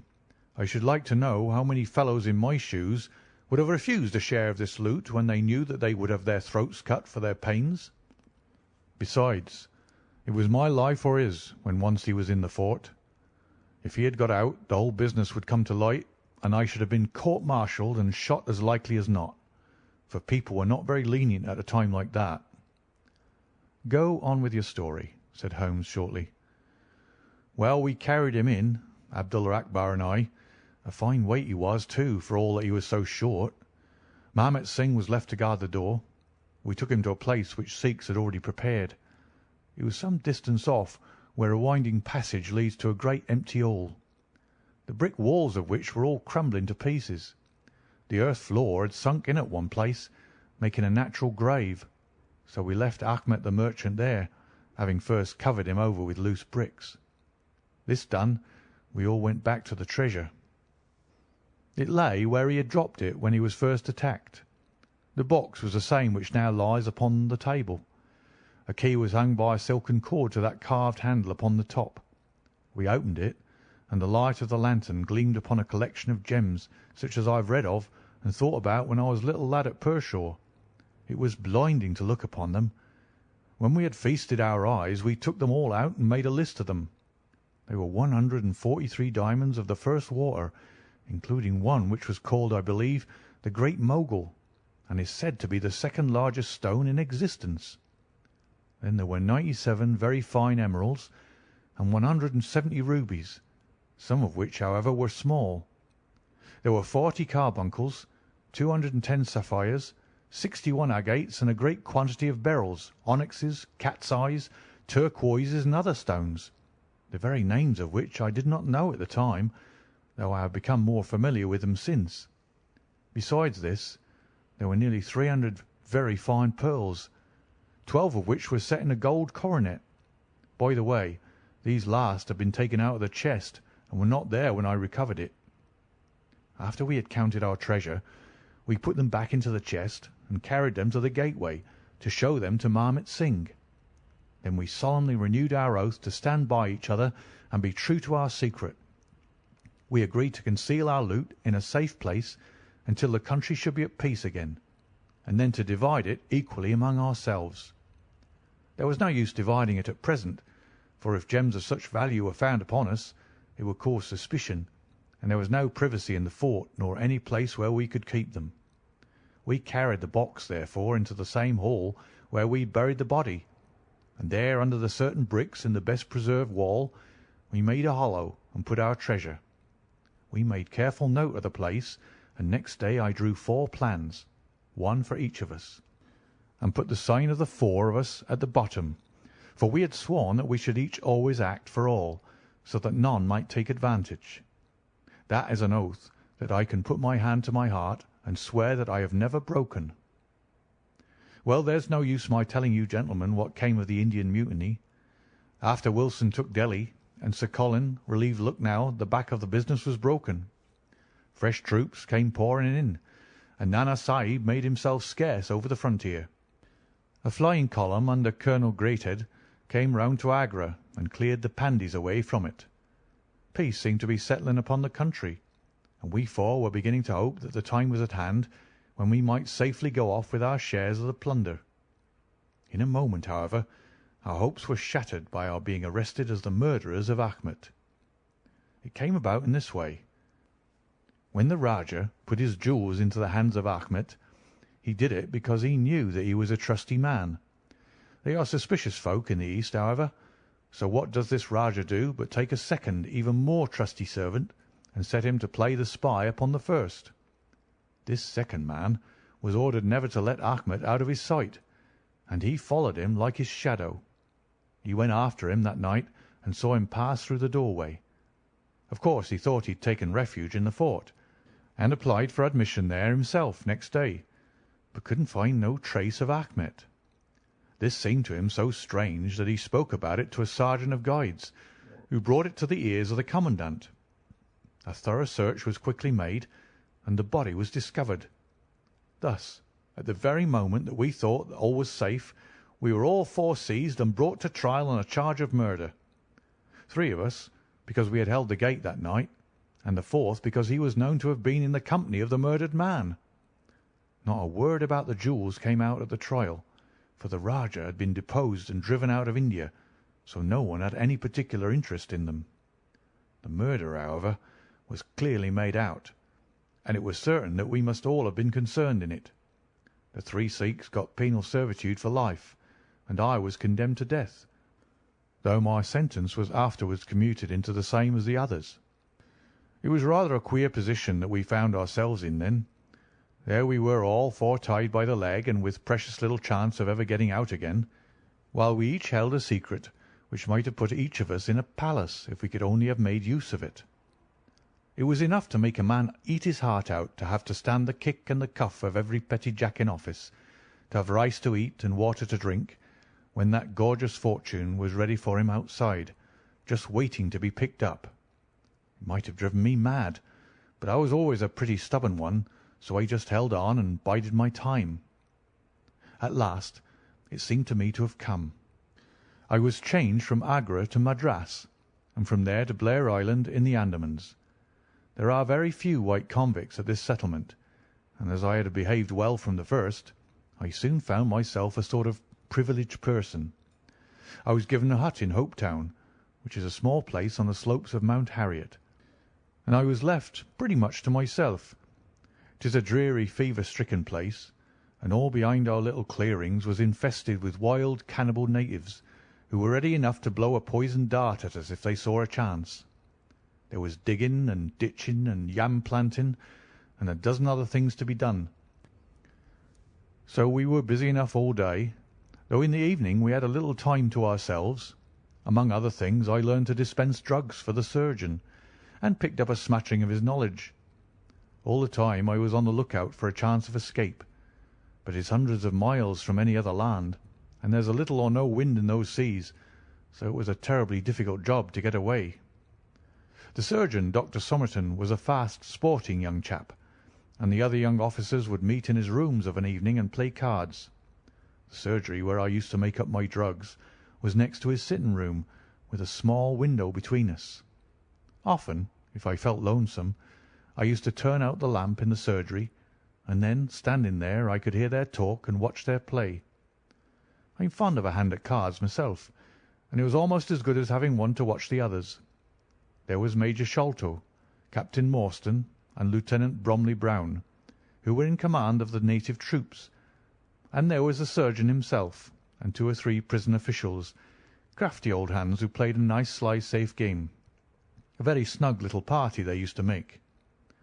Well, there was one thing which very soon struck me, and that was that the soldiers used always to lose and the civilians to win. Mind, I don't say that there was anything unfair, but so it was.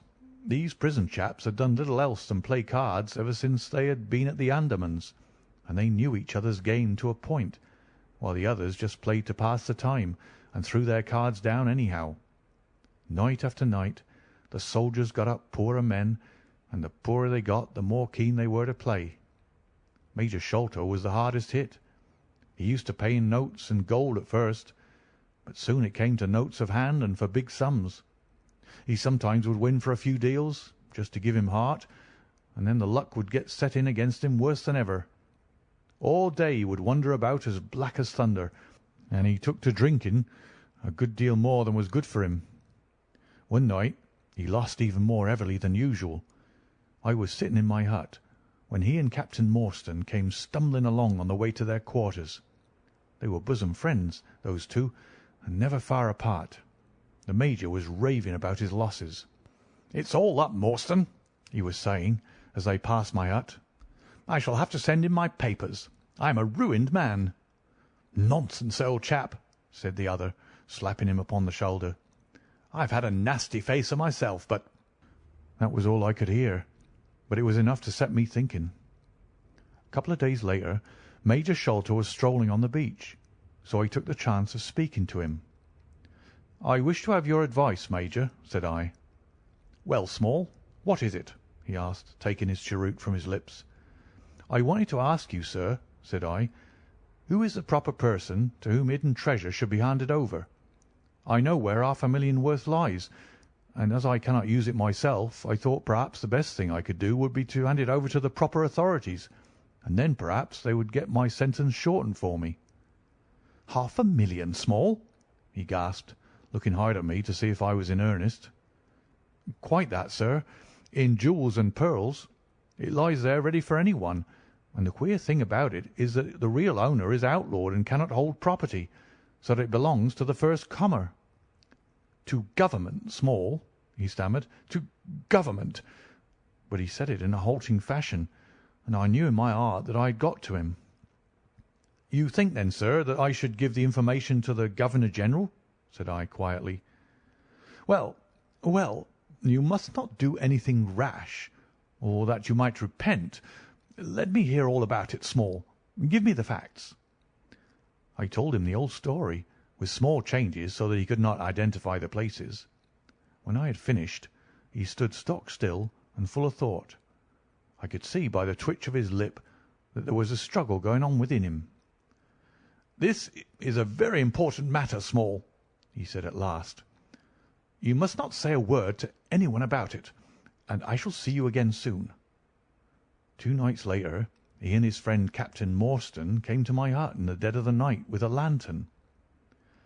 "I want you just to let Captain Morstan hear that story from your own lips, Small," said he. I repeated it as I had told it before. "It rings true, eh?" said he. "It's good enough to act upon." Captain Morstan nodded. "Look here, Small," said the Major. "We've been talking it over, my friend here and I, and we've come to the conclusion that this secret of yours is hardly a government matter after all, but is a private concern of your own, which of course you have the power of disposing of as you think best. Now, the question is, what price would you ask for it?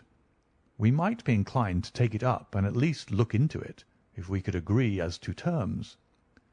He tried to speak in a cool, careless way, but his eyes were shining with excitement and greed. "Why, as to that, gentlemen," I answered, trying also to be cool, but feeling as excited as he did, There is only one bargain which a man in my position can make. I shall want you to help me to my freedom, and to help my 3 companions to theirs. We shall then take you into partnership and give you a 5th share to divide between you." Said he. "A 5th share. That is not very tempting." "It would come to 50,000 apiece," said I. "But how can we gain your freedom? You know very well that you ask an impossibility." "Nothing of the sort," I answered. "I've thought it all out to the last detail. The only bar to our escape is that we can get no boat fit for the voyage, and no provisions to last us for so long a time. There are plenty of little yachts and yawls at Calcutta or Madras which would serve our turn well. Do you bring one over? We shall engage to get aboard her by night, and if you will drop us on any part of the Indian coast, you'll have done your part of the bargain." "If there were only one," he said. "None or all," I answered. "We have sworn it. The 4 of us must always act together." "You see, Morstan," said he, "Small is a man of his word. He does not flinch from his friend. I think we may very well trust him." "It's a dirty business," the other answered. "Yet, as you say, the money would save our commissions handsomely." "Well, Small," said the Major, "we must, I suppose, try and meet you. We must first, of course, test the truth of your story. Tell me where the box is hid, and I shall get leave of absence and go back to India in the monthly relief boat to inquire into the affair." "Not so fast," said I, growing colder as he got hot. "I must have the consent of my 3 comrades. I tell you that it is 4 or none with us." "Nonsense!" he broke in. "What have 3 black fellows to do with our agreement?" "Black or blue," said I, "they are in with me, and we are all together." Well, the matter ended by a second meeting at which Mahomet Singh, Abdullah Khan, and Dost Akbar were all present. We talked the matter over again, and at last we came to an arrangement. We were to provide both the officers with charts of the part of the Agra fort and mark the place in the wall where the treasure was hid. Major Sholto was to go to India to test our story. If he found the box he was to leave it there, to send out a small yacht provisioned for a voyage which was to lie off Rutland Island, and to which we were to make our way, and finally to return to his duties. Captain Morstan was then to apply for leave of absence, to meet us at Agra, and there we were to have a final division of the treasure, he taking the Major's share as well as his own. All this we sealed by the most solemn oaths that the mind could think or the lips utter. I sat up all night with paper and ink, and by the morning I had the 2 charts all ready, signed with the sign of 4, that is, of Abdullah, Akbar, Mahomet, and myself. Well, gentlemen, I weary you with my long story, and I know that my friend Mr. Jones is impatient to get me safely stowed in chokey. I'll make it as short as I can. The villain Sholto went off to India, but he never came back again. Captain Morstan showed me his name among a list of passengers in one of the mail boats very shortly afterwards. His uncle had died, leaving him a fortune, and he had left the army. Yet he could stoop to treat 5 men as he had treated us. Morstan went over to Agra shortly afterwards, and found, as we expected, that the treasure was indeed gone. The scoundrel had stolen it, without carrying out one of the conditions on which we had sold him the secret. From that day I lived only for vengeance. I thought of it by day, and I nursed it by night. It became an overpowering, absorbing passion with me. I cared nothing for the law, nothing for the gallows. To escape, to track down Sholto, to have my hand upon his throat, that was my one thought. Even the Agra treasure had come to be a smaller thing in my mind than the slaying of Sholto. Well, I have set my mind on many things in this life, and never one which I did not carry out. But it was weary years before my time came. I have told you that I had picked up something of medicine. One day, when Dr. Somerton was down with a fever, a little Andaman islander was picked up by a convict gang in the woods. He was sick to death, and had gone to a lonely place to die. I took him in hand, though he was as venomous as a young snake, and after a couple of months I got him all right and able to walk. He took a kind of fancy to me then, and would hardly go back to his woods, but was always hanging about my hut. I learned a little of his lingo from him, and this made him all the fonder of me. Tonga, for that was his name, was a fine boatman and owned a big, roomy canoe of his own. When I found out that he was devoted to me and would do anything to serve me, I saw my chance of escape. I talked it over with him. He was to bring his boat round on a certain night to an old wharf which was never guarded, and there he was to pick me up. I gave him directions to have several gourds of water and a lot of yams, cocoa nuts, and sweet potatoes. He was stanch and true, was little Tonga. No man ever had a more faithful mate. At the night named he had his boat at the wharf. As it chanced, however, there was one of the convict guard down there, a vile pathan, who had never missed a chance of insulting and injuring me. I had always vowed vengeance, and now I had my chance. It was as if fate had placed him in my way that I might pay my debt before I left the island. He stood on the bank with his back to me and his carbine on his shoulder. I looked about for a stone to beat out his brains with, but none could I see. Then a queer thought came into my head and showed me where I could lay my hand on a weapon. I sat down in the darkness and unstrapped my wooden leg.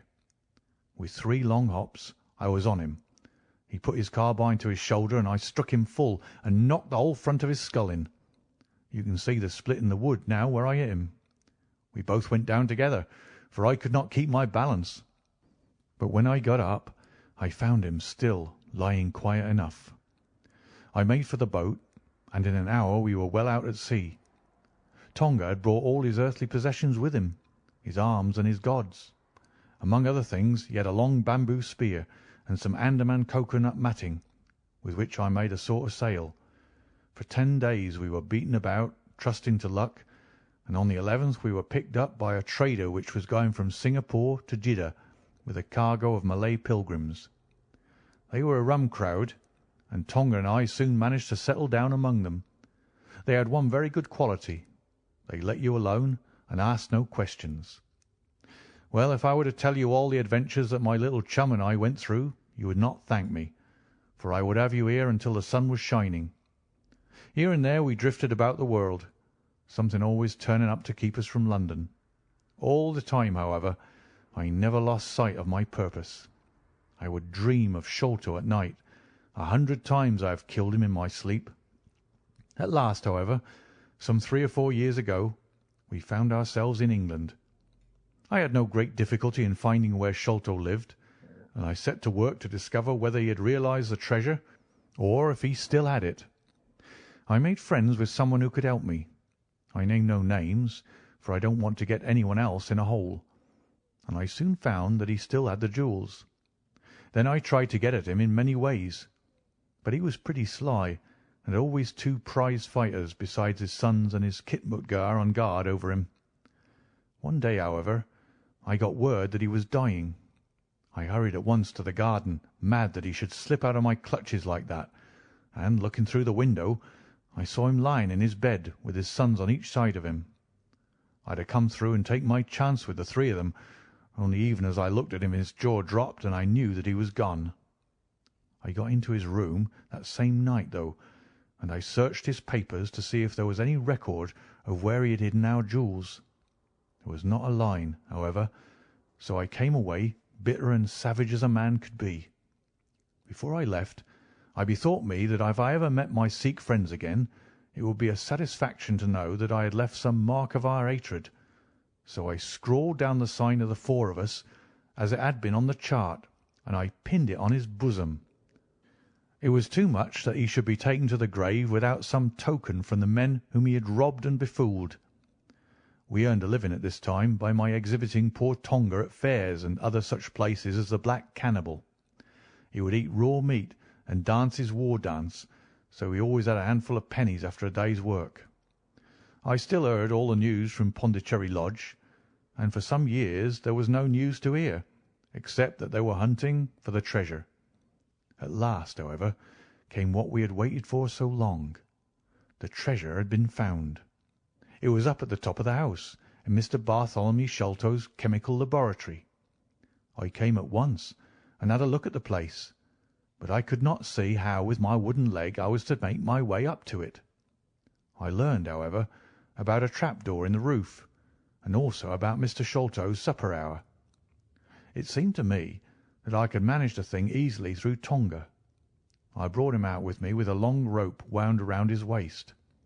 He could climb like a cat, and he soon made his way through the roof. But as ill luck would have it, Bartholomew Sholto was still in the room, to his cost. Tonga thought he had done something very clever in killing him, for when I came up by the rope, I found him strutting about as proud as a peacock. Very much surprised was he when I made at him with the rope's end and cursed him for a little bloodthirsty imp. I took the treasure box and let it down, and then slid down myself, having first left the sign of the 4 upon the table, to show that the jewels had come back at last to those who had most right to them.